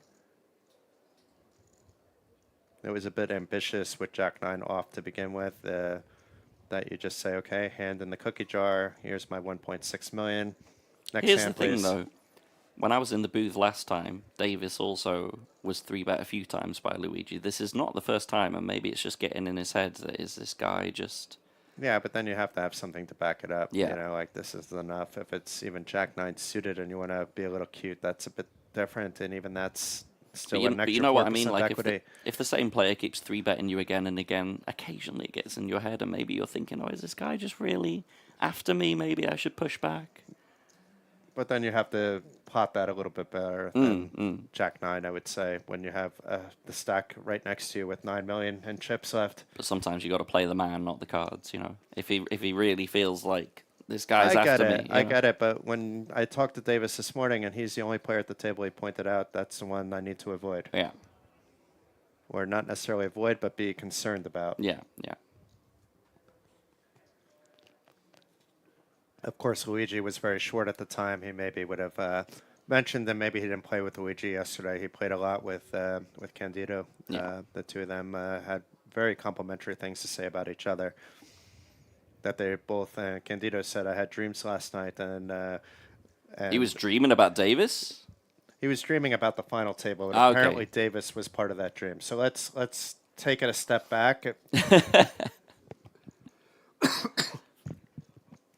Maybe he was also dreaming about Davis, but that's between him and Davis. But the poker thing, he was dreaming of, about, let's say, the experience. How often are you going to get the experience on being such a big final table Yeah. with such a reasonable buy-in of? We don't know if he got him for 300 or 600. We can look that up, but it doesn't matter. It's a 250,000 plus up top. The real question, Jason, did he dream about winning the final table? I don't know. Mm. And we're not going to be able to find that out probably because the breaks are staggered with us on a 30-minute delay. So it's not even that I can pop down on a break and ask a few questions of the guys. I mean, maybe you can ask him once the tournament's over. Yeah. I can satisfy curiosity, but Yeah. not the curiosity of those viewing the stream right now. So Candido, once again, power position, back above 70 million, nothing doing in the blinds. Dealer change. Yeah, so far the dealers have been amazing at the feature table, but let's just say that's par for the course from what we've seen throughout Yeah. the Battle of Malta with hundreds and hundreds of dealers. So it seems like a good time to look at the chip counts. We still got Candido with the dominating chip lead, 88 bigs and 70 million. Davis, middle of the pack with 49. Marius, Luigi. Luigi's really chipped up very nicely from when I started in the booth. Chancho also on 33 bigs. Leonardo on 19. And Marco bringing up the rear on 11 big blinds. Polo.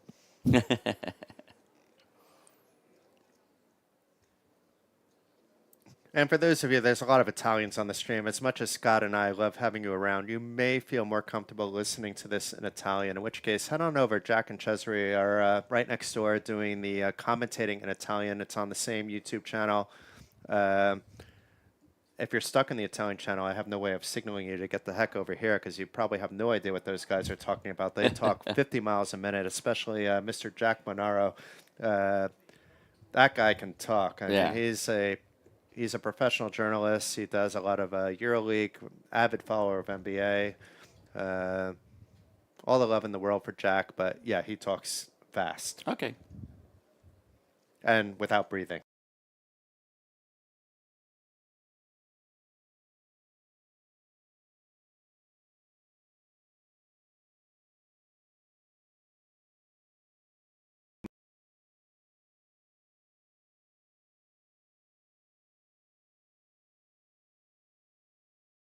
Yeah. Yeah.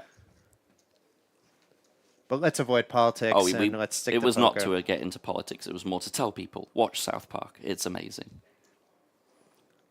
Politics. Yeah.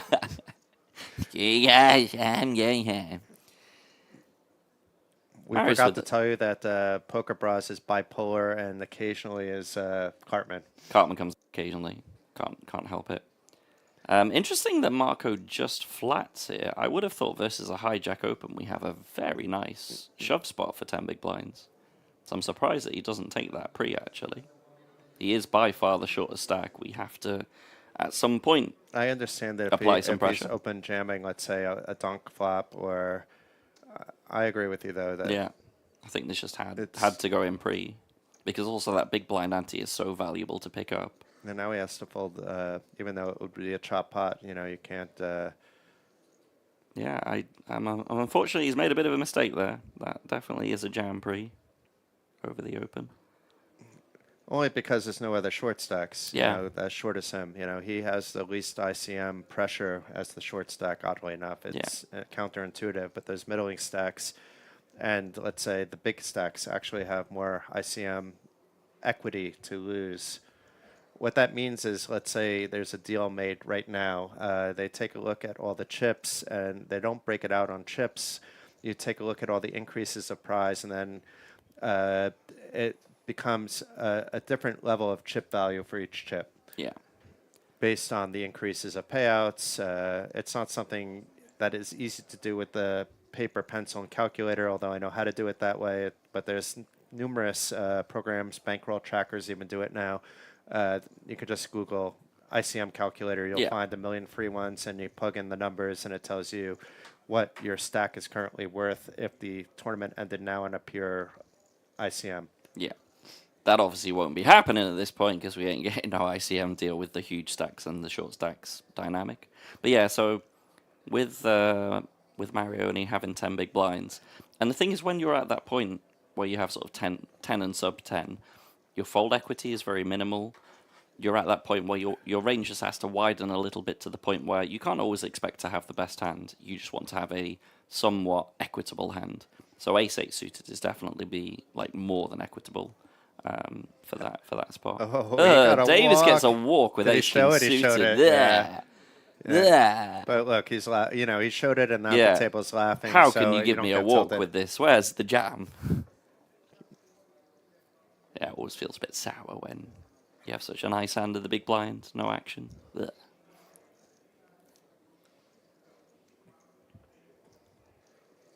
So what's next for you? Do you have any other live trips planned, or it's home for a little while? I do. Am I allowed to talk about other festivals? You could say which city you're going to. We can I'm leave going it to at that. Bratislava from the 18th to 24th of November. Okay, I'll for, be in Vilnius then for something else. Yeah, for a lovely festival. Lovely festival. Lots Oh, of there's a mixed lot games. of. There's like 8 festivals that week. It's crazy. Yeah, because they've got the World Series in Middelkerke, right? In Belgium. Nottingham as well. Yeah, Nottingham as well.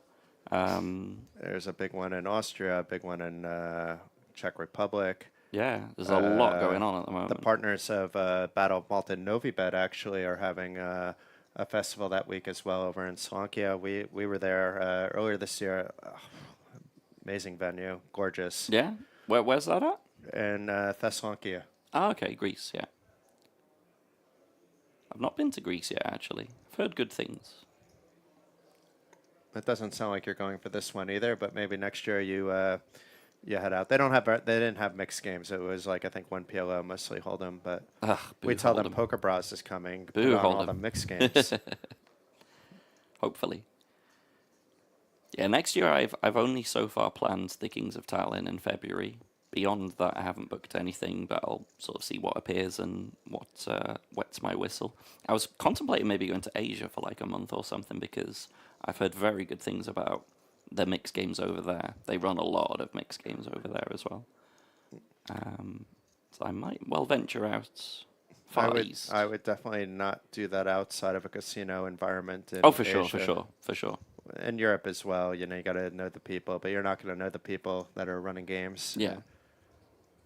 That's the problem with mixed games. Casinos don't run them, so then, I may be talking out of line, but, I grew up playing poker on kitchen tables with my friends. I don't mind doing that, when mixed games as well. No Yeah, of rake course. taken. It's Yeah, it's still legal. If it's a no rake friend's is game, and taken. of Yeah. course, it's fine. It's a different entity if you're playing for money.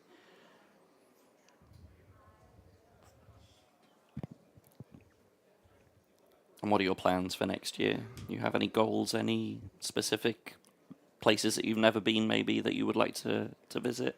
It's going to sound weird, but my plan is to try to stay home a little bit more next year. Oh, no, but that's nice.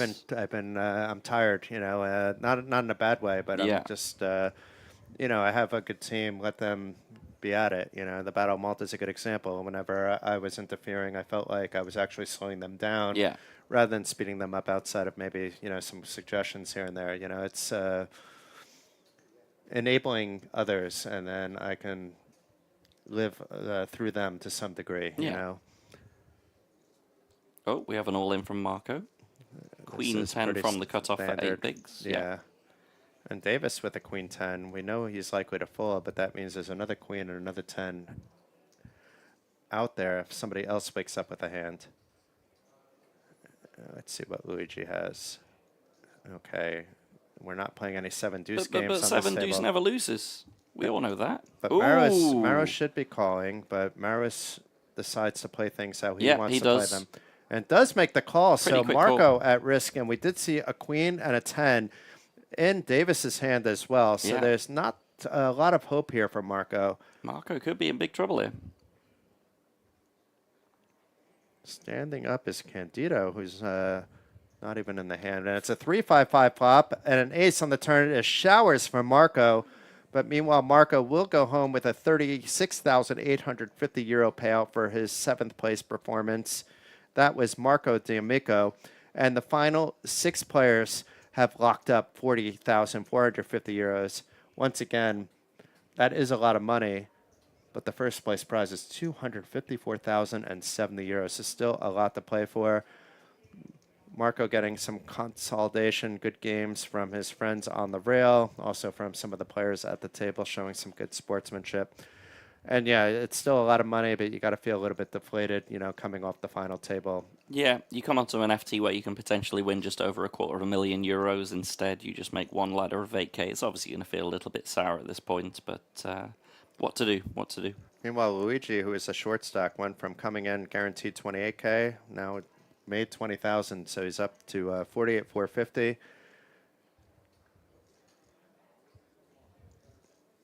First 7 deuce and now 9 deuce. If you fold this, Davis, we're going to just start calling you a nit. Luigi with the pocket nines on the button. Starts the hand with 30 big blinds. There's no real mega short stacks at this point. I think the shortest now is Leonardo with 20 bigs, if I'm not mistaken. Yeah, but I think they're heading to a break soon, and then it's a million big blind. And as I said, we'll probably lose about 2 players, and that's where we're at this level. Maybe we lose one more, but I think we're going to be 6-handed going into 1 million unless it's a cooler situation. The stacks have kind of leveled off in that middling range, as you've just alluded to. We will definitely be seeing a minimum of a call from Candido. We're not going to see anything other than a call. Yeah, I think so. Against Luigi, why are you blooding the pot?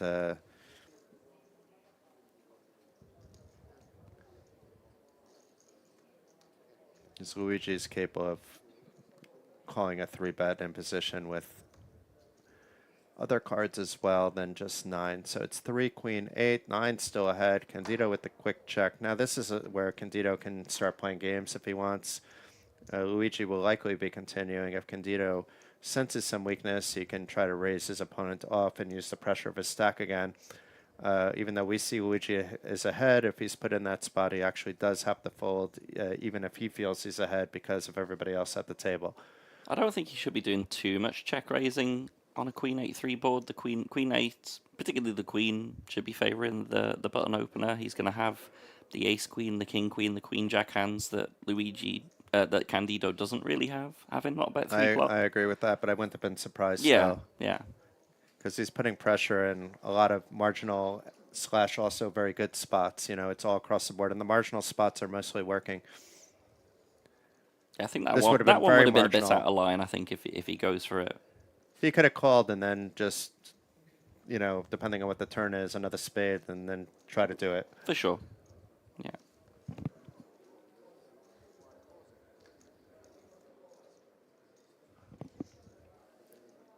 By the way, do you know of what's happening in the high roller, Jason? Because I have actually some updates myself, if you don't know much. Well, I know a deal was made. A deal was made heads up, yeah. And I'm not sure if there's still heads up or not, actually, or if it's over. There's still chip counts in the system. So if you have any info.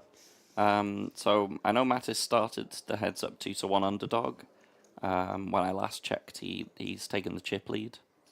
And I have to say, the atmosphere of that final table is something that I've really not seen before in a heads up. They were very friendly, very chatty. They were really, it's lovely to see, actually. Well, it's 2 players that said, but both before, similar to Davis and Candido, that said, you're the player to look out for. Yeah. They didn't say it to each other, but they did say it to Well, each other when they were heads up. Yes, they did say it to each other when they were heads up. They said, actually, it's a rare situation, and I don't want to sound cocky, but actually, I think we're the best 2 players. Mattis said that, and I don't think he's wrong. No, yeah. you had a couple of other good players, but it was considering it was a 2.2K, the talent on the final table on average isn't what I would expect. Yeah, considering the players that entered, but there were other good players mixed in. But no, it was just lovely. They were sort of quite jovially chatting to each other It helps during when you hands, make a mid-hand. deal. Yeah. I think they're just playing for the trophy, right? Or is there 5K money? plus trophy. Okay. So more or less just the trophy when it's a 2.2K and they've already locked up probably about 40 or 50. Hello, Queens. Ciancio, been a bit quiet. This is a spot where you probably don't want to be three-betting Maros because every time Maros is three-bet, he folds. Yeah. And you just want to disguise how strong your hand is. And now if it was three ways, you would definitely want to three-bet. I mean, it's okay to three-bet. It's okay, but I think when we're this strong, like you say, trapping is definitely a valid option and one that I probably prefer. And if it wasn't a button open, then a three-bet is a little bit more standard. Yeah. But I don't mind this, actually. It's... I don't hate it, but I think, unfortunately, it's just going to be the end of the hand, most yeah, likely. yeah, but it's results oriented. Let's say he has A little tens, bit, then yeah. you're getting a four bet all of a sudden, and then you're winning a big pot. So Yeah. instead, he's going to win a small pot. But if he's calling, and let's say there's a king on the flop, he maybe can get pushed off. For I don't sure. think Maros is pushing him off, but a player can.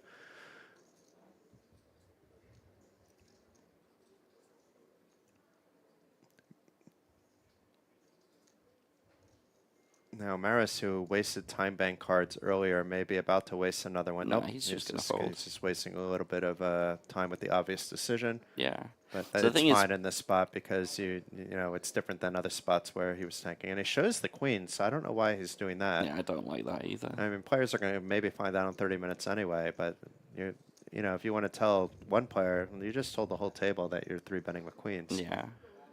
And the thing is, when you're quite shallow, 25 bigs deep, you can do a lot of trapping and still easily get the money in post flop. I fully understand if you're 50 plus deep where you really want to build the pot in order to win a big pot.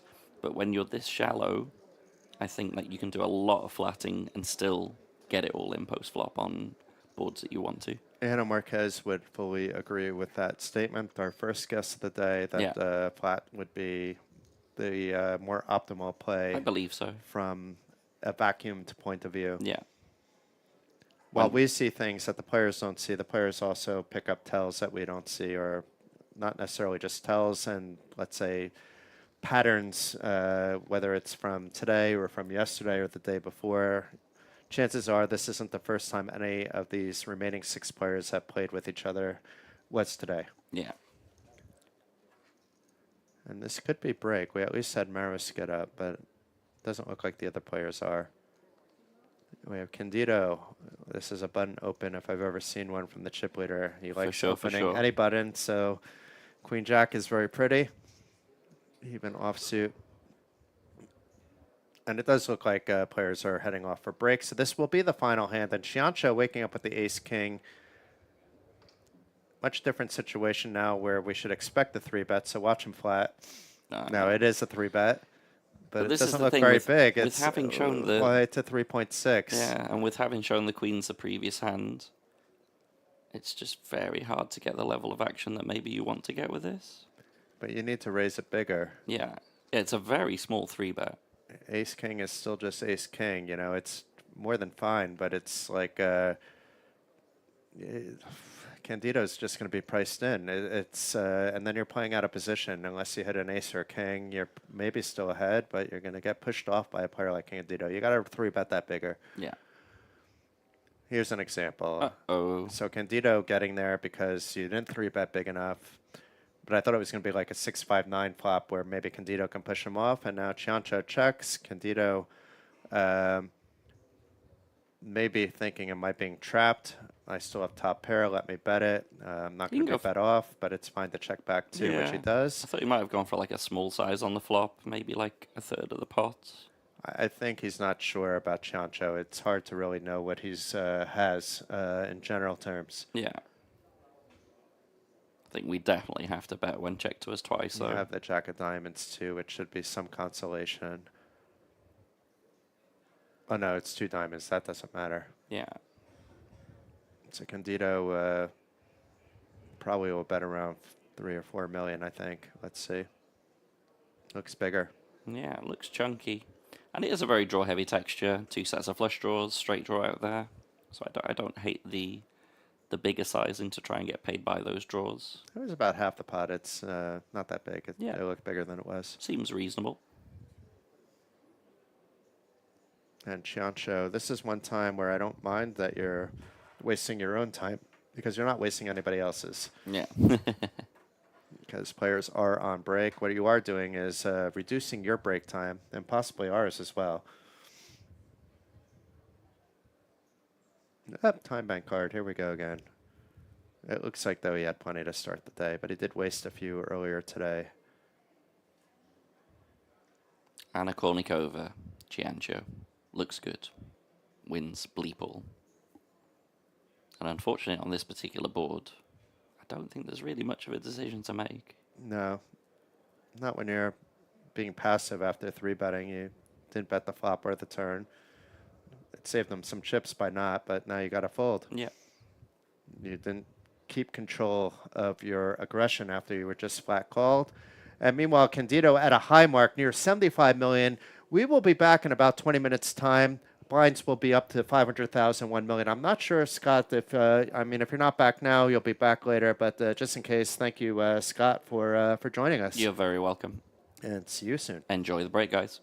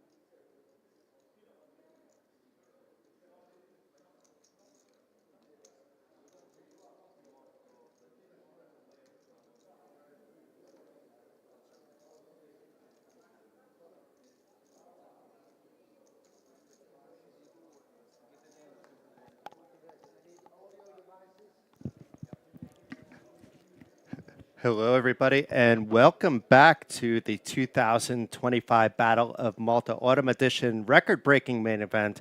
We began this event with 6,039 entries, and now down to the final six. Today began with the final eight. We have the eighth place finisher off the board. That was Rafa from Poland for 28,000, Marco with 36,850, and we can see the chip counts of the remaining six players with Gabriela in the lead. It says Candido with 93 big blinds, 74.7 million. It's actually going up to 500,000, 1 million, so it's actually 75 big blinds, and Davis with 39.5, who began the day with the chip lead and has remained near the top of the chip counts throughout the day.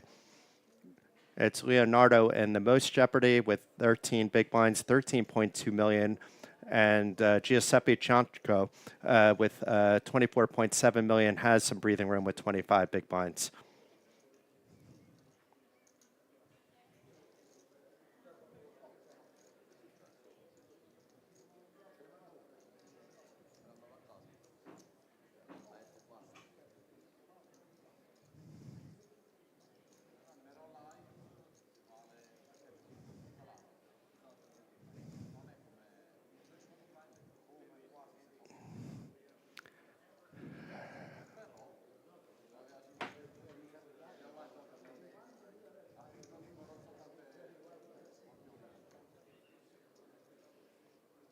Looks like players are still getting set up. For now, it's just myself. There may be other guests joining throughout the day. This is Jason Glatzer.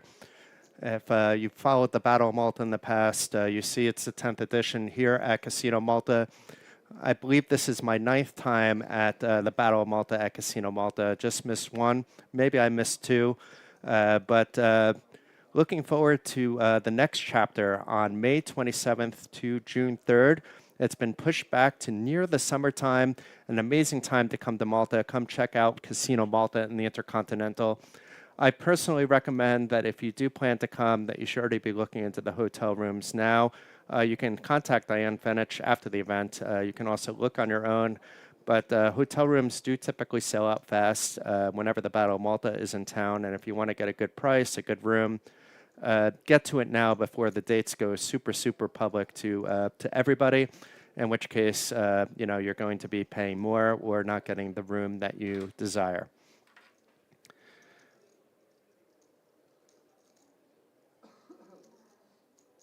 Meanwhile, it doesn't look like the action has begun. Trying to see what's happening in the background. Perhaps they're waiting for one player because it looks like there's 5 seated at the table. We are still 6-handed.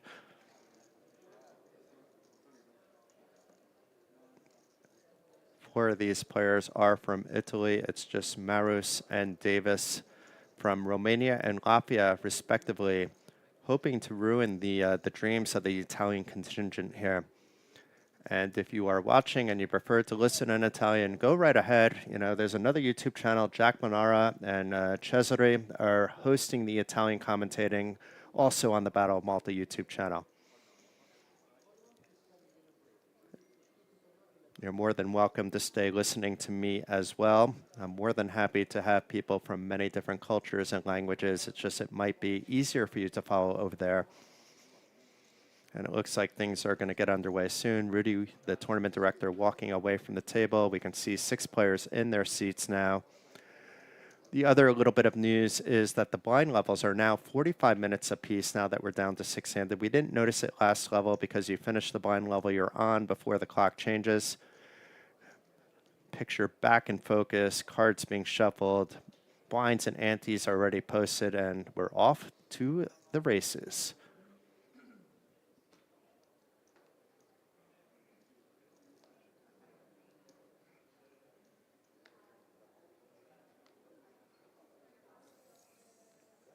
And it looks like Davis got a walker. It was a misdeal. It was a misdeal.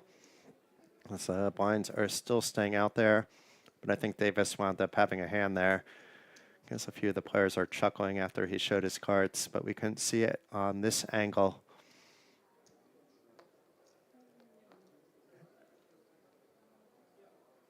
Okay, now we're off for real. graphics up, ready to go. Luigi 10-5 suited, easy fold. Maris not going to play games with Jack 3.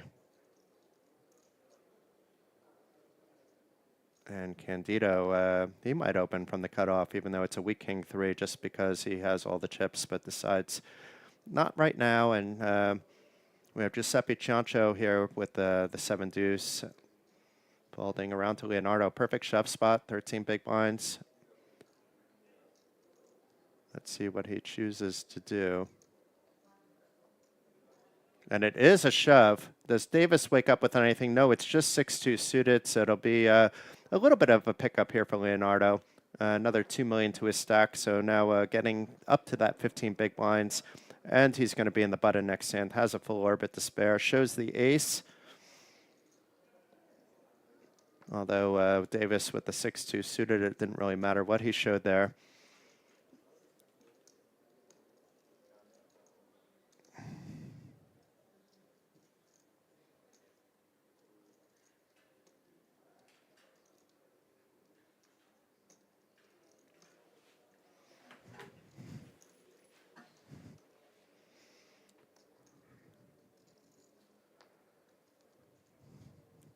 So not too much excitement that first hand, although the short stack getting a little less short, but still the short stack. Maris, King 4.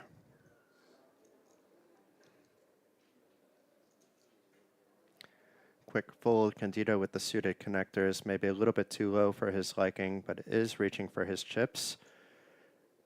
Been raised to 2 million.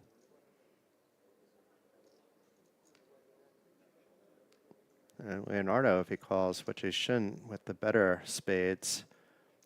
Davis likely to get out of the way with the 10-8 offsuit from the small blind.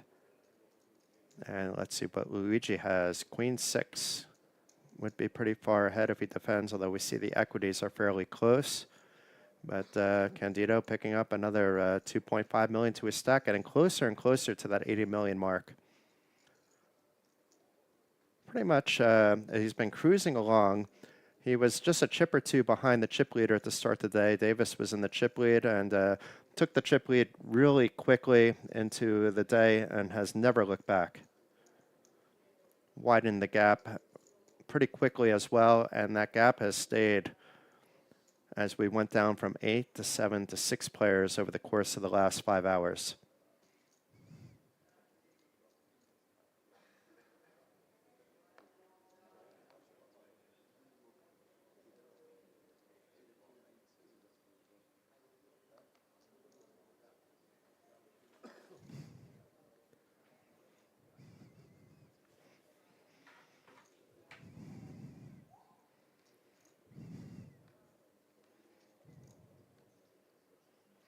So Candido back at it, this time at least with an ace, but he's under the gun. Ace 8, a hand that most players at the table would be forced to fold, but the chip leader more than comfortable in continuing to try to put pressure on everybody. And Luigi with the king, queen, recognizing that Candido's under the gun range isn't the same as everybody else, thinking about what to do here.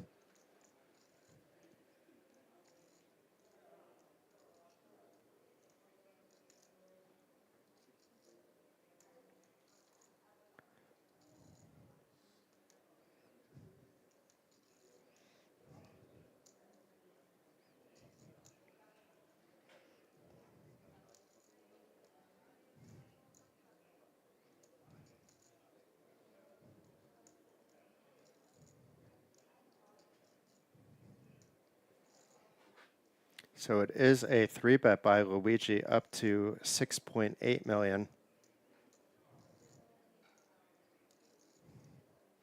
And Candido forced to fold, so Luigi with a good eye on the ball there, understanding that Candido's under the gun range is different than everybody else's. He's perhaps not 3-betting a different player opening from under the gun with king, queen, but able to chip up to 28 million. And keep in mind, he was the short stack to start the day, just with 14 big blinds, about a 7 million stack and change.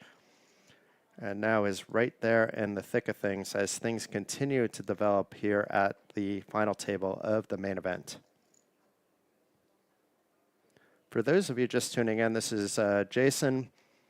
I think you know what you're watching, but just in case, it is the final table of the main event at the Battle of Malta. 254,000 top prize to tonight's winner. Players have already locked up 48,450 for finishing in the top 6.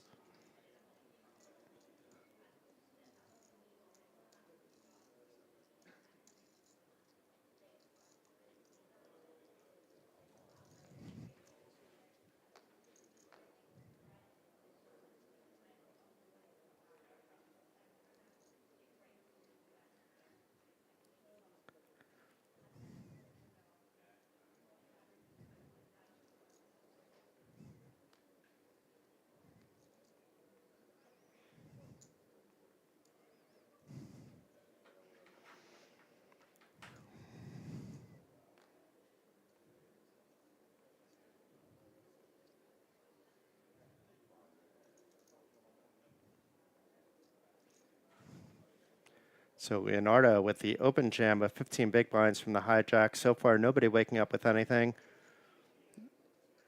Candido with the 10-8 will also fold. He would have called a min raise. And Leonardo now all of a sudden near 18 big blinds.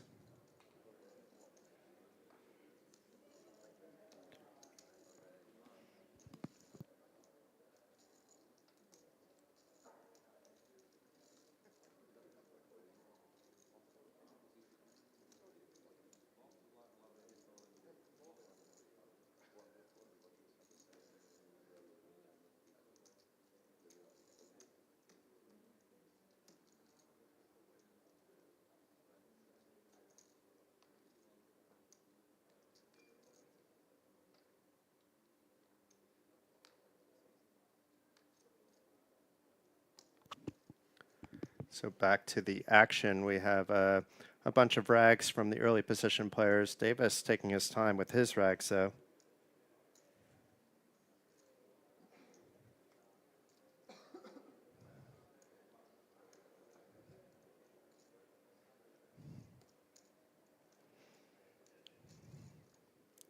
And Luigi likely to open with his ace.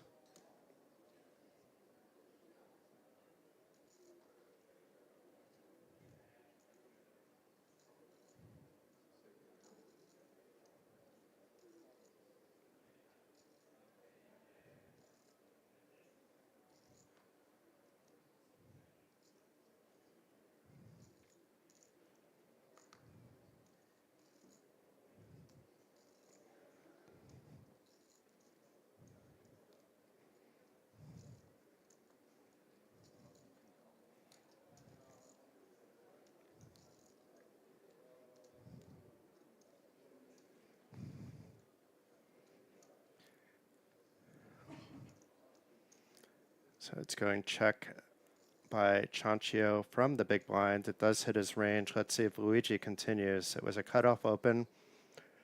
Not a flop that really spikes his range, but has all those overpairs in his range as well. Luigi now with chips has a much different range than what he had earlier when he was constantly a short stack. So he will be continuing, it seems. And it's a small bet of 1.5 million. And let's see what Giuseppe does here. Makes the obvious play with the fold, and Luigi chipping up 33 million. He's going to be the player that players are going to get a little bit nervous about as he gains more and more chips. We already have a very active player in the chip leader, Gabriella, listed as Candido here on the stream. And Davis has proven he has moves to make as well. So if we add Luigi to the mix, it's going to be very hard for those players and for the other three that are remaining in Marius Campan, Giuseppe Chanchio, and Leonardo Romeo.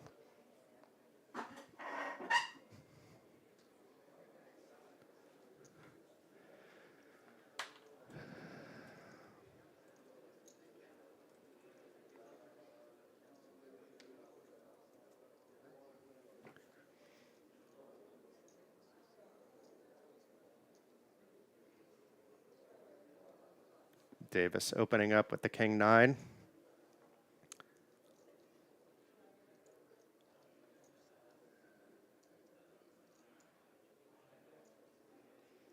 It is suited, but under the gun, a little bit ambitious. We would see Gabriella probably doing the same, maybe Luigi. Keep in mind that it is 6-handed, so it's more like the low jack. It's not that loose.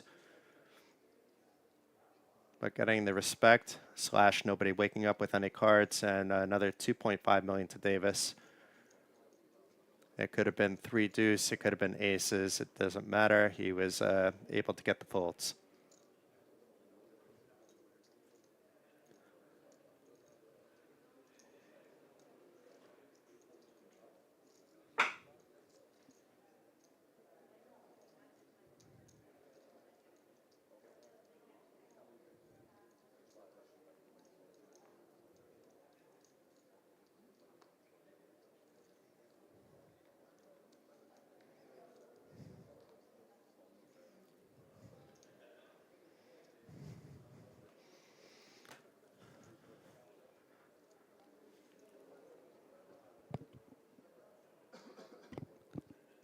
Luigi folding his queen 9 from under the gun. Maris, so let's see what he does. A suited ace from the hijack.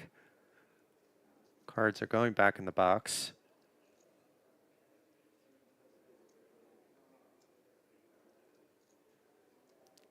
Deep breath by Maris, thinking about what to do. And it looks like about 2.2 million. It's a little more than a min raise, and let's see what Gabriella does. Looks like he's coming along for the ride. Just calling with the king 10 suited. Giuseppe folding. And Leonardo might defend here. Has a 15 big blind stack, so opts to fold. And, well, it was small blind. It's an easy fold, actually. And Davis likely will not defend the jack 5 in a multi-way pot. But as I said that, he does defend. And it's a 2-6-6 flop, so it's ace 8 ahead. Nope, he got out of the way. So it's heads up. If Maris is able to find the bet, he would likely take away the pot. Most players would look at this board and maybe be concerned that a player called from the cutoff, but then understanding that it's a player that likes to play a lot of hands as the chip leader, likes to put pressure, but checks it. Let's see if Candido checks it back, or whether Candido Gabriella, if he can try to steal this away. And I think a little bit too passive there by Maris, letting his opponent take control.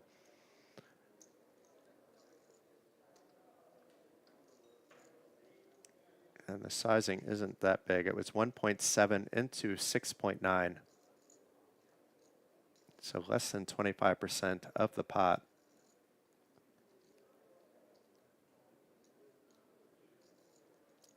And gets Maris to fold the better hand. So Maris playing it a bit conservatively there. And meanwhile, it's Candido Gabriella up to 77.4 million. Near his high mark. It might be his high mark. It would be very close, one way or the other.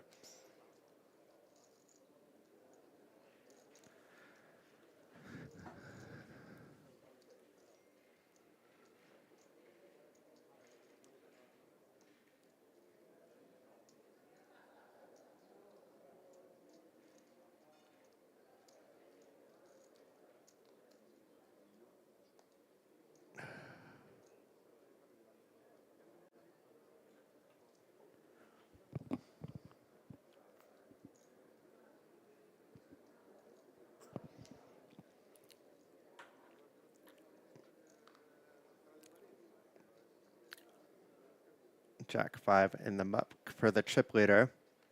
Giuseppe folding his king 4. Leonardo, though, let's see if it's too big for him to shove or not. Oh, it just folds. Okay, folding his ace. Let's see if he would have gone away with the shove. Davis would have folded his king 3. Now we're going to probably see him play it with a limp, just because Luigi now has chips, but I won't be surprised if we see a raise. but it's a kind of opponent that would be calling and playing in position, putting yourself in a weird spot. So let's see what Luigi wakes up with. It does look like a raise by Davis. And Luigi with pretty suited connectors. So the shove with the ace-7 would have gone through, but that's results-oriented, and Luigi can go either way on here.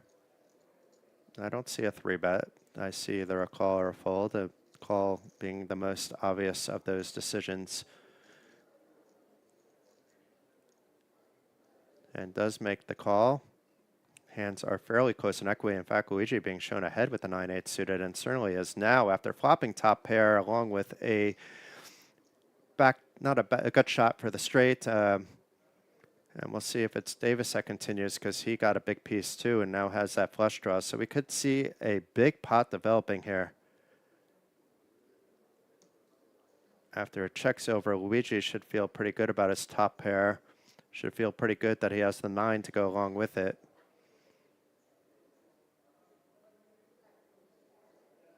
But does check it back, does save the pot from bloating, and it's a 6 pairing the board on the turn. And perhaps Davis will take a stab. It looks like he is reaching for chips. Is it 4 million, 5 million? We'll see in a second. 4 million.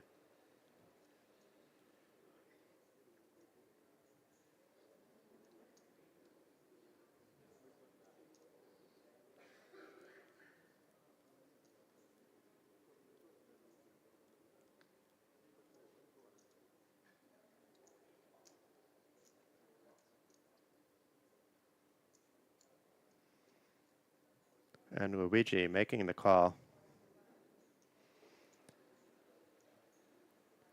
And let's see if Davis tries to still steal it away. He would have loved to have seen a club, even on the paired board. But I think this is the spot where he gives up. Does check, and Luigi, let's see if he tries for some thin value. Not sure what he'd be targeting with it, so checking back is the likely scenario in my head, but he may try to get value after the check over. The thing is, there's hands that he's behind that might be checking there too, so we'll see what he does. It would be pretty thin value if he's going to go for it. I guess targeting a 5 most specifically. Maybe a pocket 7s, which would be raising from the small blind. But meanwhile, Luigi using a time bank card. Those weren't chips going into the middle.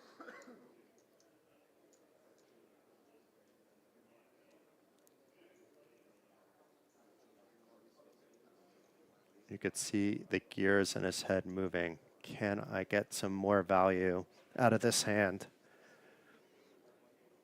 And he's going to try.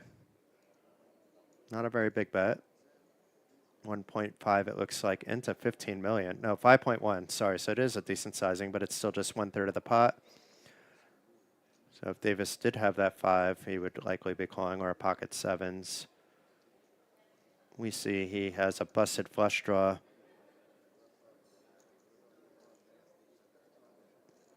It would be very difficult for him to sell the story with a raise. The king isn't necessarily enough for showdown value either. So he does fold, and Luigi over 40 million now for the first time. The short stack to start the day is climbing and climbing. That likely puts him in second place overall. And if he doubles through the chip leader, he would be in the chip lead.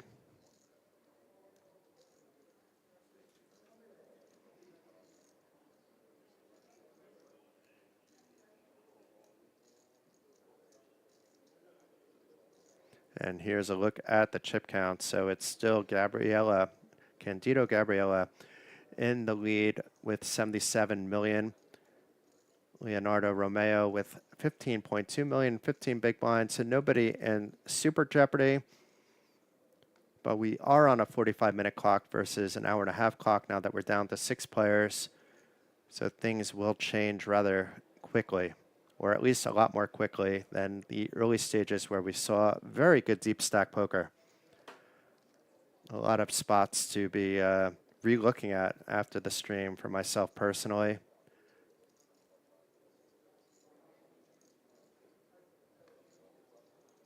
A very good fold with top pair much earlier by Gabriella too. Another spot to look at on a very on a board that basically completed all the draws.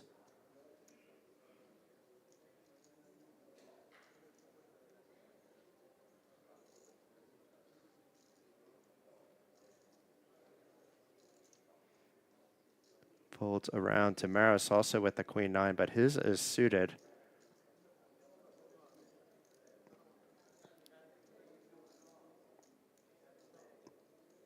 And Maris, who's been pretty tight, should be making the call here, but let's see. He may have other things in mind. It's not quite the standard under the gun open because we're dealing with Gabriella Candido. Gabriella, who can open from any position at any time with his massive stack. So the spades won't come into play. Perhaps the hearts will, but right now both players looking at a chop unless somebody bets the other player off.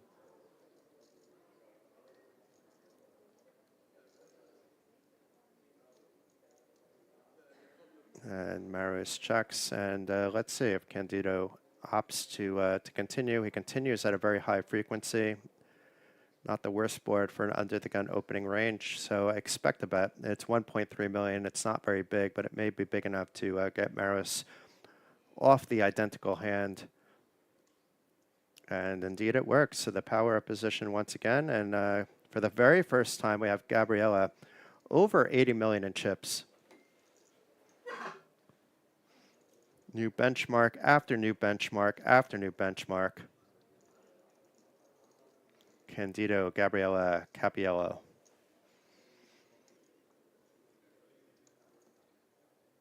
You can see some of the fatigue now coming into play with a few of the players. Now keep in mind, this is day 5. Not all players maybe even got in on one bullet. You know, there was 11 opening fights, and then after that, 4 more days of play.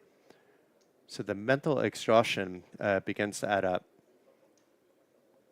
That's why I have such admiration to anyone that can make it deep in the WSOP main event. I certainly wouldn't be able to maintain my focus and composure for 12 hours a day for, 9, 10, 11 straight days.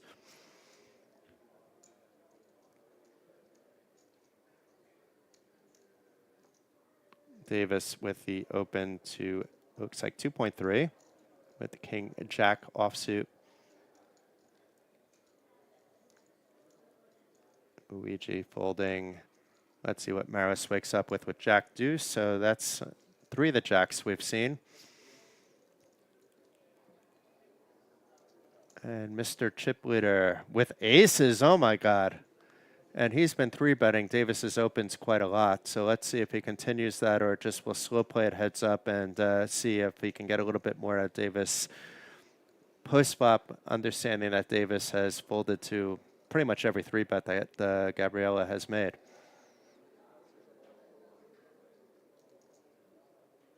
This does not look like just a call. He's reaching for those tasty 1 million chips. And instead it is a 3-bet to 7 million. And by now Davis has got to be, I've had enough of this. But this would be the worst possible timing for him to have those thoughts and act upon them.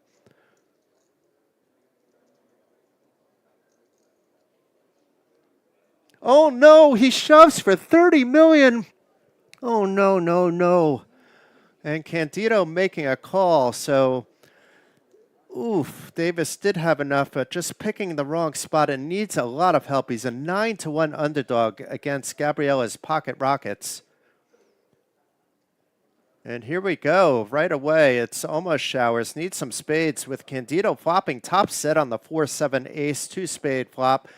10 of diamonds on the turn. Needs a queen or only a queen to stay alive, and it is the 8 of spades, so it is showers for Davis in 6th place for 48,450 euros.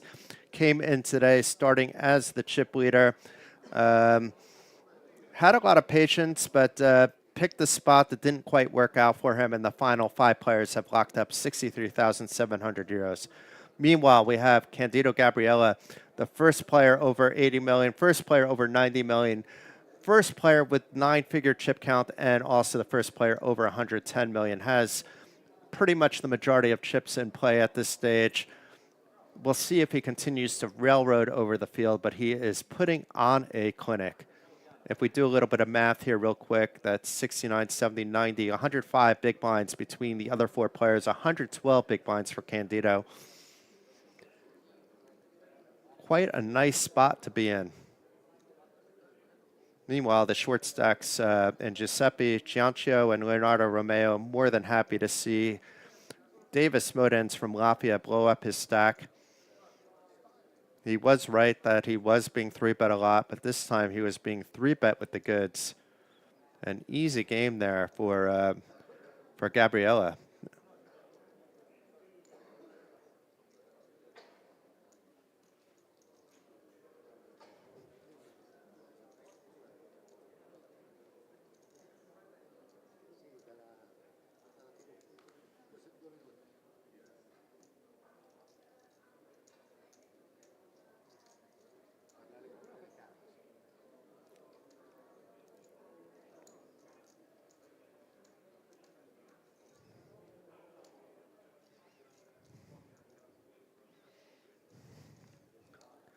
So here we go. We have a defend by Giuseppe Ciancio, and then it said he let out with the donk bet, but I'm glad that wasn't the case. Wouldn't be the right texture, right board, 3 diamonds on it, and it's Maris with the top pair. He wouldn't mind getting a fold here. You know, top pair is strong, but not when there's 3 diamonds on the board. He would rather just get this hand over with now, I believe, unless he knows his opponent has ace-9 offsuit with no diamonds. Giuseppe, what can I do? What can I do? You did the right thing. A fold there was the right play. Defend was fine from the big blind. So we have some stacks being moved around, players shifting around. Now that we are down to just 5 hopefuls out of 6,039 players.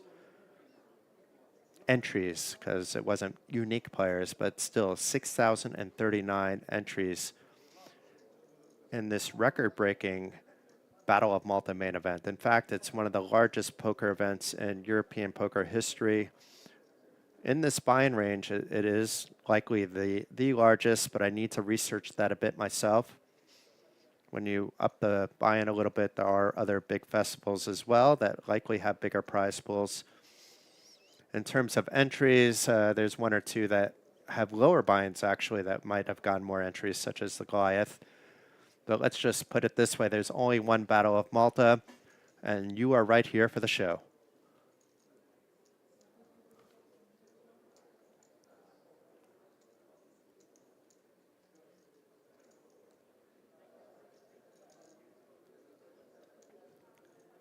Gabriella likely going to open the button with 10-9 offsuit. Has more than half the chips in play, and not only is he opening, it's like a jam size it. It's putting max pressure on the 2 shorter stacks. Giuseppe folds. Leonardo going to be laughing about what he has. He may even show it. He does.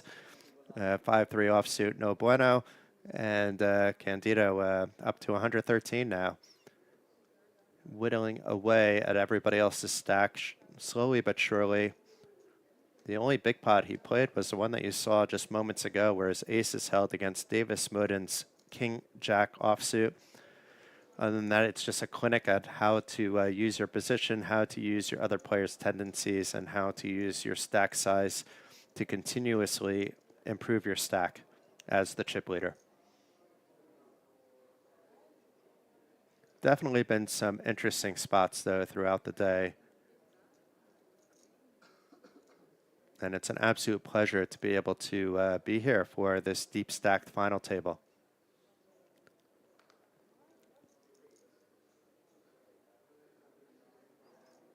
And Candido is still over 100 big blinds. He's been hovering at 100 plus or minus this entire final table.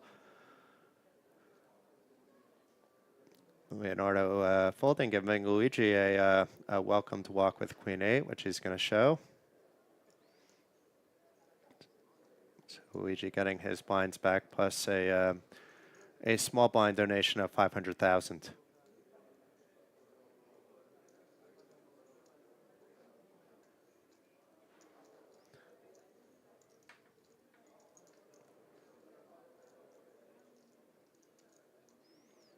Let's see, Nino there in the background.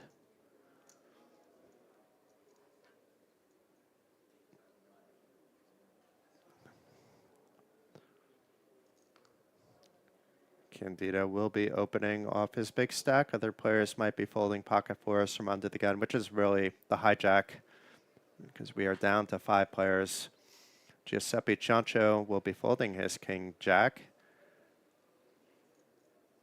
Leonardo with an easier fold with 5-4. Luigi will have an easy fold too from the small blind, and then it'll be up to Maris. Let's see if he has something he can defend or raise with, or if it's going to be a quick over. He has an ace. I won't be surprised either way. I would be surprised with a 3-bet, would be the only surprise here.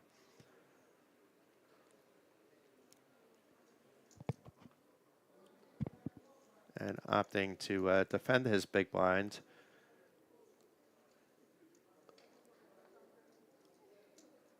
And gets rewarded with the top pair here. Candido has a backdoor flush draw that Maris doesn't have, but it's only to the 4, so he's probably not going to overvalue that. And let's see, we saw Maris donk bet, I think, once before, but I think this is a clear check.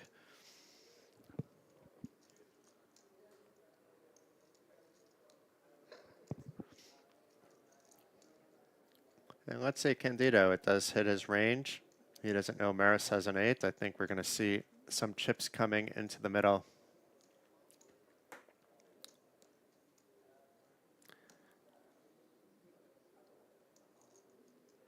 A small bet of 1.5 million, and Maris, maybe this is why he was taking his time in some of the more obvious spots, so that now it's hard to know whether he's really thinking or not.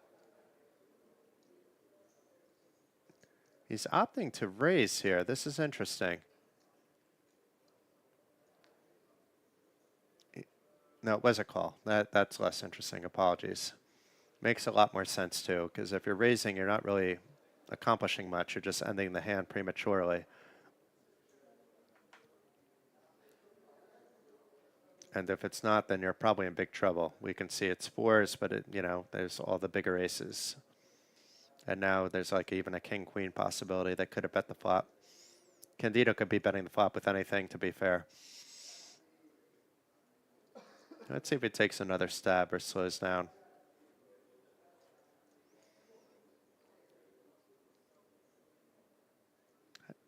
I wouldn't mind seeing a big bet just because I want to see what Maris is going to do facing it. Is reaching for a bunch of chips, but some of them are smaller denomination, but it looks like a big sizing. Let's see. 6.5 million, that's about right. Putting a bit of pressure on Maris. Now we're looking, he has top pair, but this isn't necessarily, it's still just ace deuce with an ace queen king 5 against an under the gun opener. If he knows what his opponent has, it's easy to call, but it's not as easy as it appears right now on the stream. In fact, I'm not going to be surprised if he folds. Also not going to be surprised if he calls. It's he has to see if he can make a read against a very active Gabriella. Okay, not going anywhere. Maris showing up with his ace and happy to come along. And now it's we could see there's only 1 out in the deck. It should be 2, but the 4 of clubs was in somebody's hand, and that it wasn't it. It was a 9 of hearts, but that 3rd heart. It's curious what would happen if it's a check shove situation, which would be very, very, very difficult now for Gabriella to do, being that his big turn bet was called.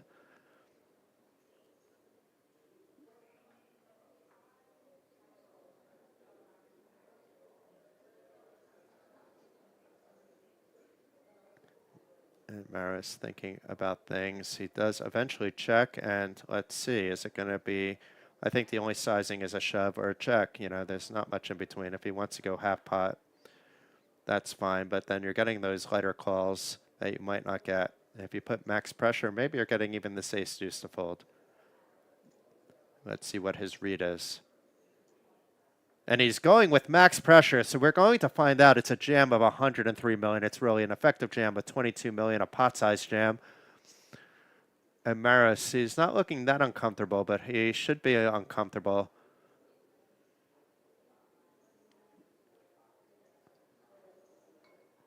Let's see if he can find the call. He will get a full double up if he can. If not, this is a 6 spot. Gabriella showing that he is not afraid to play, which he's shown all day. And Maris, after using those early time bank cards, is beginning to run out. In fact, just one left after this.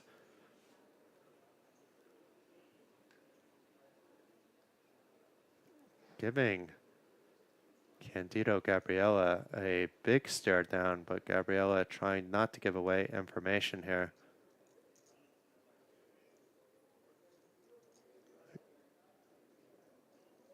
The Jack-10 would have gone there on the turn. It's really just the heart. If you're calling the big bet on the turn, you're just concerned about the fact that it was a heart.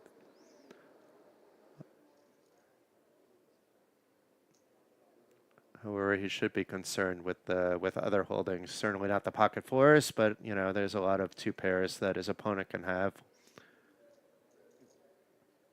An ace-10 and ace-jack beats him too. Any other ace, it would be a chop, and does get Maris to fold. So well done there by Gabriella. Showing why, if he does win, he's a well-deserving winner. Just bullying the table left and right, getting Maris to fold that top pair. Not the first time we've seen top pair fold. One time it was folded where it could have won the hand, but it was such a draw-heavy board that it would have been a very difficult call. But here's a look at the chip count. So it's Candido Gabriella running away with things at 125 million, 125 big blinds with 5 players left. Unheard of. And we have Leonardo and we have Chancho with the short stacks. Barrow's not too far ahead of those guys.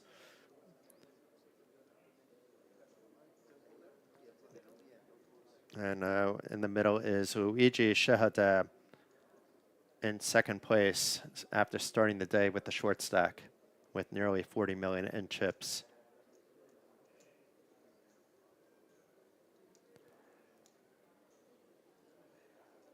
Marius Campan from the small blind. Let's see. Giving a walk there. Let's see if it worked out good. It's hard playing against Candido, so that's probably part of the thought process, playing against Candido out of position.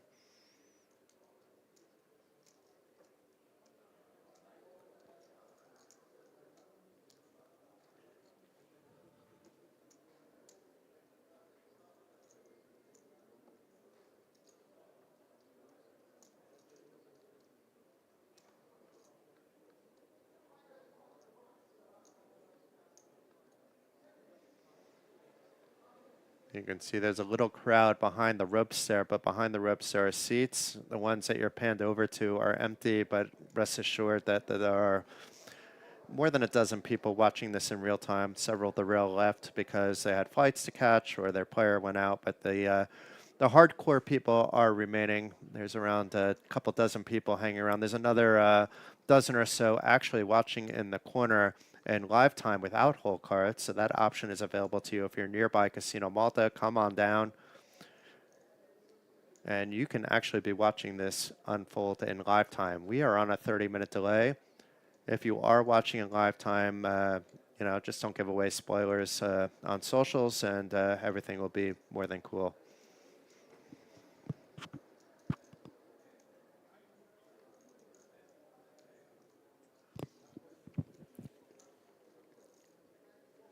So if you're enjoying what you're watching so far, if you like the idea of winning a lot of money in a tropical Mediterranean island such as Malta, not that it's tropical, but it is a very nice island. The weather is going to be quite good when the next Battle of Malta comes around on May 27th to June 3rd here at Casino Malta and the Intercontinental Hotel Malta.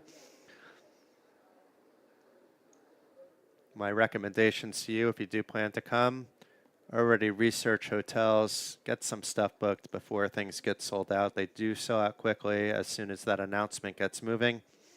prices begin to go up. The hotels catch on pretty quickly as well. So get in before you're paying a little bit more than you need to. Luigi with the big slick. So far, everybody folding. Expect the same here from Giuseppe and Leonardo, though. I expect a 3-bet shove. Look at this. So we're going to have something happening here. I do not expect a call, but Leonardo Romeo may have other things in mind. He is the shortest of the two short stacks. And jams it in his eye. The ace-king of Luigi called, so Leonardo at risk. Either he's going to double up to 25 million, having some breathing room, or will be the next player out on the rail.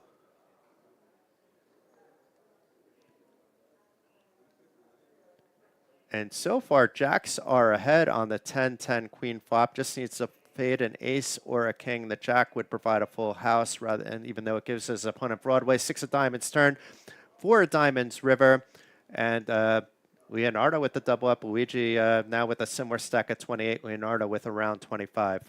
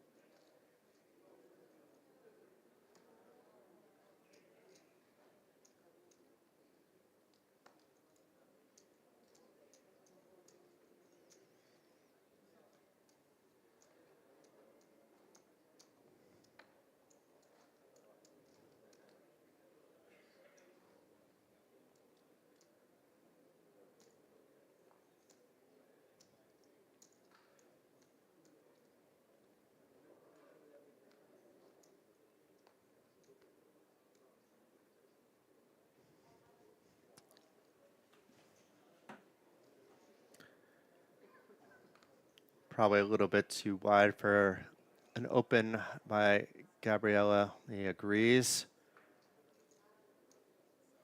And Giuseppe Ciancio with an even worse 9-2. And Leonardo Romeo, queen 7 suited, did just double up against Luigi. Certainly not a hand you should be open folding. And Luigi with a dominating queen jack might be actually jacking it up. Let's see how he approaches this blind on blind battle between the two L's, Luigi and Leonardo. Checks it back.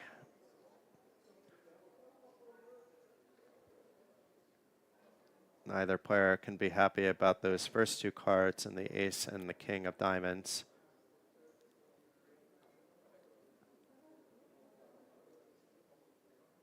Let's see if Luigi checks it back. He has the non-connected nuts at the moment, meaning he hasn't connected to the board, but has the best hand that doesn't connect to the board. Meanwhile, Leonardo now with a flush draw on the turn with the 8 of clubs. Luigi's still ahead with his queen jack. Now if he bets, he's certainly getting called, assuming it's not a bet of 5 million or something. But checks it back again. 10 of clubs would be a bad card, but it's a 9 of clubs. A 10 of clubs would have been nightmarish for Luigi because he would have had Broadway to Leonardo's flush. But meanwhile, it's a 9 of clubs giving Leonardo a flush and a hand that's easy for Luigi to get away from. Still has the unconnected nuts, if that's really a thing. If he thinks that his opponent completely bricked.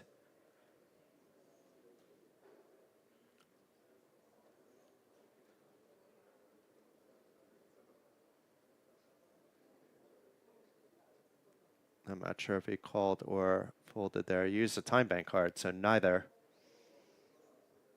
A weird spot to waste a card, but he hasn't been wasting that many, so it's not the end of the world.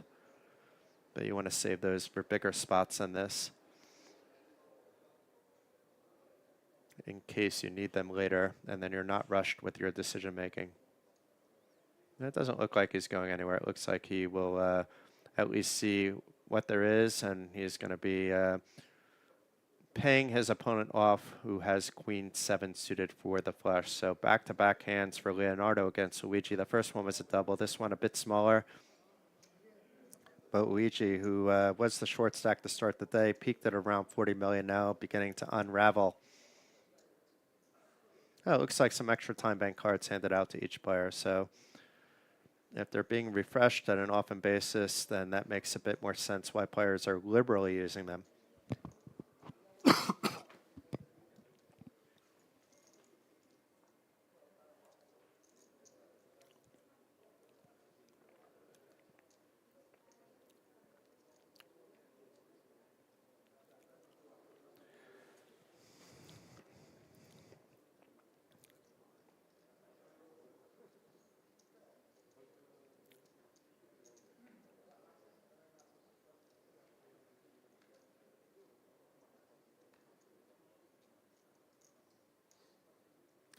Folds around to Luigi with the king-queen suited. He's going to like what he sees there.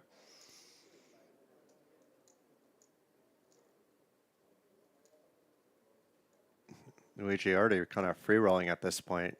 He was the most likely player to go out first at the final table. Instead, he's been sticking around. And now it's really anyone's game. But the blinds have gone up to 600,000, 1.2 million, making everybody's stack shorter. With the chip leader, Candido Gabriella, still at around 100 big blinds. Hello, it's a jam, and Maros with a decision to make.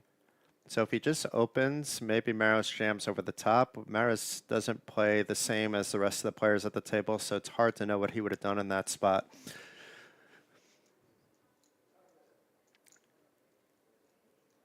And does fold. I mean, he wouldn't have been that far ahead, so, you know, interesting there. Luigi, with the max pressure, getting the job done, does show Maros. Maros probably saying, I had an ace, or maybe not sharing information at all. And Luigi getting some chips back that he lost over to Leonardo in back-to-back hands.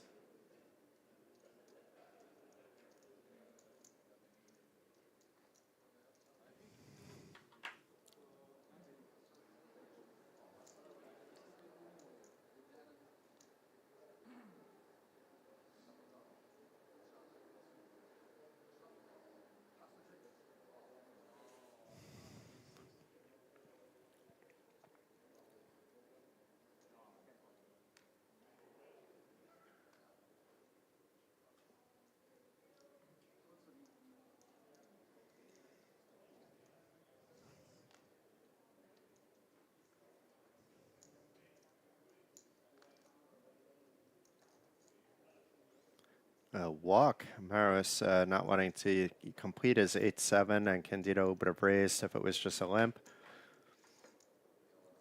But Maros in that less than enviable spot with having the chip leader having direct position on him, opting just not to play around in the blind situation. It's not the first time we've seen him give Gabriella a walk.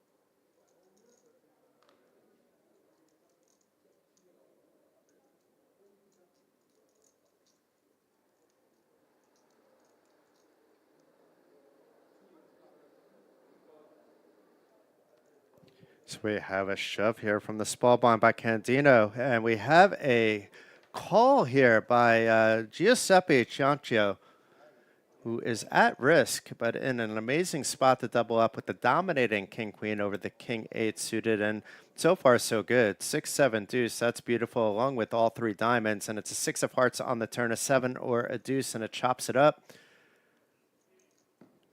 And it is the queen on the river, Ciancio, doubling up to around 30 million, exhibiting a lot of patience, Giuseppe Ciancio. And nearly 30 million in chips, and Giuseppe in a good spot now. Has position on the chip lead, but Gabriella Capiello not missing a beat and still close to that 100 big blind range that he's been hovering around the entire final day here at the Battle of Malta main event.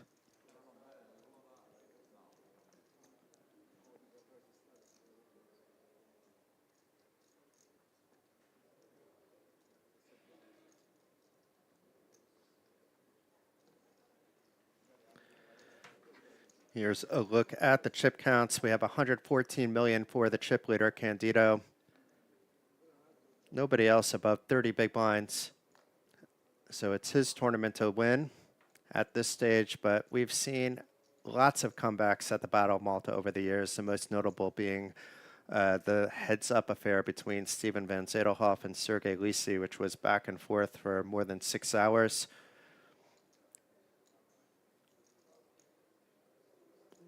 It would be nearly impossible with the structure, with the roaming clock to lead to a 6-hour heads up, but that would also put players playing at like 7, 8 in the morning, which nobody wants on a final day. The players don't want, those of you watching at home would rather it end at a reasonable time. So we have Maris opening the king-9 suited, and let's see if Leonardo 3-bets or calls with his queens. The likely spot is to 3-bet.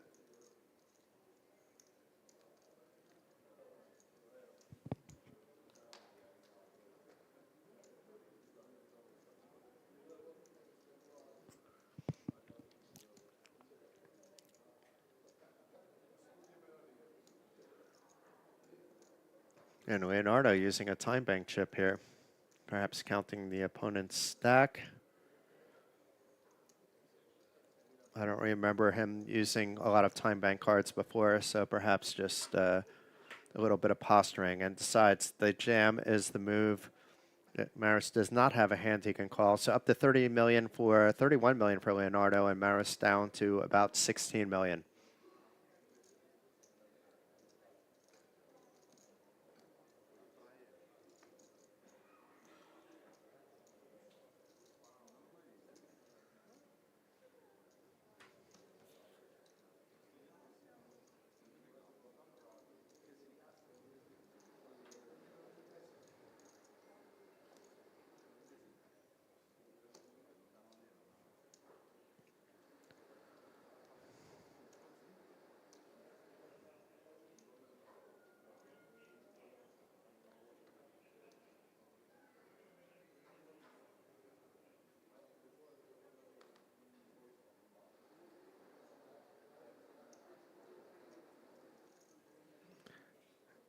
Let's see what Giuseppe does. Suited connectors on the button. He is reaching for chips. It looks like a min raise to 2-4. Leonardo with a dominating Jack-9, but not really strong enough to mess around with. He could defend it from the big blind.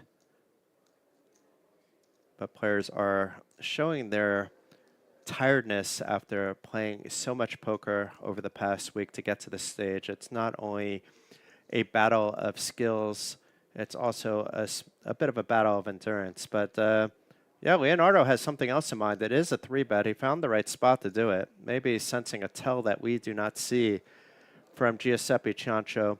It's the first time we've seen Leonardo 3-bet light. But then again, it took him a little while to rebuild his stack. Did come off the break with 13 big blinds, with 13 million.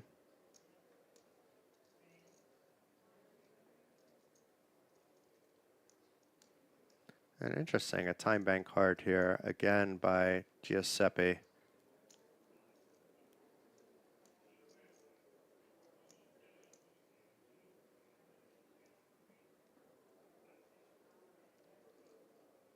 In a chip EV spot, it's not a bad call, but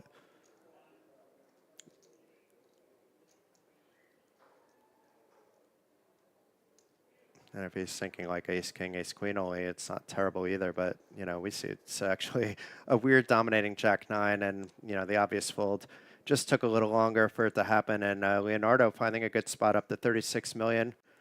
A bit out of the book there, but maybe sensing something. That's my guess there. Or just saying I haven't really been balancing my three bets, or I haven't been three betting much at all. Here seems like a good spot to try. I finally have some chips to be able to three bet fold.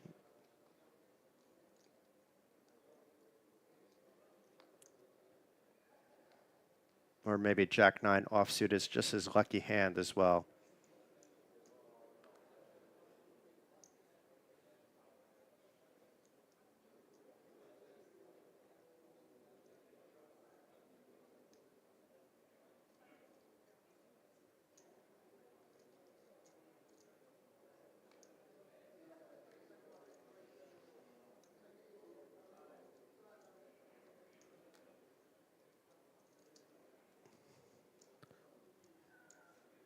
Gabriella min raising under the gun, as he is prone to do with a lot of cards. So the ace four is not really that big of a surprise. We can see how big his stack is.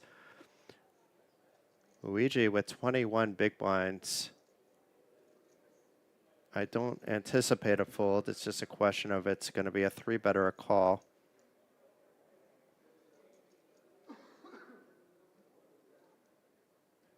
And just decides to jam it in from the small blind. Getting an ace 10 to fold. The ace 4 also quickly folding. So Luigi back to 30 million. He was up to around 40 million about half an hour ago. And then doubled up Marus to go back down. But now at 30 million once again.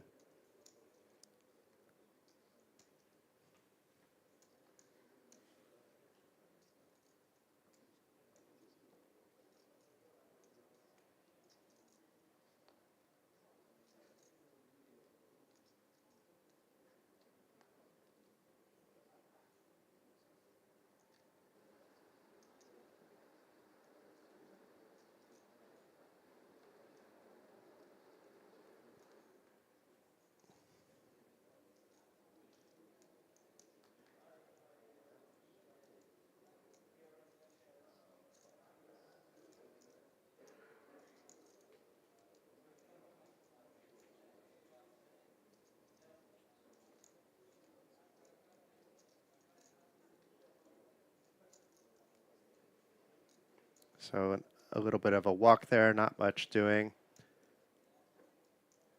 Was just checking to see if we have other guests lined up. I do believe we'll get Glenn Brown to join us, Telly Bartola to join us.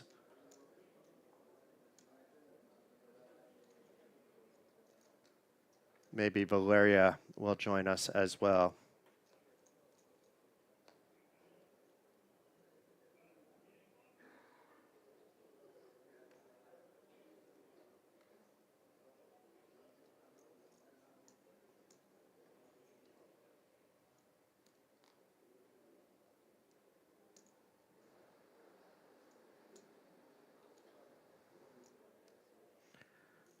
Luigi will likely be min-raising his king-queen from the cutoff, taking his time before reaching for his chips. And indeed, that's what it is. Maris with the quick fold with the 7 deuce. We expect the chip leader here in Candido Gabriela Capiello to fold his jack deuce, and anything to defend for Giuseppe, not this time. And happy days for Luigi, up to 32, 33 million.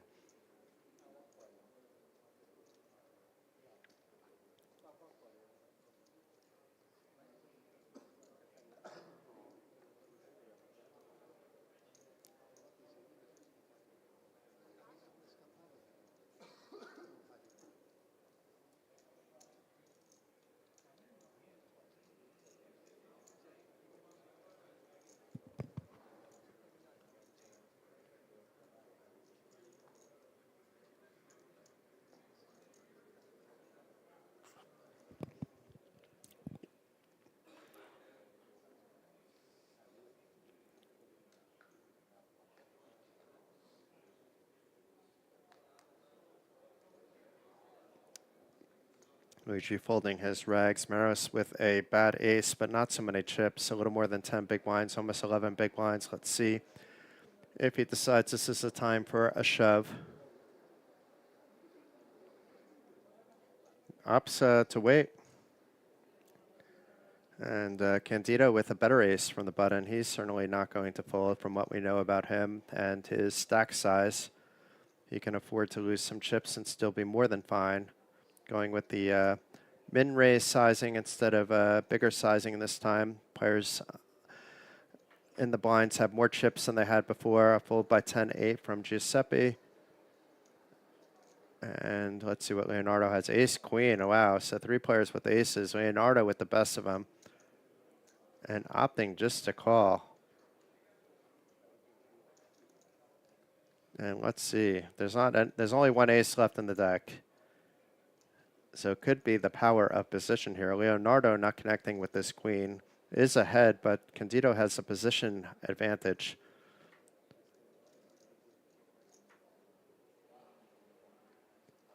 And trying to use that advantage as we see. Firing out a small bet of around 1.5. It's 1.6. Possibly not big enough to scare Leonardo off a single bet. He's witnessed Candido Gabriella to frequently see bet. Sometimes he has it, sometimes he doesn't. But opting to play it safe, so Gabriella is stealing yet another one away. Whereas if Leonardo did opt the 3-bet, he's likely going to get a fold from Candido.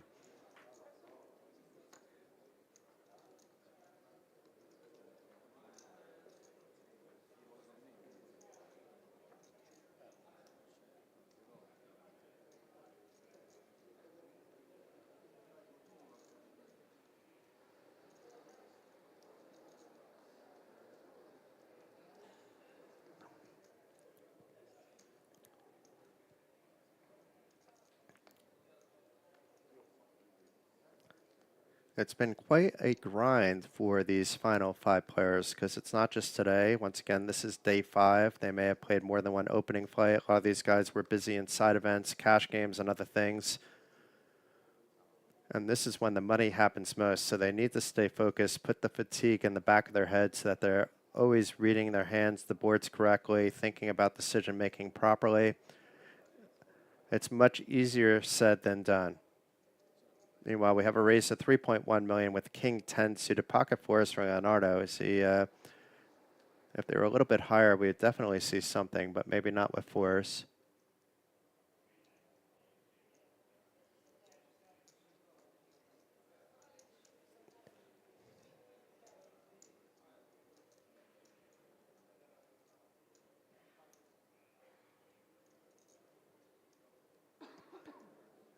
Out comes the time bank card.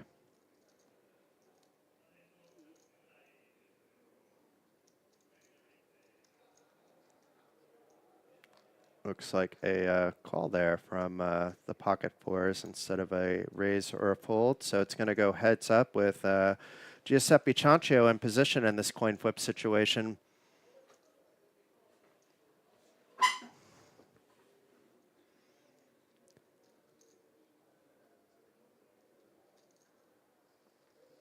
Not the worst flop if you're playing pocket fours when the ace pairs, but if Ciancio bet there, we'd expect to see Leonardo being a little bit careful there. The 4 of hearts probably not coming into Leonardo's head too much with the 3 hearts on the board. It's also paired, etc. But maybe he's going to try to steal this away regardless. He is reaching for chips. The bet is super small, though. 1.2 million.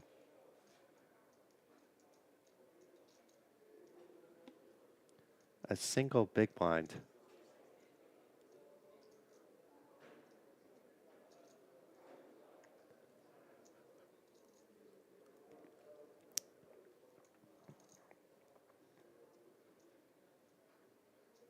And using a time bank card. Perhaps confused that the bet wasn't bigger. What does this mean? Is he trying to make it that it goes check, check on the river? But he's in the small blind, so that doesn't make sense either. Is he trying to get very thin value from an ace? We see what Leonardo's doing because we see he has the fours.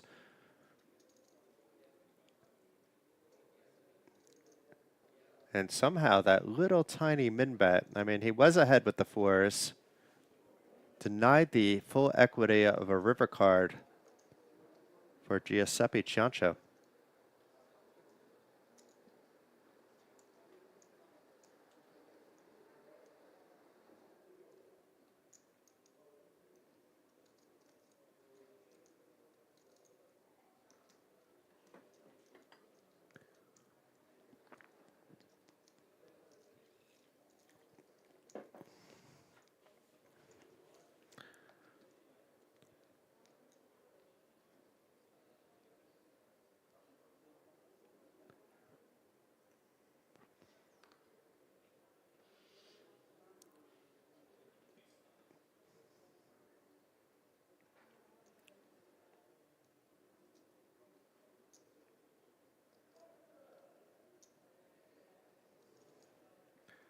A little bit of a loose open with the suited Jack-6, but he's been a bit quiet the last few hands. And Gabriella and Ciancio, who just folded facing a min bet, now with a nice hand against a very wide opening under the gun player.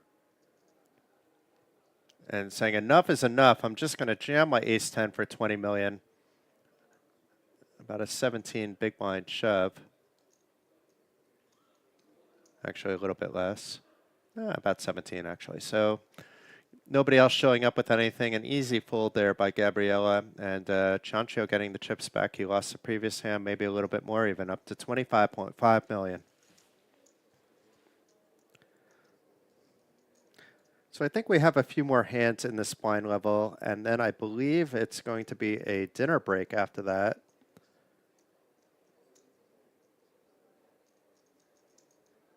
A 1 hour dinner break. Unless they have changed the structure, so let's take a quick peek at that.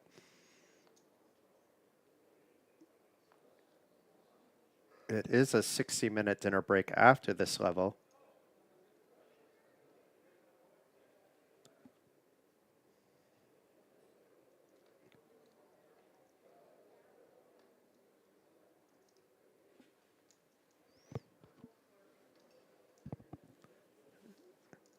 Let's see what Mr. Romeo does. He should be opening his suited ace-8, but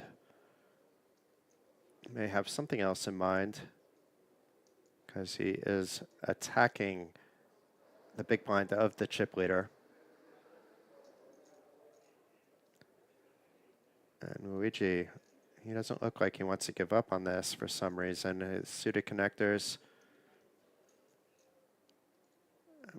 but thinks better of it. In the muck, a quick fold there by Maris in the small blind. Anything about for Gabriella to defend? Perhaps King Deuce offsuit will fall into that category.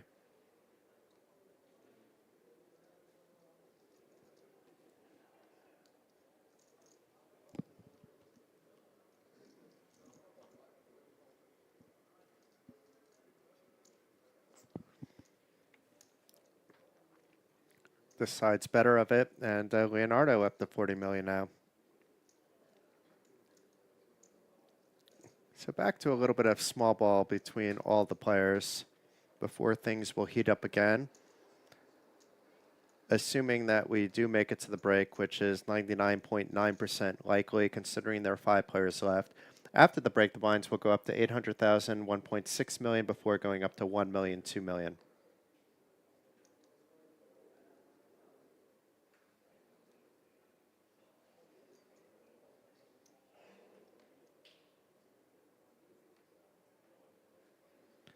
And I stand corrected. The next level is actually 1 million, 1.5 million. So I believe that they're racing off maybe some chips, or maybe they're leaving those 100Ks in play, because I think it's just 100Ks and 1 millions at the moment. And no reason to really be introducing more chips at this stage, unless you're calling up the millions, actually, rather than the 100Ks. They may take some off the table, just because they don't need that many in play, but they'll have plenty of time during the break to take care of that.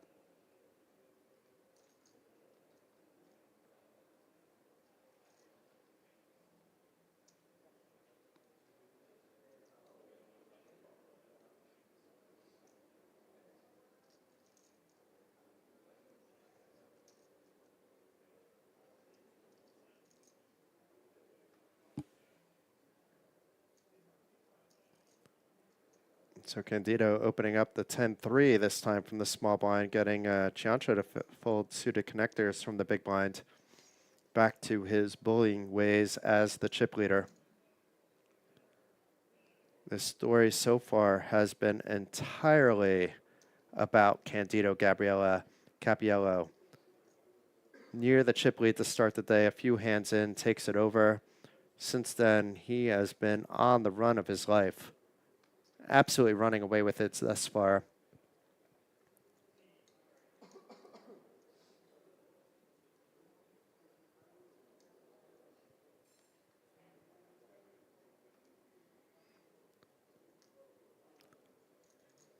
Rags for Luigi and for Marus.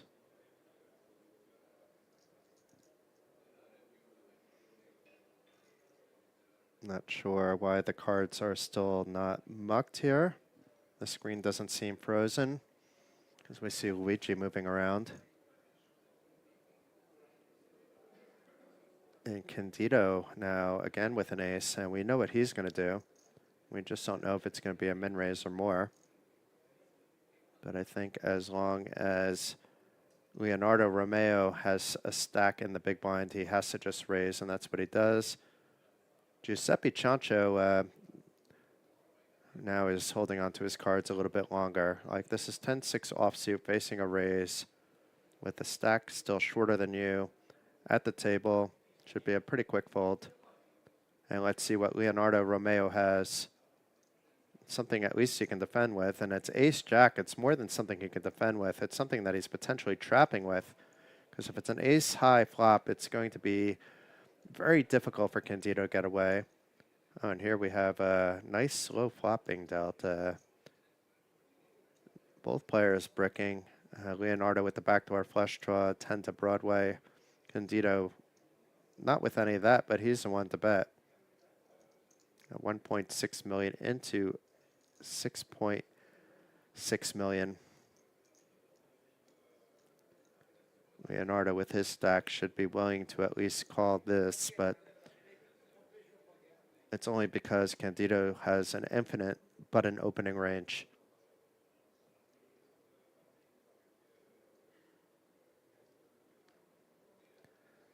And calls to at least see one more card. If it was a spade or obviously a 10 or an ace, you can continue along. Now if Candido bets again, it's going to be much harder. And let's see what Candido, a.k.a. Gabriele, if he's able to find a second bullet. Not this time. And the board pair's on the river. So it will be a chop pot if it goes check, check. As the kicker only goes down to the queen, which is on the board. Ace, king, queen, 3-3.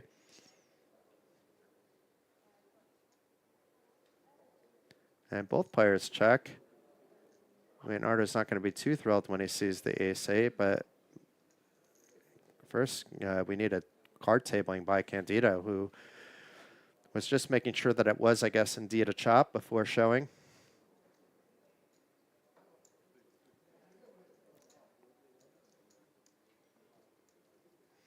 And while the saying goes, everybody loves a chop, I think in this case it's just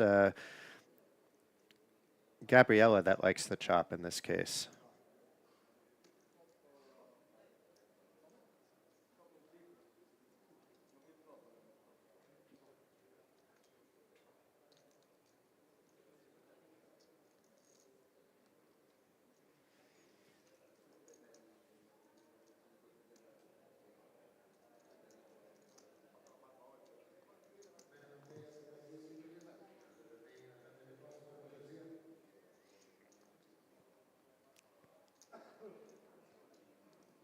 It looks like it won't be an hour dinner break, that they're going to change that to a shorter break, and I guess that's on the agreement that all the players at the table, which is great news for you, those of you watching the stream, that you don't need to take an hour off before coming back.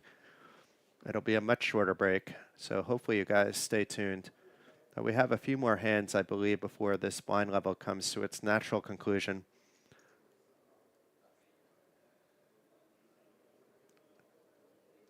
And Giuseppe Ciancio opening to 2.4. Leonardo Romeo with the suited connectors from the small blind. Not ready to give up, at least instantly, and not ready to give up at all. It does call from the small blind. And Luigi with the suited Jack 8, getting a good price to see what happens on a flop if he chooses to do so.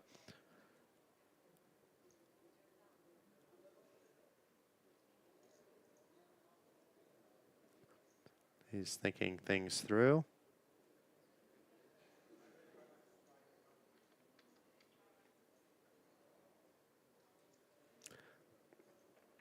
And does decide, let's see a flop and take it from there.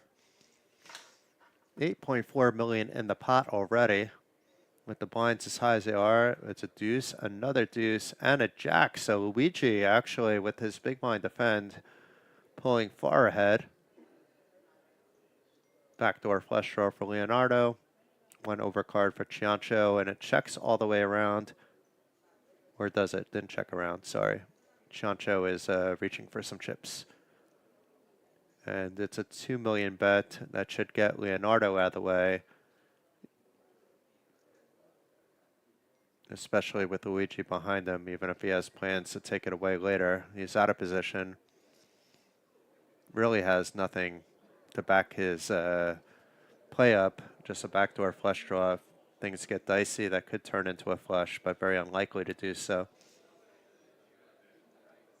No overcards, no connection, and does make the fold. It just took him a little while to come to the same conclusion, and Luigi shouldn't be going too far here.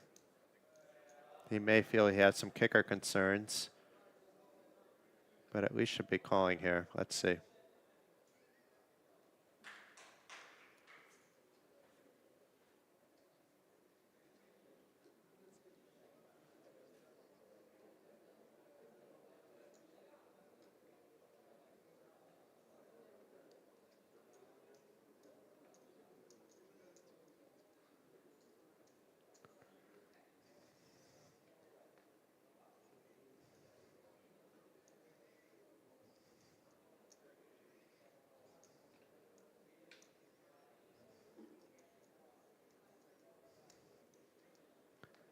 So it goes around to the river, Queen of Hearts. Luigi, if he sticks around in the hand, will be collecting the pot.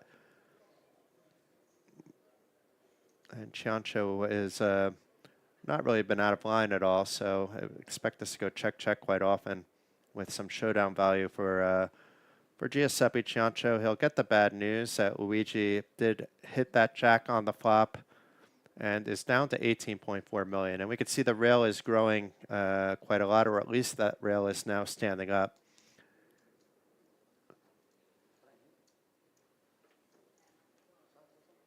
And you can be on the rail too. If you're in Malta, head on down to the Intercontinental Hotel Malta. We're down on the casino floor area, but still in the Intercontinental Convention area on the bottom level, not in the Eden Arena where the Battle of Malta main event began and continued until today's final table. But meanwhile, look at these chip counts. It's Candido Giuseppe Capiello with a lead that is so substantial. It is more than the remaining 4 stacks combined. Now, that doesn't necessarily mean that he will be winning tonight, but it does put him in a very favorable spot at the moment, at least. Assuming he doesn't have any major blowups, he should at least feel really good about making the top 3 and be disappointed if he falls out of that with having such a big stack. But anything can happen heads up and 3-handed, as those of you that have played a lot of poker or have watched a lot of streams have witnessed firsthand yourself.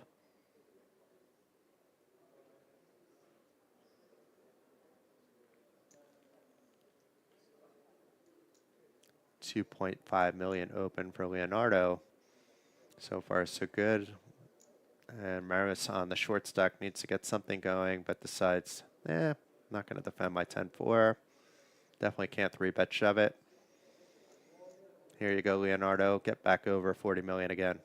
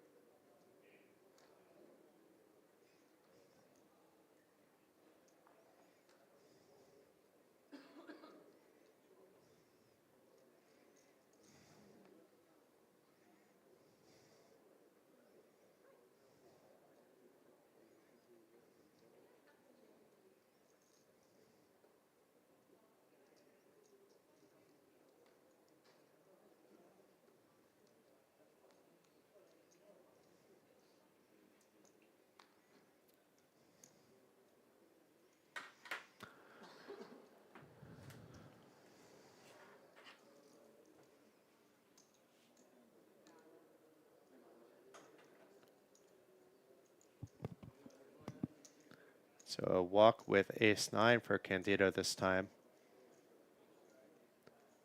Nobody else showing up with any cards, and the rich get a little bit richer once again.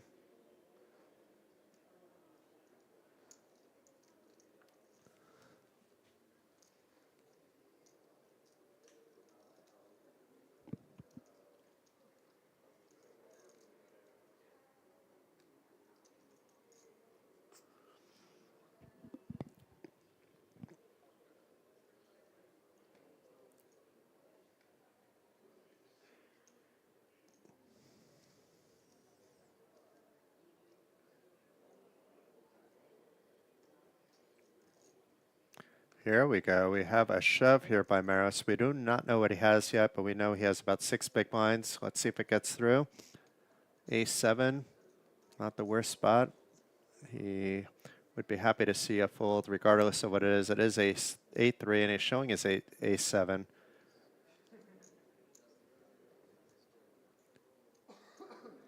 And a nice little pickup for him, considering he was on 6.8 million. So it's nearly half his stack that he increased his chip count by, near 10 million again. Still in severe jeopardy of being the next player on the rail. He wouldn't mind seeing some fireworks develop between the other players in the meantime before he gets a chance to push things along himself. But I think any spot he needs to take at this stage, he can't afford to be losing chips and just blinding off.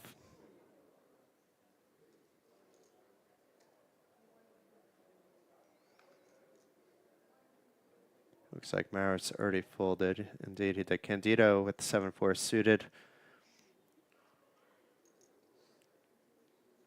Opens for a min raise.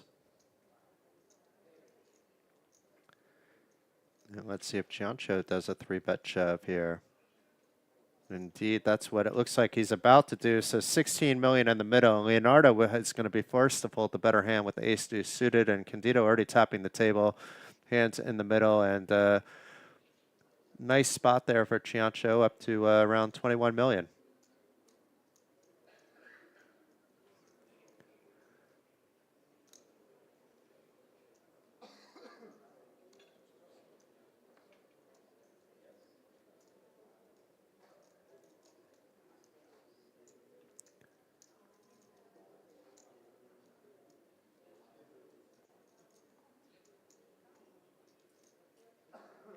For those of you just tuning in, there are 5 players left out of a massive field of 6,039 players, a record-breaking field here at the Battle of Malta main event.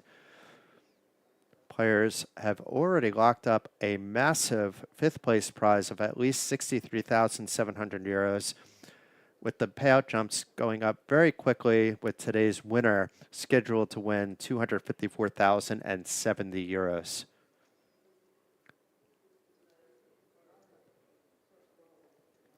All these 5 players in a dream spot that poker players, when they begin playing, they really want to be in this spot. These 5 players are living it at the moment.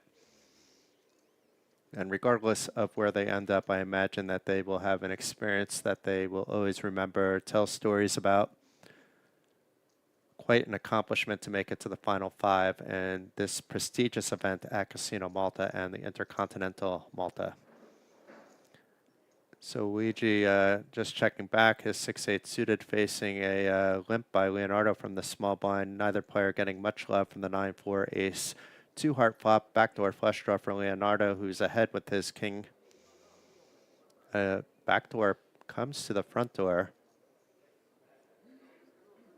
Another check by Leonardo, and we see some players getting up, so this may be the last hand before the break, and a check back by Luigi.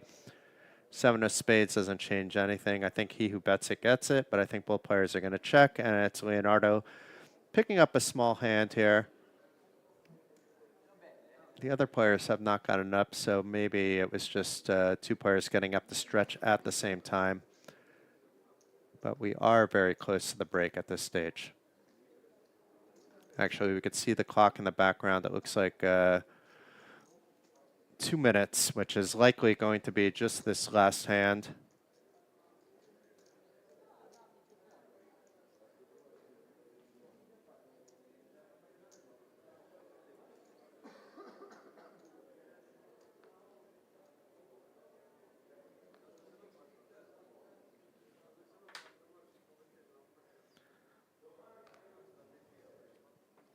So guys, before we go into the break, I have some important messages for you. If you've really enjoyed the Battle of Malta, the next Battle of Malta is on May 27th to June 3rd. It's a little bit later in the year than the previous spring editions. It's to get a little bit more sunshine, both inside and outside.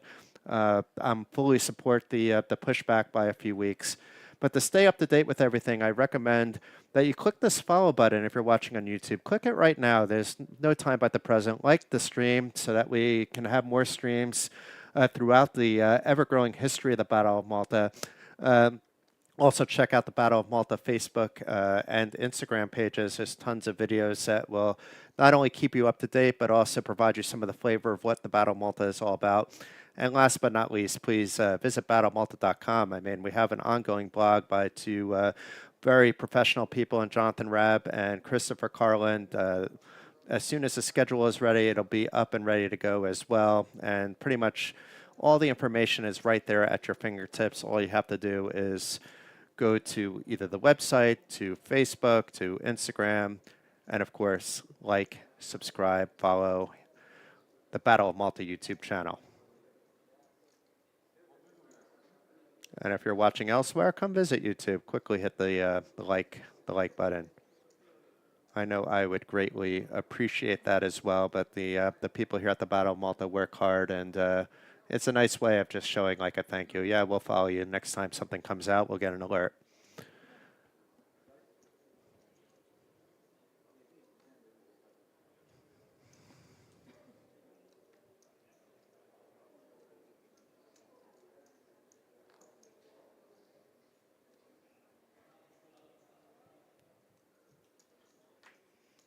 So Maris with a spot where he could be shoving here. A lot of players would. And it looks like he is going along with the common shove here. And Candido showing he just has 4 high. Is Maris going to show? He shouldn't necessarily be showing here, but he shows at least the king, which is fine.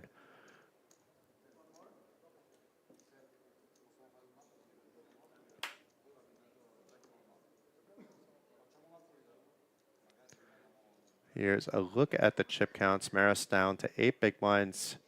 Meanwhile, the chip leader throughout most of today, ever since the second or third hand, is still the commanding chip leader in Candido Gabriele Capiello. Leonardo Romeo in second place with Luigi not too far behind. Giuseppe with 20.8 million and Maris with a shade under 10 million.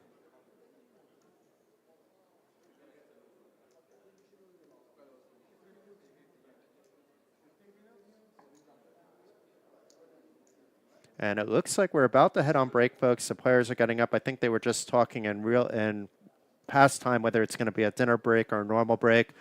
when I take a peek down, I see that there's action in real time. So I'm not sure if we're back in 15 minutes, 20 minutes. There will be a timer on the screen. But come on back, because we're going to have an exciting conclusion to this event. One of these 5 players is going to be crowned the latest Battle of Malta main event champion. More than €250,000 up top. See you soon.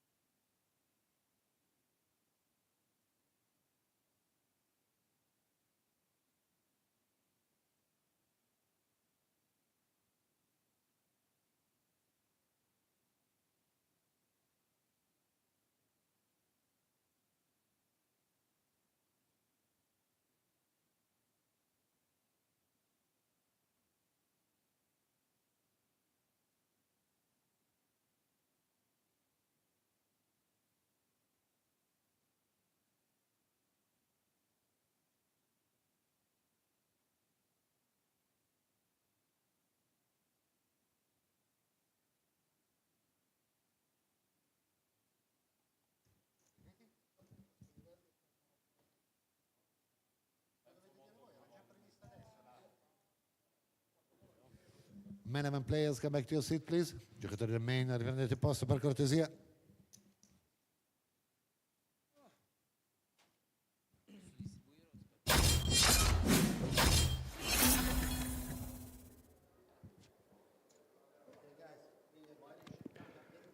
Welcome back. This is Jason Glatzer, and what you're witnessing right now is the final 5 players of the Battle of Malta main event. The event started with 6,039 players. Now, each of the players that are remaining have locked up at least 63,700 euros, with tonight's winner going home with 254,070 euros. So still a lot to be played for, but all 5 of these players should go home happy. The only one that might not be happy at the end of the day, depending on how things work out, are Gabriele, because he has been the chip leader throughout the day. It was Davis Modin starting the day with the chip lead, but it was just a blind or two more than Candido. After a hand or two, Gabriele Capiello took the chip lead, never looked back, and we can see he has more than half the chips in play at the moment. Blinds will be going up. The big blinds are not necessarily accurate. The blinds will be going up to 1 million, 1.5 million before progressing 45 minutes later to 1 million, 2 million. So the action should be heating up. If not this level, then next level or the level after. But the short stacks will continue to be effectively shorter as the blinds go up, as is the case in any poker tournament.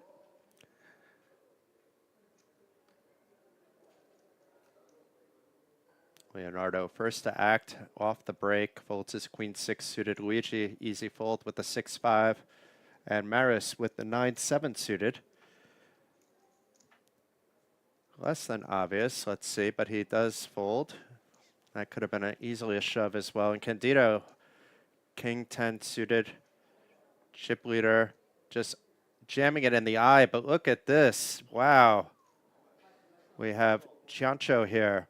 Giuseppe Ciancio waking up with the Cowboys. This is the easiest call in the book. So amazing spot. First hand off the break for Giuseppe. Kings against king-10 suited. He just needs to have a bunch of low cards, nothing spade-wise, and he can breathe easy on many flops. That's a good card to start. Another good card, and nothing to worry about anymore. And let's see. It's not quite the check mark yet, so I'm not quite sure what can come out. That would be the check mark, but here's the check mark. Official double up for Giuseppe Ciancio. Chip leader still has 90 million, but that was a bit of a hit for him. Exactly what he did not want to happen to start things off, losing some of that momentum he's had the entire final table. But dream spot for Giuseppe Ciancio. He was one of the short stacks throughout the day, just hanging around, and now has a healthy 40 million chip stack, putting him in second place, catapulting him ahead of Leonardo Romeo, who came off the break with around 38, 39 million. And here we go. We can see it was right in the middle, 38.5 million. Luigi with 38, and it's now Maris who needs to get something going, but that was the case even before this double up.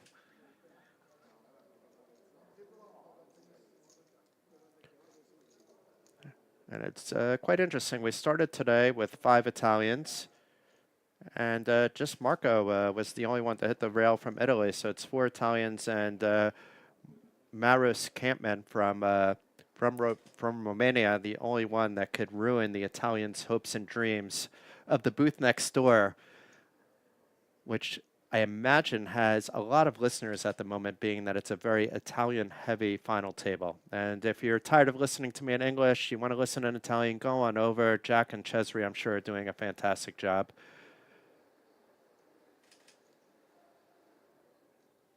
And a shove here by Maris. So far, so good. And if he shoved that 9-7 suited the hand before, it would have been showers, but instead he has queen 9, gets away with it up to 14.8. Not bad, nearly a 40% increase just by getting a shove there. Definitely did not want to be called.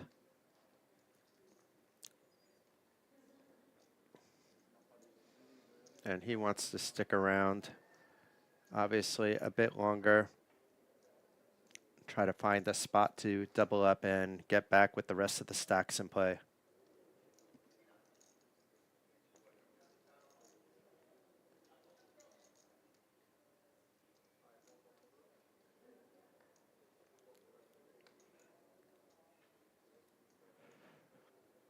Maris first to act, folds his 10-5 suited.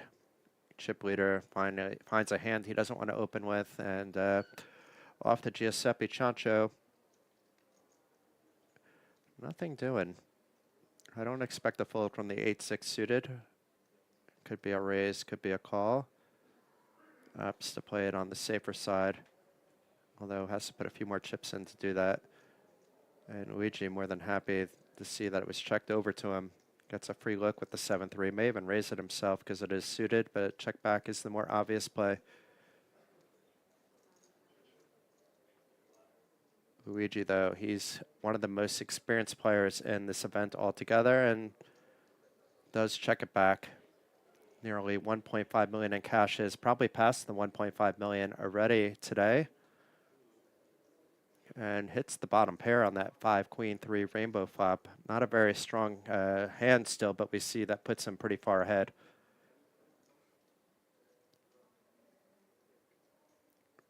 But it's Leonardo deciding to continue with just that backdoor flush draw, hoping and praying for a fold that he's likely not to get from Luigi. Not in a blind versus blind situation with a lot of queens being raised by the small blind. The 5s aren't necessarily betting all the time. They should be betting, so. But Luigi should be happy to just call here and see what happens on the turn. And he comes to the same conclusion.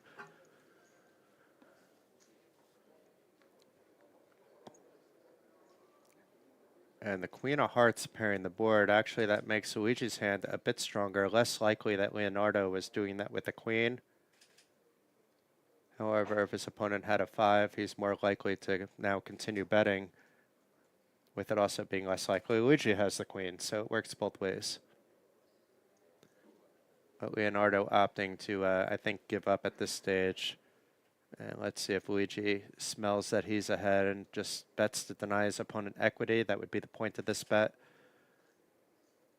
If you're betting, you actually do not want to call, even if you think you're ahead with 5 players remaining. Unless you're ahead against like a deuce 3, then you don't mind, I suppose. That's one of the few spots, and it's check, check. And the king of spades on the river. Now, if Leonardo checks again, I expect Luigi to check back at this stage. And if Leonardo bets and it's not super, super big, then I would expect Luigi just to call. If Leonardo finds an overbet, for example, though, it's going to be awfully hard for Luigi to call, but it is a check, and Luigi would be too thin value to check back, and quickly does check it back and adds 3 million to his stack. So the pot wasn't that big there. It was quite interesting to watch that one play out a little bit, where both players are being a little bit cautious with each other,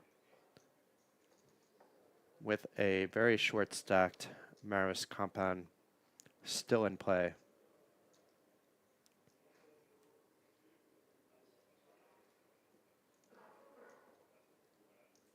Meanwhile, the super high roller ended recently. As mentioned earlier, there was a deal made, but now we have the official payouts, and it was none other than United Kingdom's Alex Wittenstall shipping the event against the very popular Matis Selmans, OptiBet ambassador and poker coach.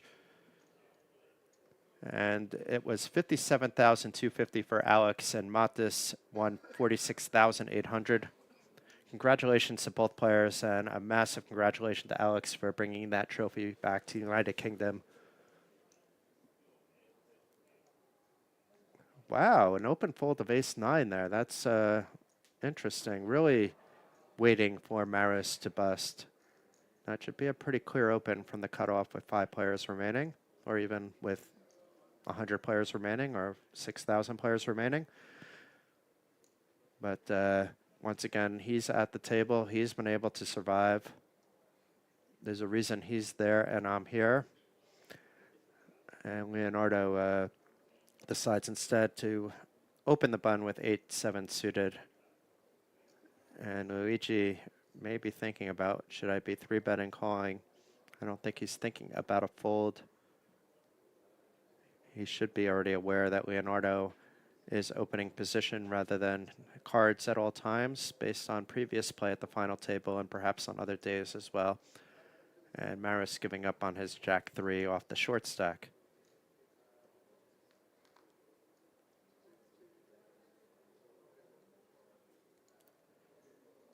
It's a good flop for Leonardo, not that he connects with the 7, more that that ace comes out that he can be repping.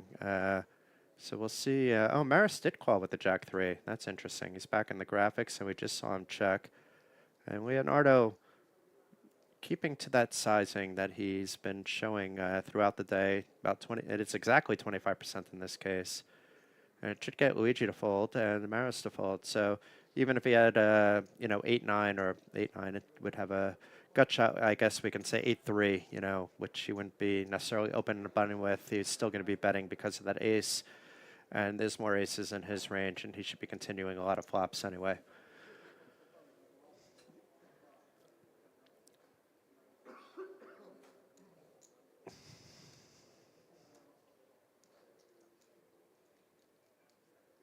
So although we didn't have a dinner break, there was some snackies waiting for me downstairs, which was very good. Had some lots of local restaurants that are quite good, especially Italian restaurants. But it's not just Italian. There's very good seafood, very good meat restaurants, all within like a spitting distance of Casino Malta and the Intercontinental Hotel Malta, the home of the Battle of Malta for 10 straight festivals.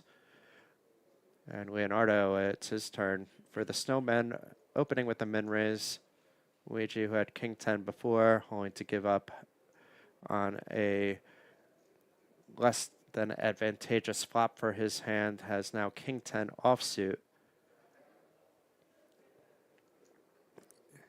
And luckily for him, he maybe decided to fold, although it would have been a flip situation. And Leonardo may get a walk here.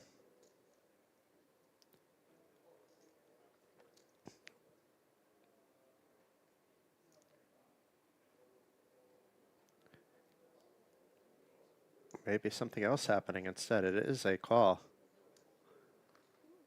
So Candido willing to defend any two. And it will be easy for him to get away from the King 7 flop, which Leonardo should be continuing after the King paired. He's ahead of the 7. But instead, just checks to allow a double paired board.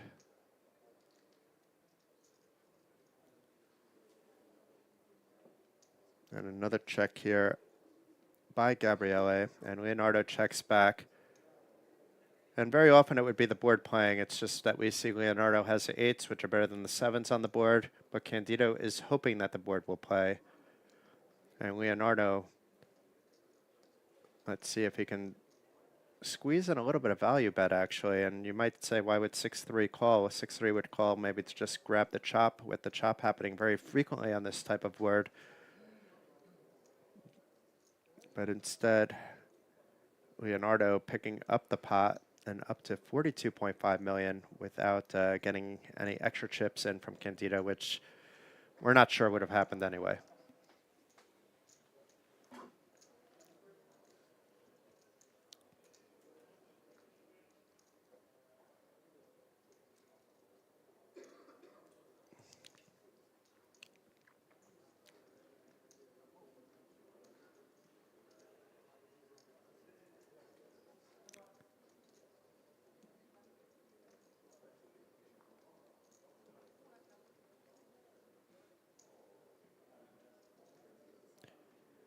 I'm reading in the reporting here by Jonathan Rabb that actually Withenstal's win in the Super High Roller was the 11th trophy by players from the United Kingdom. That's actually pretty crazy when you think about it.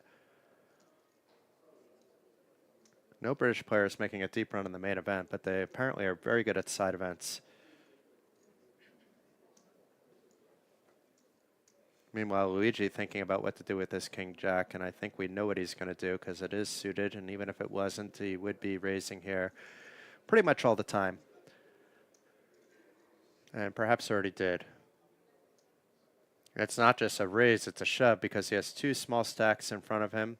Although Candido's not short. So this is actually a weird shove. And Chiancho not short either. So neither of the short stacks were in front of him. That is interesting. It was like a 25 big blind shove from the cutoff, if indeed the graphics were correct there, but it looked like he was reaching for a chunk, so let's assume that is the case. But a little bit out of character from what we've seen from Luigi thus far.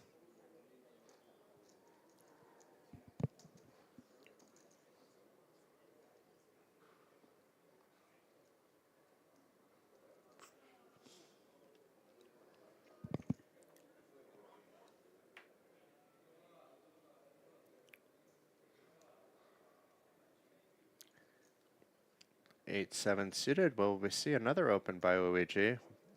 I wouldn't expect a jam open, but I wouldn't be surprised to see an open, but decides otherwise, which is the more common thing if you're under the gun. But meanwhile, Mara is finding a spot with ace-9. Let's see if anybody else wakes up with anything. This is an obvious shove for him. It's just 7 big blinds. Conchio will have to fold. And what about Leonardo with queen 4? It looks like Maris will be getting this through. If he gets called for some random reason, he would be ahead. But up to 15 million now, a little bit of breathing room, back to around 10 big blinds.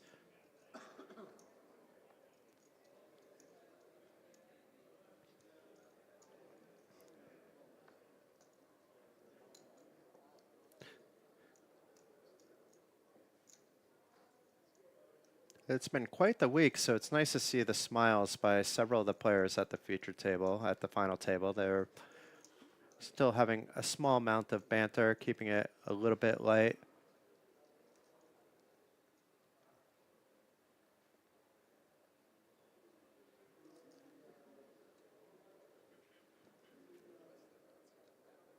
Ooh, another hand for Maris. Let's see if he shoves again, and indeed, this time a 10 big blind shove.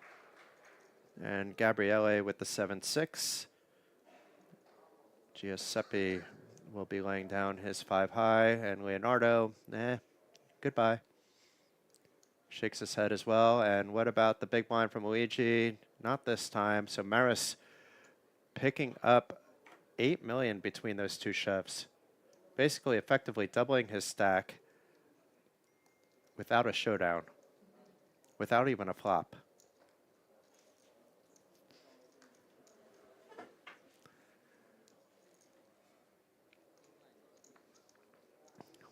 Still a crowd of people watching this in real time in the back corner. Can't really see the final table, but I can see a little bit of the room, and there's about 10 people still watching this play out in live time, actually, which is interesting. So we are at the end stages. It's just a matter of time before things have to give. It could be in the next few hours. It could go till, midnight, 1 in the morning, but if you're in the area, come on by the Intercontinental. You can either watch in a live time on a big screen.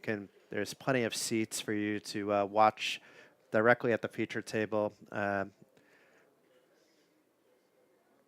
maybe I'll be frisky enough to even invite you to the booth if I know who you are. But we'll see about that one. There's no promises. But it's now the chip leader with the pocket rockets, very disguised. He's been opening a lot under the gun, especially 5-handed. It would be, in theory, a good 3-bet spot, but in reality, a very bad one if anybody wakes up with a hand. And let's see it folding all the way around to the big blind. Maris with Jack 10. It wouldn't be a 3-bet, but to call would make a lot of sense, especially against Candido's range here, which we see he's at the top of with these aces. Ooh, this could spell trouble for Maris. It's an open-ender with a small stack with a little less than twice the pot in his stack. We've seen him even donk bet once before. It wouldn't be a shocking shove, actually, but it's just really poor timing. And he does make the shove. Candido quickly making the call. So look at this out of nowhere. Maris, who basically just effectively doubled up 2 hands in a row, now in a bit of a spot, needs an 8 or a king on the turn of the river to get that straight. Otherwise, he is on the rail in 5th place. And it's a blank 7 on the turn, so still just an 8 or a king. Or Candido back over 100 million. Maris on the rail, but it's the 3 of diamonds, so it's showers for Maris Campan. but a well-played final table for him, out in 5th place for 63,700 euros. Meanwhile, the final four have locked up 83,800 euros, with still a lot to be played for. 254,070 euros up top. And Gabriella, who wasn't missing a beat for a long time, did dip down quite a bit and now is back at that 9-digit range here. And with the elimination of Maris, you can see right there, I think it's safe to say that this trophy is going to be going to Italy. Which Italian is up for debate? I mean, obviously, Gabriele is the favorite with 103 million, with the same stack as his three opponents combined. Maybe one of these guys lives in Malta, and the trophy isn't going to Italy, so we can guarantee it will go to an Italian, but maybe not to the country of Italy.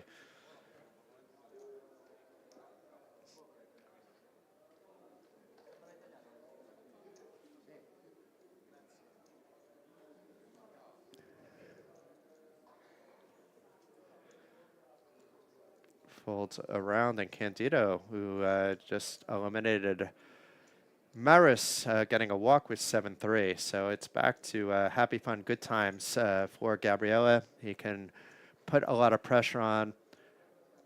I imagine that there's been, let's say, some talk among them ring fee. Can we please make a deal? But I doubt that Gabriele would be ready to do that at this stage. Maybe three-handed or two-handed, or maybe not at all, you know, depending on how things turn out. He has a very commanding lead. Even if he doubles a player, he's still in the lead, depending on which player.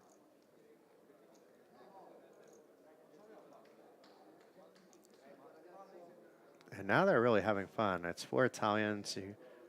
They're probably even allowed to speak Italian at the table at this stage, which, you know, if it's all one nationality and the dealer understands Italian, we know that Rudy knows Italian. You can make exceptions in those spots.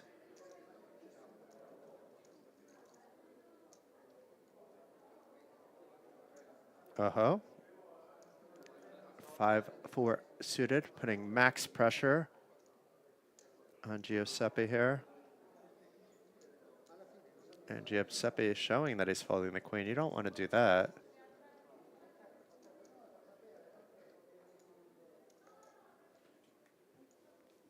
I mean, obviously he has to fold pretty much a lot there, but still, you know, the more information you're giving at this stage, it's not cool.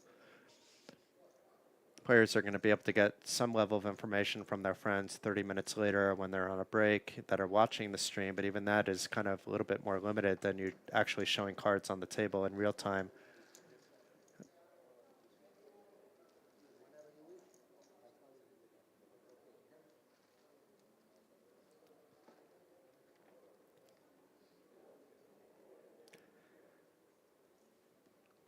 Luigi likely to open.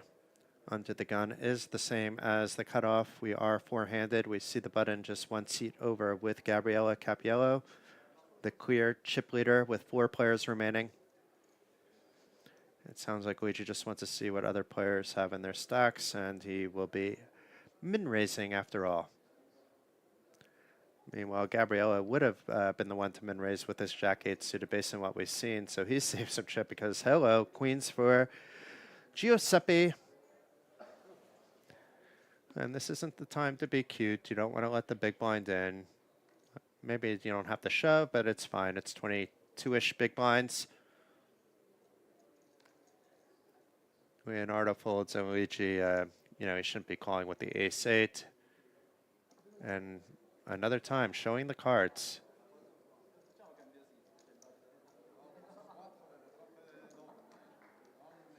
In this spot, I actually minded a little bit less because you had like a really big hand and you want to show maybe that when I'm 3-bet shoving, I have stuff like queens. And next time you do it, you have, you know, Jack-10 suited, but I don't see him doing it with Jack-10 suited. Therefore, I think you're giving away way too much.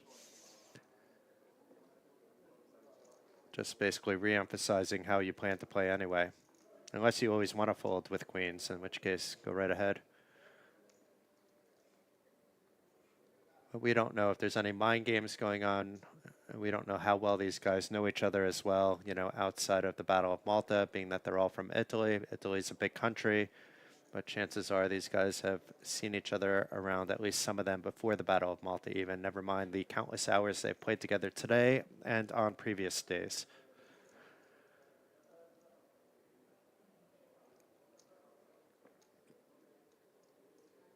A little limpy from Leonardo, and Luigi is not going to probably have any of that.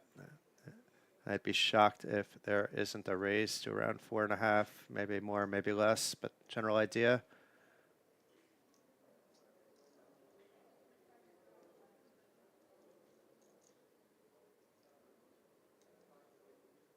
And even we will never know what the raise sizing is because the cards were in the muck before even the extra trips. It was 5.2 million. So around the 3.3x.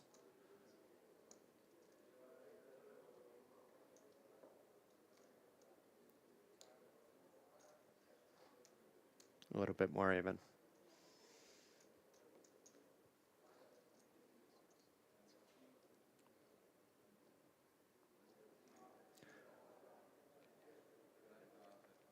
Interesting. I love this like bird's eye view. It matches sort of the view that we have up from the booth, so it's very similar looking down at the table here. And Ciancio snap folding his ace. It was the weakest one you can have with the deuce. Leonardo looks like he has something else in mind.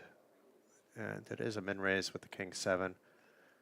Luigi with the easy peasy fold, and Candido, he has his options available.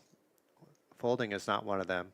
So is he going to 3-bet, or is he going to call and play out of position post flop with what is likely the better of two hands from the button's opening range? And says, screw it, I'll just jam it, and can't blame him.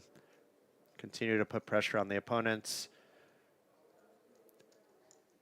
He's happy enough not to get called as well, I'm pretty sure. It's not that like ace jack, especially if he sees it's king 7, it's like about a 60-40 scenario. A little bit better.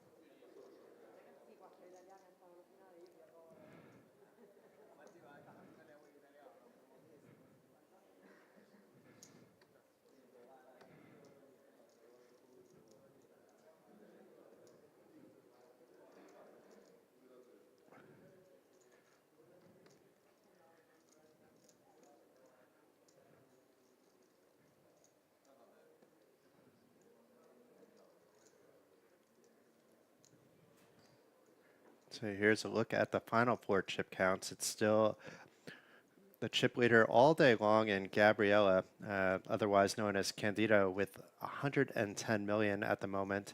His closest competitor was the short stack to start the day, and Luigi Shehada with now 41 million, and the other 2 players are right on his tail.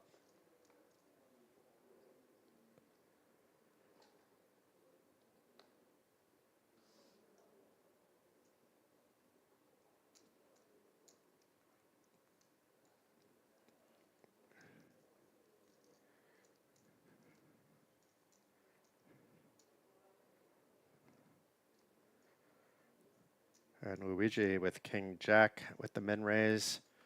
We'll get likely the chip leader to fold, and indeed it does. I don't expect Giuseppe to be fancy with 10-7 off, but Leonardo, he may have something else in mind. He has an ace. Not a very good one.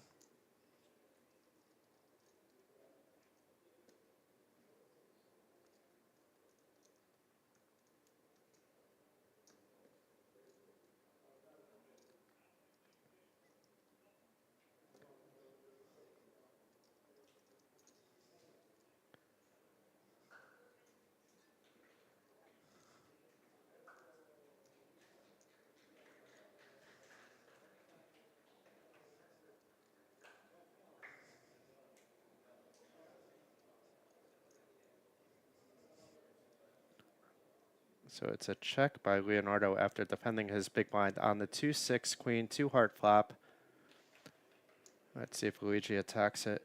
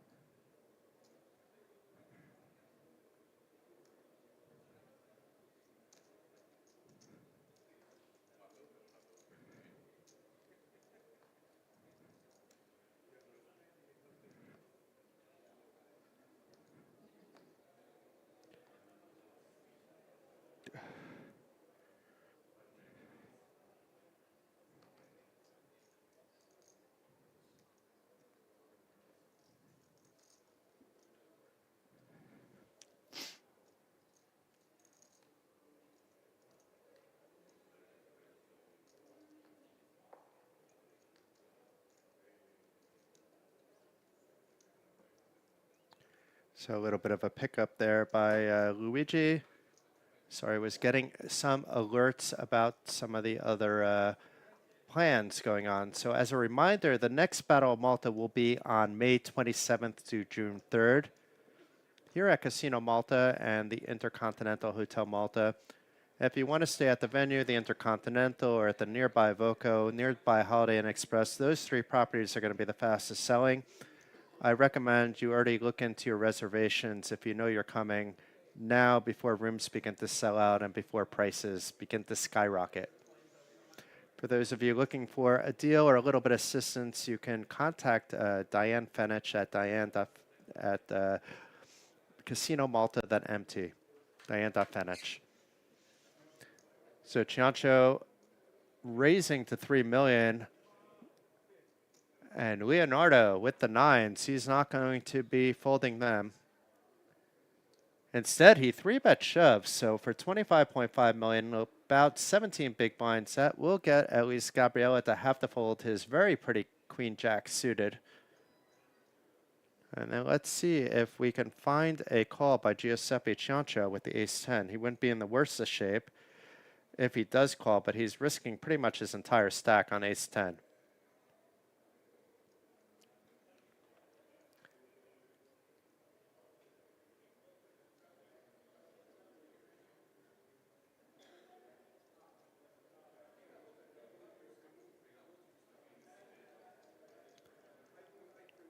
Time back card back out in the front.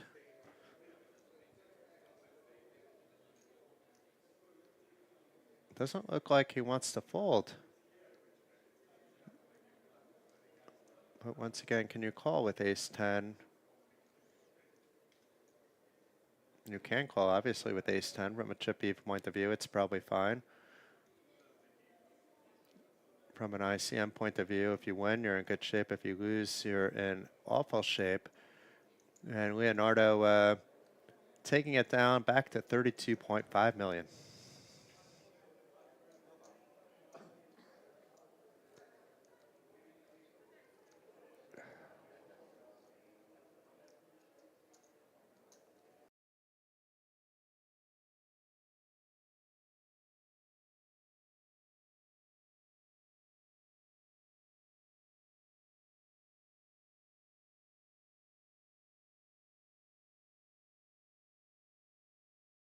Luigi all by himself on the left side of that table. Plenty of space to stretch out his feet.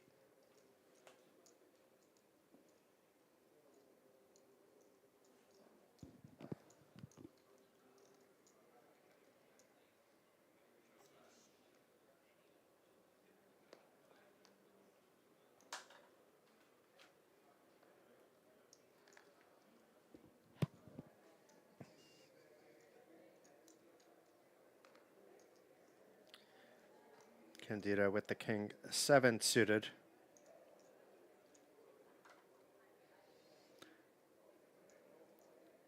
We knew he was likely to open based on what we said. What we didn't know is that it was going to be an effective short stack shove spot to put max pressure on the sub 20 big blind stacks. And neither player has a hand they can call with, even though they were ahead of Candido.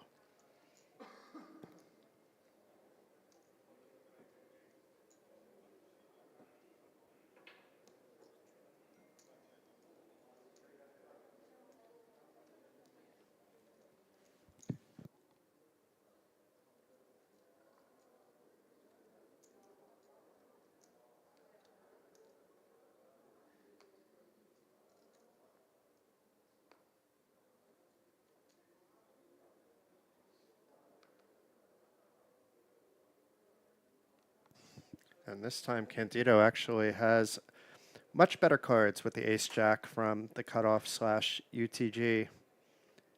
But meanwhile, it's Giuseppe Ciancio with an even better ace, ace-queen suited. I would say that there's one move to make, but there's more than one move to make. He doesn't have to shove. He can do a normal 3-bet if he prefers from position, but opts to not have to worry about post-flop play. And now Candido with a decision to make here. He hasn't seen Giuseppe get out of line at all. However, he may realize that he has been opening a lot, and perhaps he's being 3-bet shoved light on. And ace-jack is a very strong hand, just not against ace-queen suited.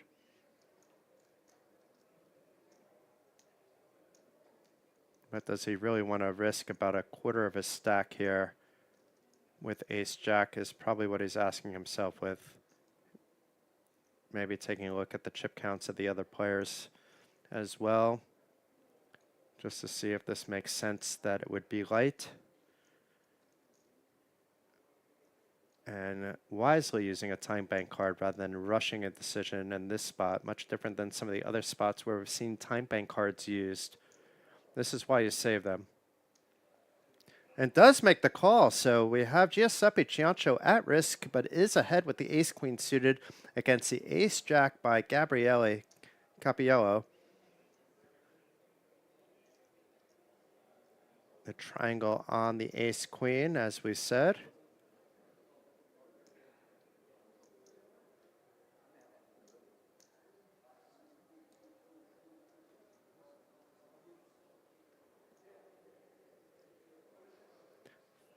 Ooh, a flop being dealt once again, one card at a time. Unusual in European poker. Usually it's 3 at once on a flop, but it works out the same. And so far, ace-queen is still ahead of ace-jack, but the 10 pairing the board adds some chop outs.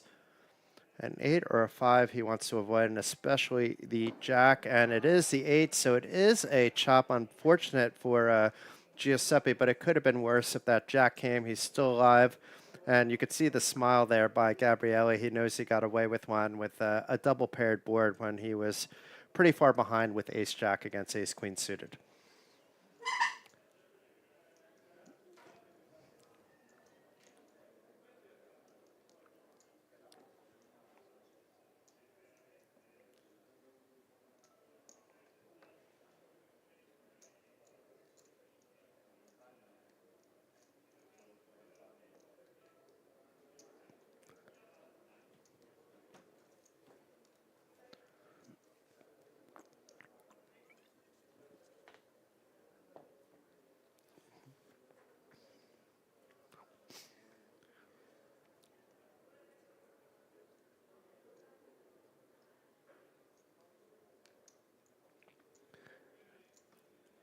Ace-queen for Leonardo.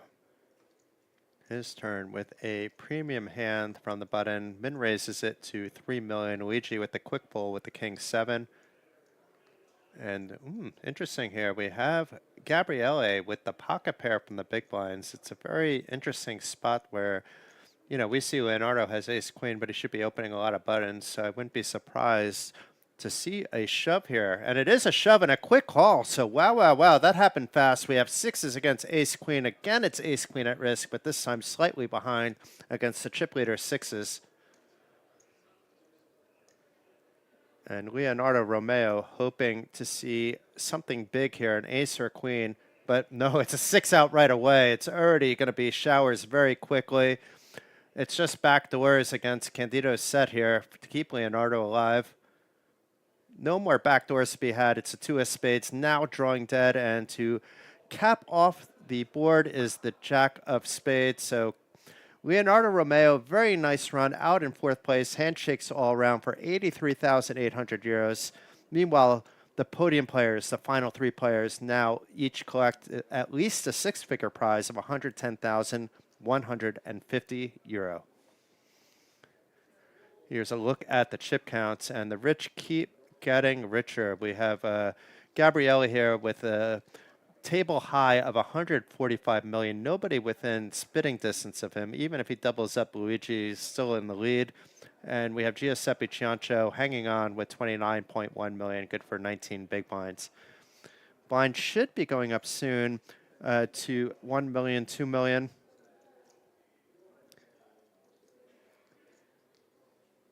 And I believe now that we're 3-handed, we're looking at faster 30-minute levels.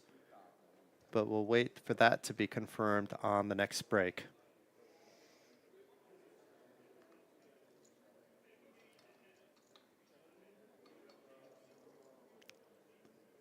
So Candido, ace king. Easy open for the chip leader. And it's to 4 million. So let's see if the blinds go up. There's 1 million there, which would be the case either way. That's 1.5 million. So it was just a SB versus BB betting size. And Candido nearing 150 million.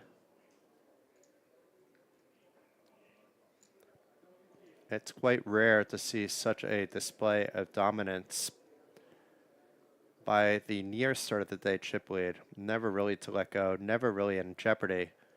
That can all change 3-handed pretty easily. Just has to double up 1 or 2 opponents and things are a much different story. But as of now, he's been playing very aggressively, but avoiding those high variance situations outside of 1 or 2 spots.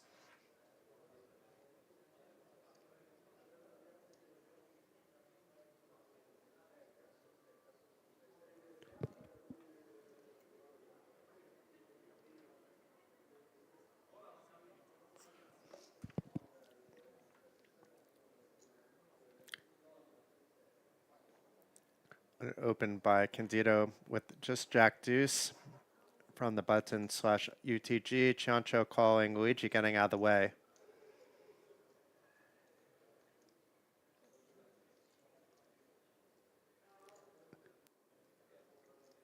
And the 5-9 queen flop doesn't improve either player, but Giuseppe will likely be betting anyway, and it's going to be hard for his opponent to continue along.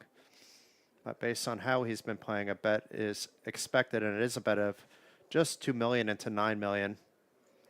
Might not be big enough, actually, even with 23 million behind, but it is indeed. So very good awareness by Gabriele, understanding he doesn't really need to make big betting sizes at this stage.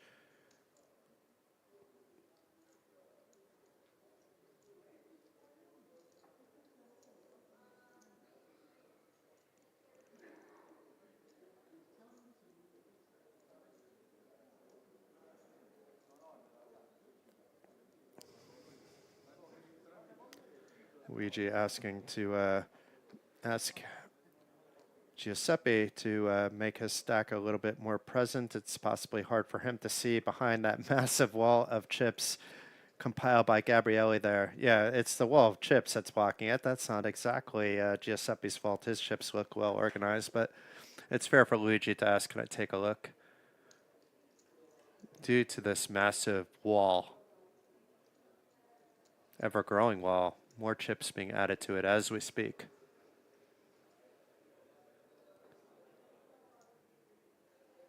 As a reminder, my name is Jason, and we're here at the Battle of Malta main event. There were 6,039 entries in this event, a new record for the island of Malta for attendance in a single poker tournament. Day 1G alone had 1,990 entries, which was bigger than any event in Malta, single event in Malta, except for the Battle of Malta main event this year. Even bigger than the entire last Battle of Malta in the spring. And regardless of where you're watching, but especially if you're watching on YouTube, we would appreciate a like, subscribe on both the video and the channel. Candido being a little bit ambitious here now. It's a jam from the small blind with just queen deuce, and Chiancho understanding that he needs to give something here, is in a decent enough spot with the ace seven, does need to fade some cards. It being suited is even better. Okay, let's see if he can find the double up here. 7 is a good sign from the start. That just leaves the queen that he needs to fade. But it's a 7, 8, 9 flop. So the 10 jack gives a running straight as well. So he's not clear out of the water yet. Needs to fold the queen and some runners. The 8 of spades is a happy turn. It's just a queen and only a queen for Giano to double up. And it's the king of diamonds. So Chiancho doubles up. Giuseppe up to 45 million. Meanwhile, it wasn't that big of a hit for Gabriele, down to around 134 million. You can see the wall is basically almost fully intact there. Just one of the pillars is being pushed over to his opponent.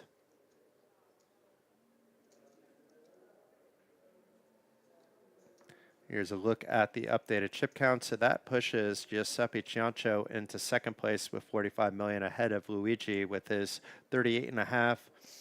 And of course, it is Candido Gabriele Capiello with a massive stack of 133 million.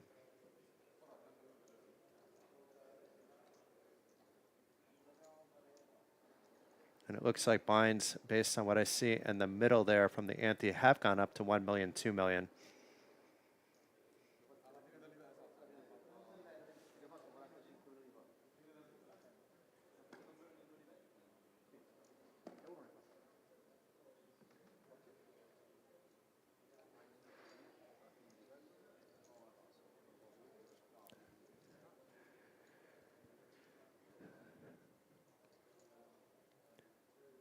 Any cards will do for Mr. Candido Gabriella Capiello. Queen deuce from the button is getting a raise to 4 million, min raise. Giuseppe Ciancio letting go of his hand that Luigi showed with an ace. I don't think he's going anywhere. We'll see if he 3-bets or if he just calls.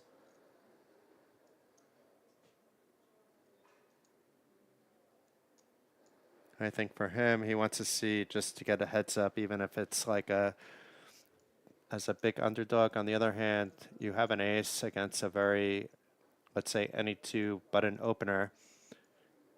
You need to find your spots. This might be one. It looks like it's at least a 3-bet. It's a 3-bet to 10 million, giving him a chance to get away if he's 4-bet shoved upon. Instead, he picks up the pot up to 43.5 million.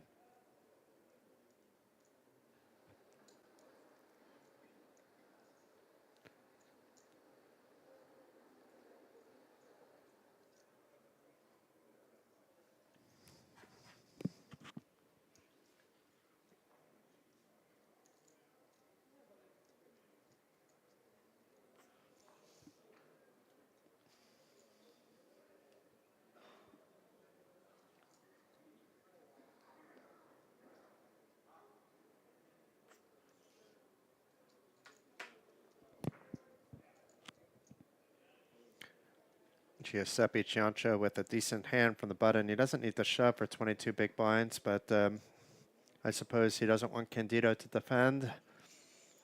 And picks up 5 million in the process, up to 49 million.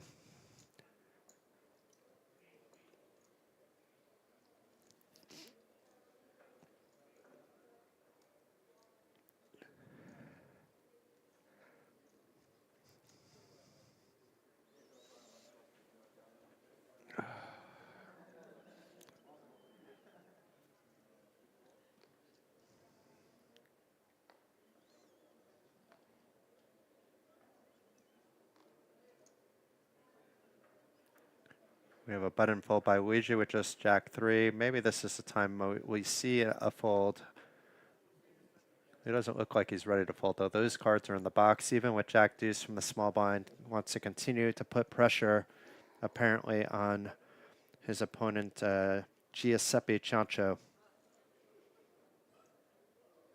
Yeah, this isn't going to be just a call. It's going to be a raise. It looks like a raise to about 6, maybe 5.5 even. Yep, it's 5.5 million, and Ciancio has options available to him, including that full button. Even though we see he's ahead, he's in the same spot as Luigi. Just try to get heads up and then take it from there. If you have a spot, take it. Otherwise, you don't necessarily need to play every marginal spot. I'm not sure what the book would say with all this ICM pressure leading between third and second place, which is at the moment what those two players are playing for. And then when it's heads up, we've seen plenty of comebacks over the years.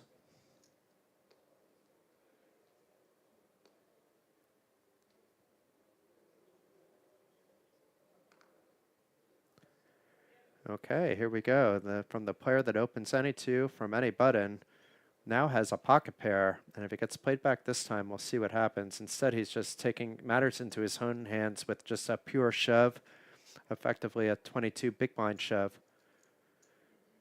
And Luigi with the easy fold with the 9-4 suited. And another 5 million in chips for Candido Gabriele Capiello, but 4 million are going right back in for the big blind and the ante.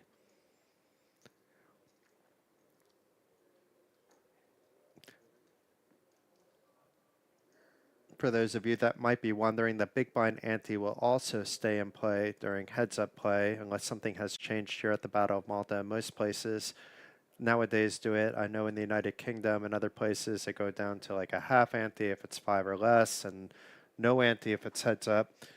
That used to be kind of the way when everybody was playing around. Should it be a big blind ante, or should it be a small blind ante, or should it be a button ante? Yada, yada, yada. So there was a lot of that playing around before the pandemic where most people settled that, it should be a big blind ante and should be a full ante throughout.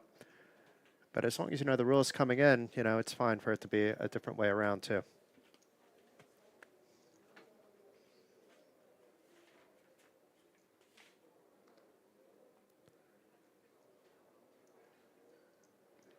So Luigi opting just to complete here,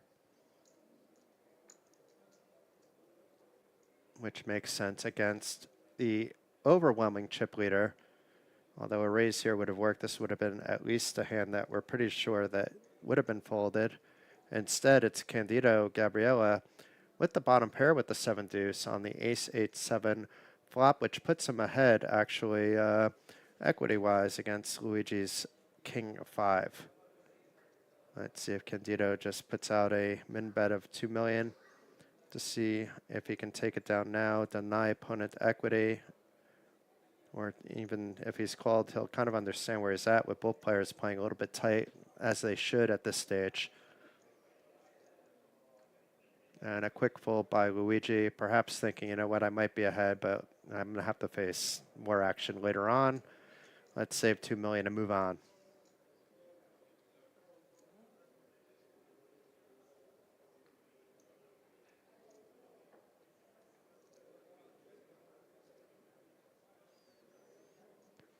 We can see a nice smile there by Giuseppe over on the right side of the table. Luigi and Candido Gabriele, at least physically, from what we see, showing a little bit of signs of exhaustion, but also, as soon as the cards are dealt, remain completely focused. Okay, now we'll really learn if Candido's opening every time it goes folded to him. It's 10-6 offsuit.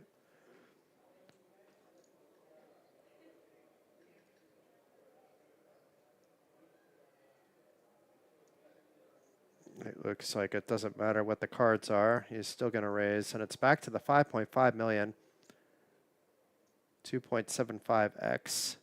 And with Giuseppe Ciancio just with 6 high, this isn't the time to get cute or defend. So 10-6 dominating the 6-2, actually. And back up to over 140 million for the chip leader, Candido Gabriele Cappiello.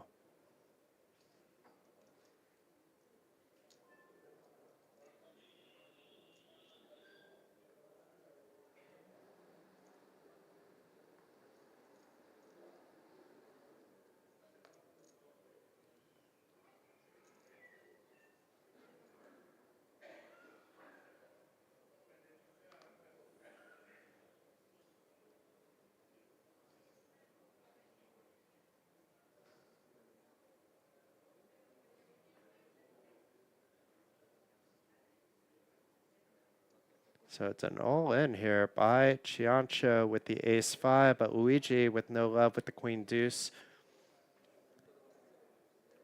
And different dynamic here, three-handed with two of the players short, but still above that, let's say, magical 15 big blind number, or some people go down to 10. So nobody's super short, but we're seeing a lot more shoves three-handed than we did four-handed, and certainly with that we saw eight-handed with just about everybody coming in deep outside of Luigi, who was the only short stack under 28 big blinds with 14 big blind stack to begin today, when blinds were just at 250,000, half a million. Now we've moved up several levels to get the three-handed play. 1 million, 2 million are the blinds. And they will continue to increase every 30 minutes the rest of the way until a winner is crowned here at the record-breaking 2025 Battle of Malta Autumn Edition main event.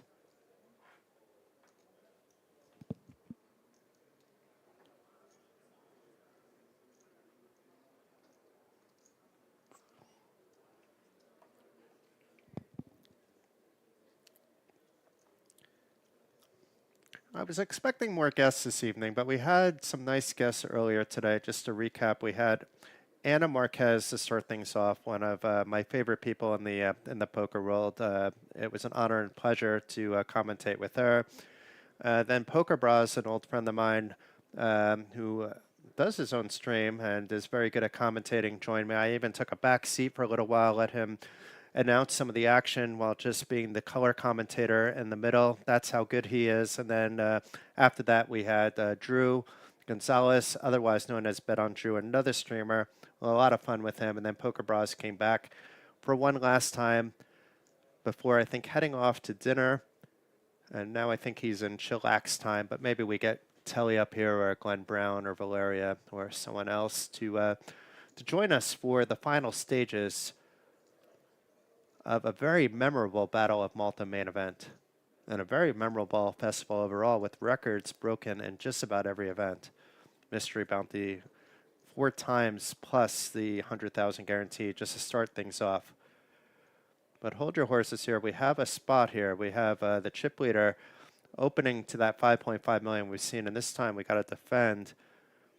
Actually, it's by Giuseppe Ciancio with the 7-5, both players grabbing a piece, but Cappiello is ahead with that top pair, but it's going to be hard for Giuseppe to get away, at least on a single bet, being that he has witnessed Candido Gabriele Cappiello betting just about every flop, especially three-handed.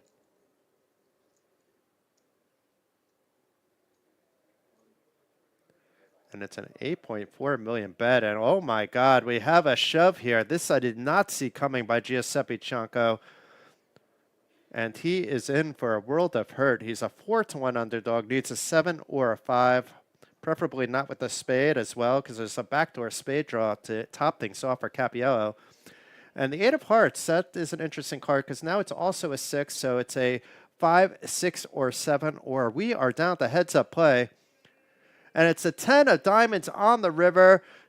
Candido Gabriele Cappiello ousting Giuseppe Ciancio in third place for 110,150 euros.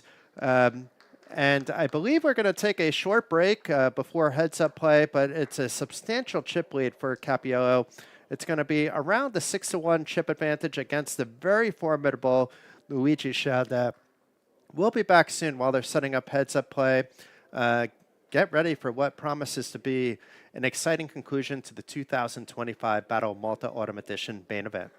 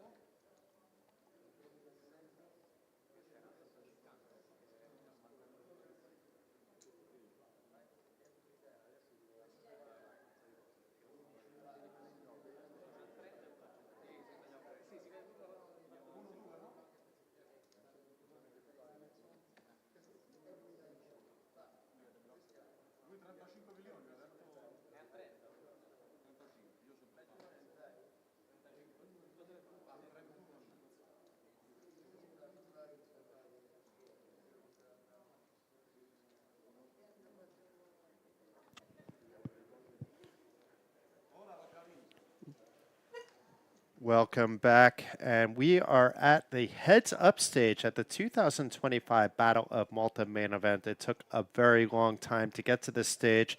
We began this tournament with 6,039 entries, and now down to just these two hopefuls with 450 euros locked up, and another 100,000 plus to yet be played for unless they made a deal.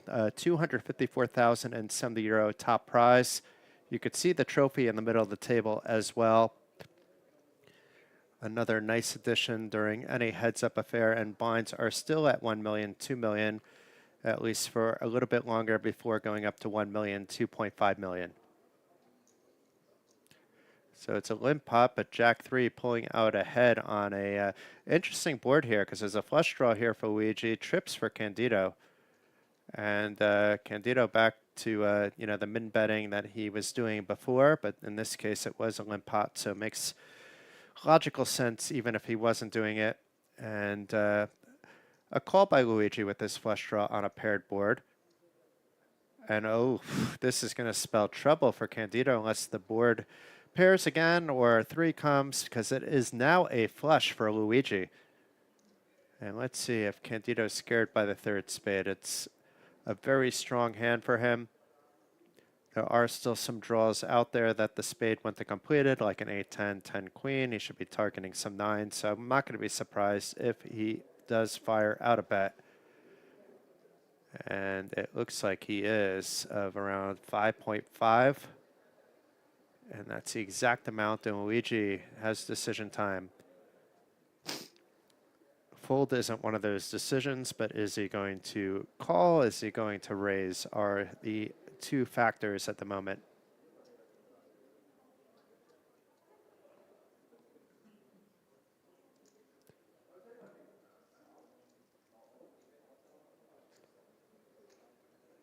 And does indeed call. And the king of diamonds on the river doesn't change much. Luigi with another quick check. Is Candido going to try to bet for some more value that doesn't actually exist in this case? I think after the big bet on the turn, he can be checking back a lot of rivers that don't give him the full house, especially this one, and does check. Oh, wow. just jams it in for value, and Luigi making the quick call with the king high flush to double up his stack very first hand of heads up. And that massive 6-1 chip advantage is now just a 2.5 to 1 advantage, 5 to 2 advantage. And Luigi came in as the short stack at the entire 8-player final table to start today with 14 big blinds. Now with a little bit of momentum during heads up, at least a bit of breathing room with 30 big blinds before blinds go up fairly soon.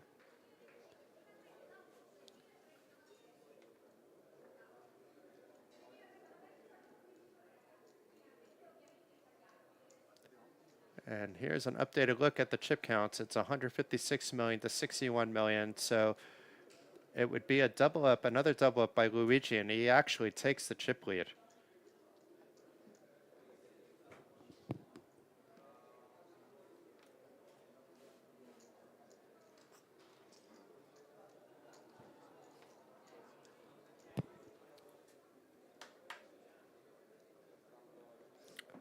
It looks like some chips are being sorted out. We at least have Candido Gabriella up talking to players on the rail. During the break, I went to speak to the rail. My favorite little doggy in the bag was there and spoke a bit with the Italian rail to find out who they're rooting for. And they're just here for the sport of the fun. You know, they, as a country, they know they've already will get their flag up on that board as the Battle of Malta champion, and there was no favorite. You know, I asked a few players, and they said, nope, we're rooting for both. We just want to watch this one play out and celebrate with the winner and even the runner-up. So it's a very nice little community out there on the rail. Props out to the Italian poker community, even though I think most of you are listening to the stream in Italian by Jack and Cesare. I'm sure there's some of you here too. And I want to share my appreciation for the support that you give to your fellow countrymen. You know, it's always nice to see, you know, people with the flag and the rail, which was out earlier. Very nice showing by the Italian contingent.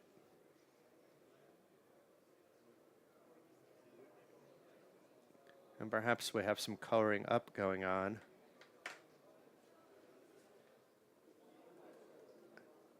But in the meantime, let's remind you of a few things. Now, first of all, this Battle of Malta is just about in the books, just one player away, but the next one has already been announced, and it's been pushed back from, let's say, that middle of spring to the end of spring, beginning of summer, when the weather is so nice here in Malta, May 27th to June 3rd at Casino Malta and the Intercontinental Hotel Malta. As mentioned a few times throughout the stream, because of the amount of people coming in, the nearby hotels in the Intercontinental, the Voca, and the Holiday Inn Express, not that other hotels are that far away, but these three are just like a step away from the action. They're going to sell out fast. So I'd recommend before prices go up, before they sell out, if you know that you plan to come, that you can't miss the next one, I would reserve your hotels as soon as possible because, you know, months ahead of time, you're going to be stuck with higher airfares, higher hotel prices. And you can also contact Diane Fenich. She will have a few deals for hotels as well. But perhaps the players are discussing some kind of deal. Hard to really tell.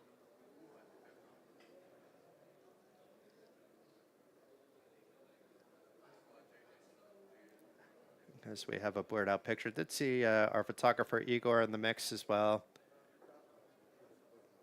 But being that there's a 100,000-ish plus left to be played for, I wouldn't be surprised if there is something being discussed off this stream at the moment.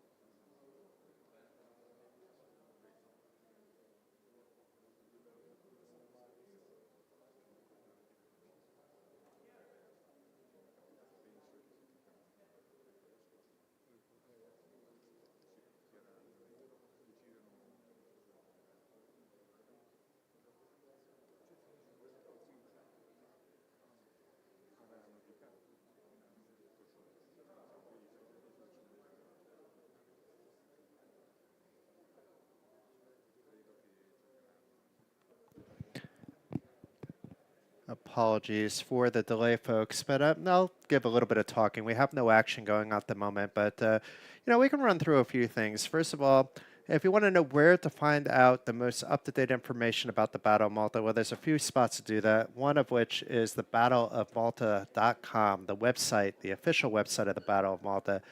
During the event, that is where you can find also the live reporting done by, in this event, Christopher Carlin and Jonathan Rebb doing a fantastic job. But you'll also see the schedule as soon as it's released and other relevant information about the Battle of Malta.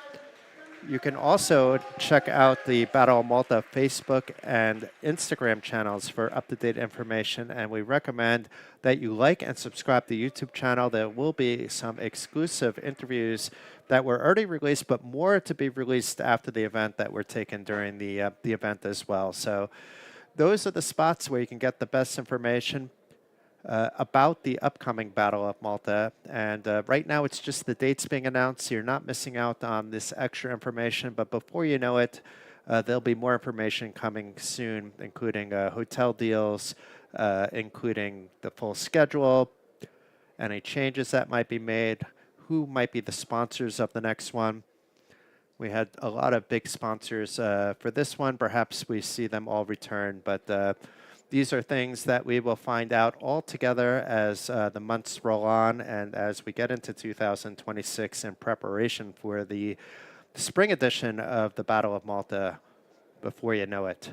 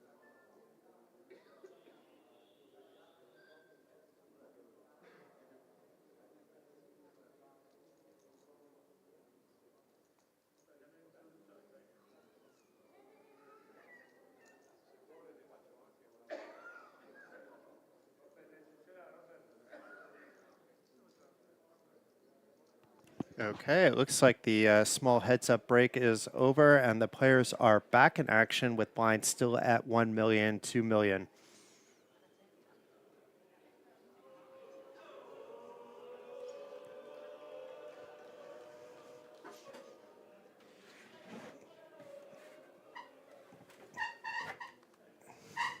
And we have Luigi opening up for a min raise on the button with suited connectors to the 9, and Candido with different suit to the 4, also suited connectors.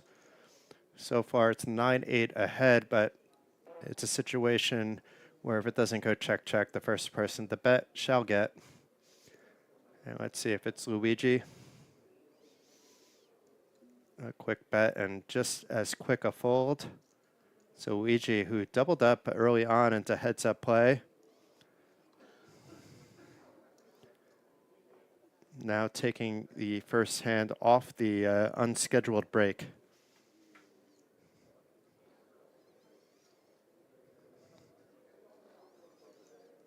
And from what I understand, there was a deal made, And we will learn the final numbers all together, I believe, at some later stage when they're entered into our back-end system. Being that we're heads up, I'm completely locked away, not knowing what's happening in the outside world downstairs at the casino.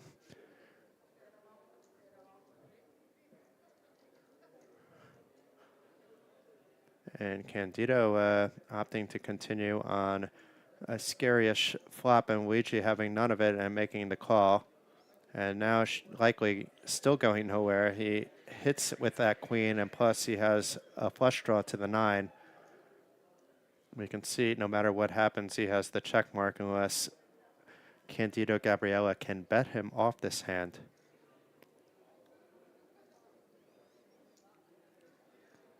And he's trying to do just that. A bet of 6 million into 10 million, so 60%. And we're just saying, okay, I'll see what you got. I'm calling. Let's go to the river. And the 7 of hearts on the river doesn't change much. Luigi with another quick check. And let's see if Gabriele can sniff through this one and minimize his losses with a check back. Because I think unless he's really betting massively here, Luigi's going to call most bets. But he's betting big. It's a 19 million bet, so this is not easy for Luigi because it was a sign of strength from the beginning. A bet on the flop, a bet on the turn, and a very big bet on the river.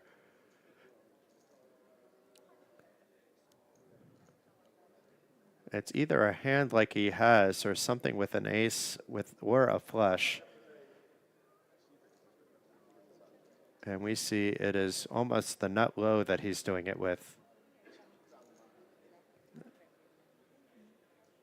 Will Gabriella get away with one, or will Luigi, who had the check mark even as far as the turn, will fold the best hand?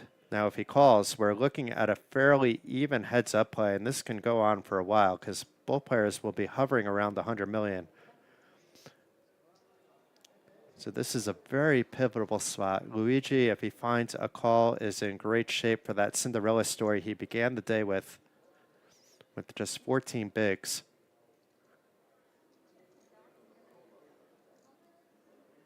It doesn't look like, oh, it does fold. So amazing there by Candido Gabriella Capiello. Showing no signs of hesitation on the turn or river. Perhaps thinking that it's going to be tough for Luigi to call without the flush, without the ace. But got him to fold a very strong hand there. We can see little pieces of the Italian flag in the back. Not that it's in pieces, but we can't see the entire flag, but we can see that it's there. And something tells me the winner will be from Italy, and we will see that flag out eventually near the TV table. Going out on a limb here, being that the final 4 players were all from Italy. Ooh, what's going on here? Ace-9 against Ace-8. Ace-9 suited, opening to 4 million. And an aggressive Candido Gabriella Capiello may opt to be 3-betting here. Ace-8 is a strong heads-up hand. And that's indeed what he's going to be doing. And it's a 3-bet shove. Wow, wow, wow. And I don't expect Luigi to fold here. He might. But if he calls, as I suspect, he is an amazing spot to even things up. And he makes the call, folks. So Luigi with the Ace-9 in a great shape. We can see he is a 7-3 favorite against the Ace-8. And that King of Diamonds helps things out. The Ace of Hearts, both players pairing, and the Queen of Clubs. It's very often a chop pot at this stage, but let's see what happens. Luigi at least hoping to fade an 8. And it's a Jack of Diamonds on the turn. So unless it's a 9, it's a chop pot or an 8. And it's Broadway on the board. So it would have been a chop pot even if it was deuce 3. The board plays. Nothing can beat the board. No flush draws possible. This isn't pot limit Omaha, so the whole board can play. In Omaha, of course, you have to use 2 of your 4, 2 of your 5, or 2 of your 6 cards, depending on if you're playing which variant of Omaha you're playing. But you can't use 0 of your cards, and you can't use 1 of your cards, and you can't use more than 2. But in this case, board plays. Luigi perhaps getting a little bit cooler there because it would be evened up if the ace-9 was able to get a hold, and instead he's in the same spot he was in before. But meanwhile, Candido, Gabriele with another ace. And he's not going to be shy. We have a min raise to 4 million.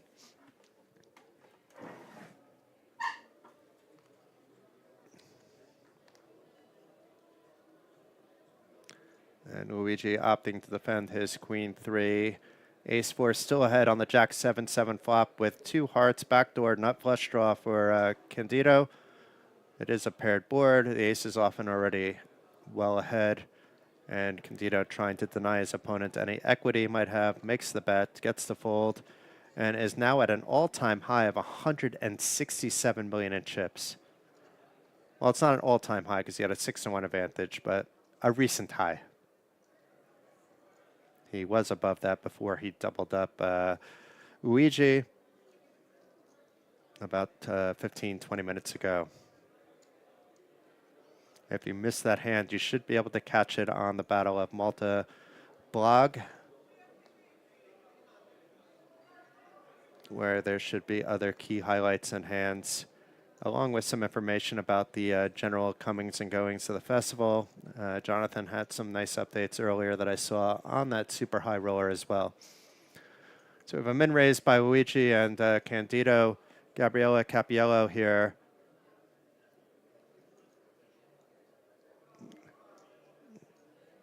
It looks like another 3-bet shove. No, it's just a normal 3-bet to 14. Quick fold by Luigi. He's beginning to show some signs of frustration after getting that double, and now slowly but surely his chips are going back where they were into Gabriela's stack.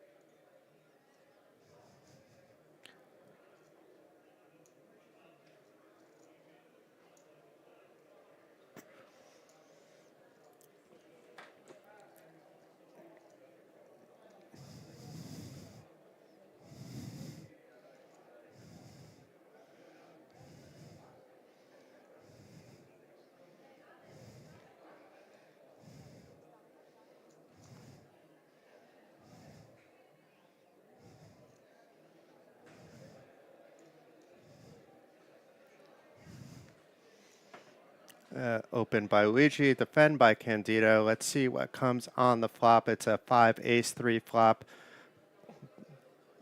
A gut shot to the wheel for Luigi, who's still ahead with this king. No clubs about for Candido Gabriele Capiello. However, it is a quickly folded hand, and Luigi picking up 6 million, more back to 53 million in chips. And we have another dealer change. It is still 1 million, 2 million based on what I see in the pot at the moment. And you can see the anxious Italian rail mostly standing now, but there are people behind them also sitting down, including a cute little dog in a handbag. That was also on the final table last time as well. So maybe we have our biggest fan that actually has 4 legs instead of 2 legs. We should make this an official Battle of Malta mascot, perhaps. If you're curious about what this dog looks like, when I was reading the blog during the last break, I did see a photo earlier in the day.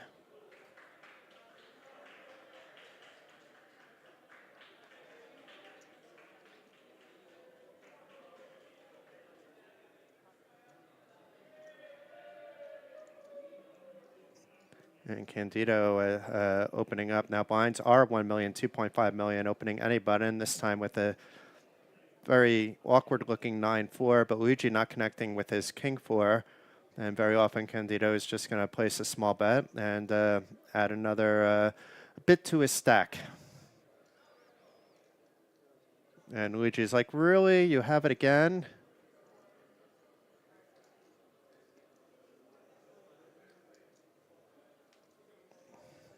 Yeah, this time he's being a little bit more sticky. If his opponent had an ace, he'd be in big trouble. But as it stands, Luigi is ahead. And the 5 of clubs pairing the turn.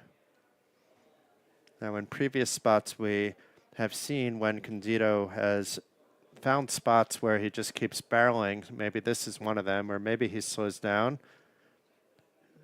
Opts to check it through to the 6 of spades turn. Luigi checking again.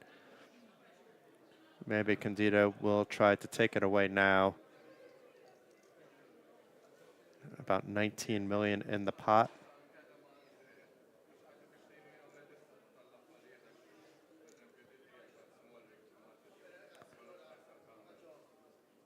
Has some time bank cards. And I think he said all in.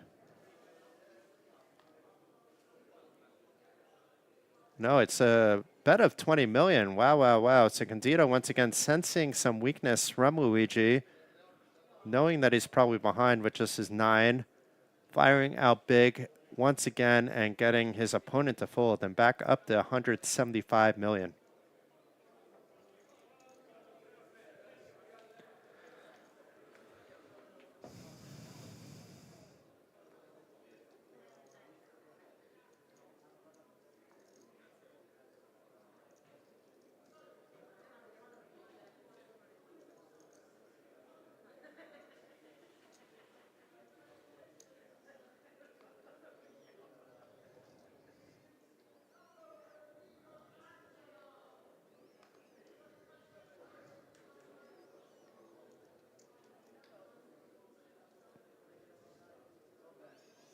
It's Luigi's turn to open with rags, but he's going to likely be 3-bet, and it is a 3-bet shove with the 6s quick fold by Luigi, and we're almost where we began heads up.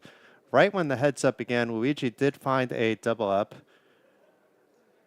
and if he got another double up after that, would have been in the chip lead, but now another double up isn't going to get him too far. So Luigi had some momentum at one stage, but it's hard to maintain that momentum when you're facing such a formidable opponent in Candido Gabriele Cappiello, who has just put on a display throughout the day, seemingly always knowing where he's at, knowing who to pressure, and just playing a super aggressive style of poker that worked, along with making sure that he's not taking big risks. Those risks have become bigger during heads up and even during 3-handed play, where he was opening up a little bit, willing to play some more bigger pots. But in general, it was all about him putting pressure on those looking to climb the ICM ladder, the payouts ladder, with ICM in mind.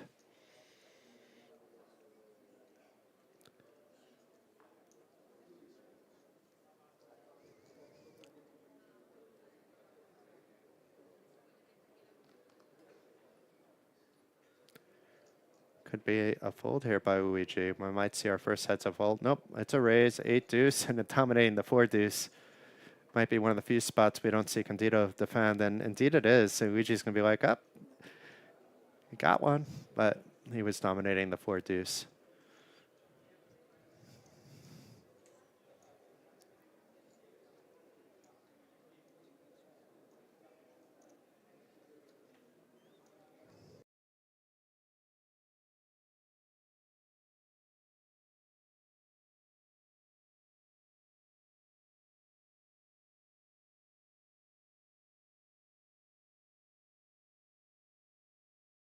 It's the final count. So an open by Cappiello, only to hit the top pair. And he's continuing when he whiffs and continuing when he hits. It looks like around a little more than a quarter, around 1/3 bet there with the top pair. And Luigi with the bottom pair may feel a little sticky. Did he just say all in? Oh my God. Or is it just a raise? Let's see. It is a raise at 10.5 million. So check raising bottom pair here. Understanding that Candido Gabriella is going to be betting most flops. Just bad timing here that he has such a strong hand. He's going nowhere with top pair heads up. His kicker isn't even that bad for heads up with the 7. No clubs for either player either. And the ace of diamonds on the turn. This may be a spot where Luigi can actually steal this after a very bad turn for Candido Gabriella Capiello. Let's see it. And Luigi showed that maybe this time he said something. No, he checked. He did mouth something before that. And Candido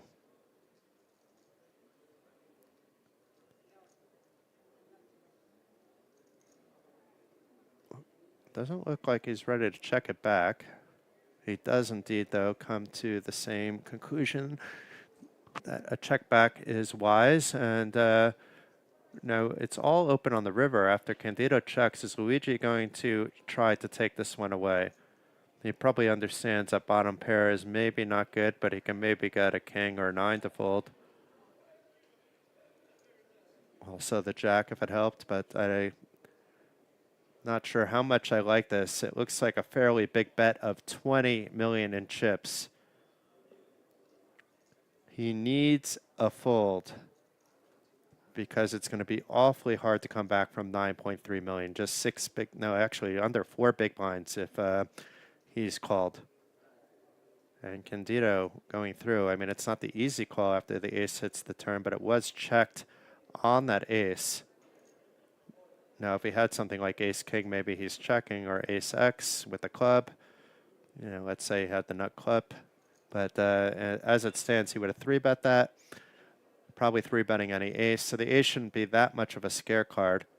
In which case, once he thinks that out, I think he's actually going to make the call.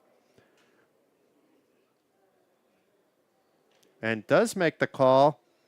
And for the first time, we see a player over 200 million in chips. And the reason that is that there's only 217 million chips in play.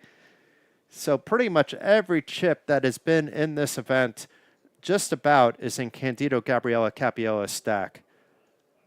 Luigi Shehadeh will need to mount a comeback for the ages. He had a different kind of Cinderella story all day long, starting off at the short stack, advancing all the way to heads up. But the Cinderella story goes bye-bye at this stage because we're looking at potentially Cinderella story number 2. Either way, it is quite the feat. I mean, he was looking at potentially being the first player out, and he's guaranteed at least 150K no matter what happens here. And we were informed that there was a deal made yet, and we were told to wait and see what the numbers potentially are whenever this might be over, which could be quite soon, actually, because let's see, we're looking at an all-in and a call. So we have Jack 6 against 10-9, and Luigi actually ahead. So far, so good with 3-8s, but that 9 on the flop, it gives Candido a lead, and it's a jack or some kind of running form of cards to save Luigi. The 6 of diamonds opens up new outs because now it's 2 6s can also help, but it's one of the 3 jacks or the 6, or it is game over, and it's the queen of clubs on the river. Luigi Shehadeh out in second place. We now have the numbers. He collected a 181,750 euros. Meanwhile, a massive congratulations to Candido Gabriella Capiello, winning the largest ever Battle of Malta main event for 225,770 euros. Quite the feat. Will get his photo on the Battle of Malta Wall of Fame and will forever be known as the 10th winner here at Casino Malta of the Battle of Malta main event. While Valeria here is busy interviewing our amazing new winner who put on a display for the ages. There are plenty of people I need to thank, and we'll start off with those that produced this production and MST Productions. They haven't received a thank you all day long, but that doesn't mean I haven't been thinking about you all, just waiting for the end. Massive thank you. You guys were as amazing as always. It's always a pleasure to work with you guys. Amazing stream, and thank you for all the support throughout the day. Amazing job by Telly, Diane, Mario, Andre, I can keep going on and on and on, but the people that spent time planning this event to be as great as it was deserve all the thanks in the world. Massive thank you to the media team, including Jonathan and Christopher on the reporting, Cesare for the Italian side, and Dimitri actually for Pokerland in Greece, getting busy as well. Igor taking photographs for the English crew, Arena taking photographs for the Italian crew, Marco and Nucci on the video team, assisting people like me, Glenn Brown, Rusne, and Valeria, and some productions as well. Massive thank you to you. Great job by every single dealer, every single floor, and of course, Rudy the TD. This isn't going to be as smooth without him or without Marcello, the staff coordinator. So thank you from the very bottom all the way to the very top for producing what is a very memorable Battle of Malta. And last but not least, thank you to all the players. I mean, this record isn't happening without you. 6,039 entries. Who would have thought that the Battle of Malta or any event in Europe would get more than 6,000 entries? But this one just did, setting a new gold standard, and we shall see if there is going to be new gold standards set in the future. So come on back, like and follow this YouTube channel, follow the Battle of Malta on Facebook, YouTube, visit thebattleofmalta.com, and be sure to reserve your hotel dates for the next Battle of Malta on May 27th to June 3rd. See you there. This is Jason Glatzer. Thank you for tuning in.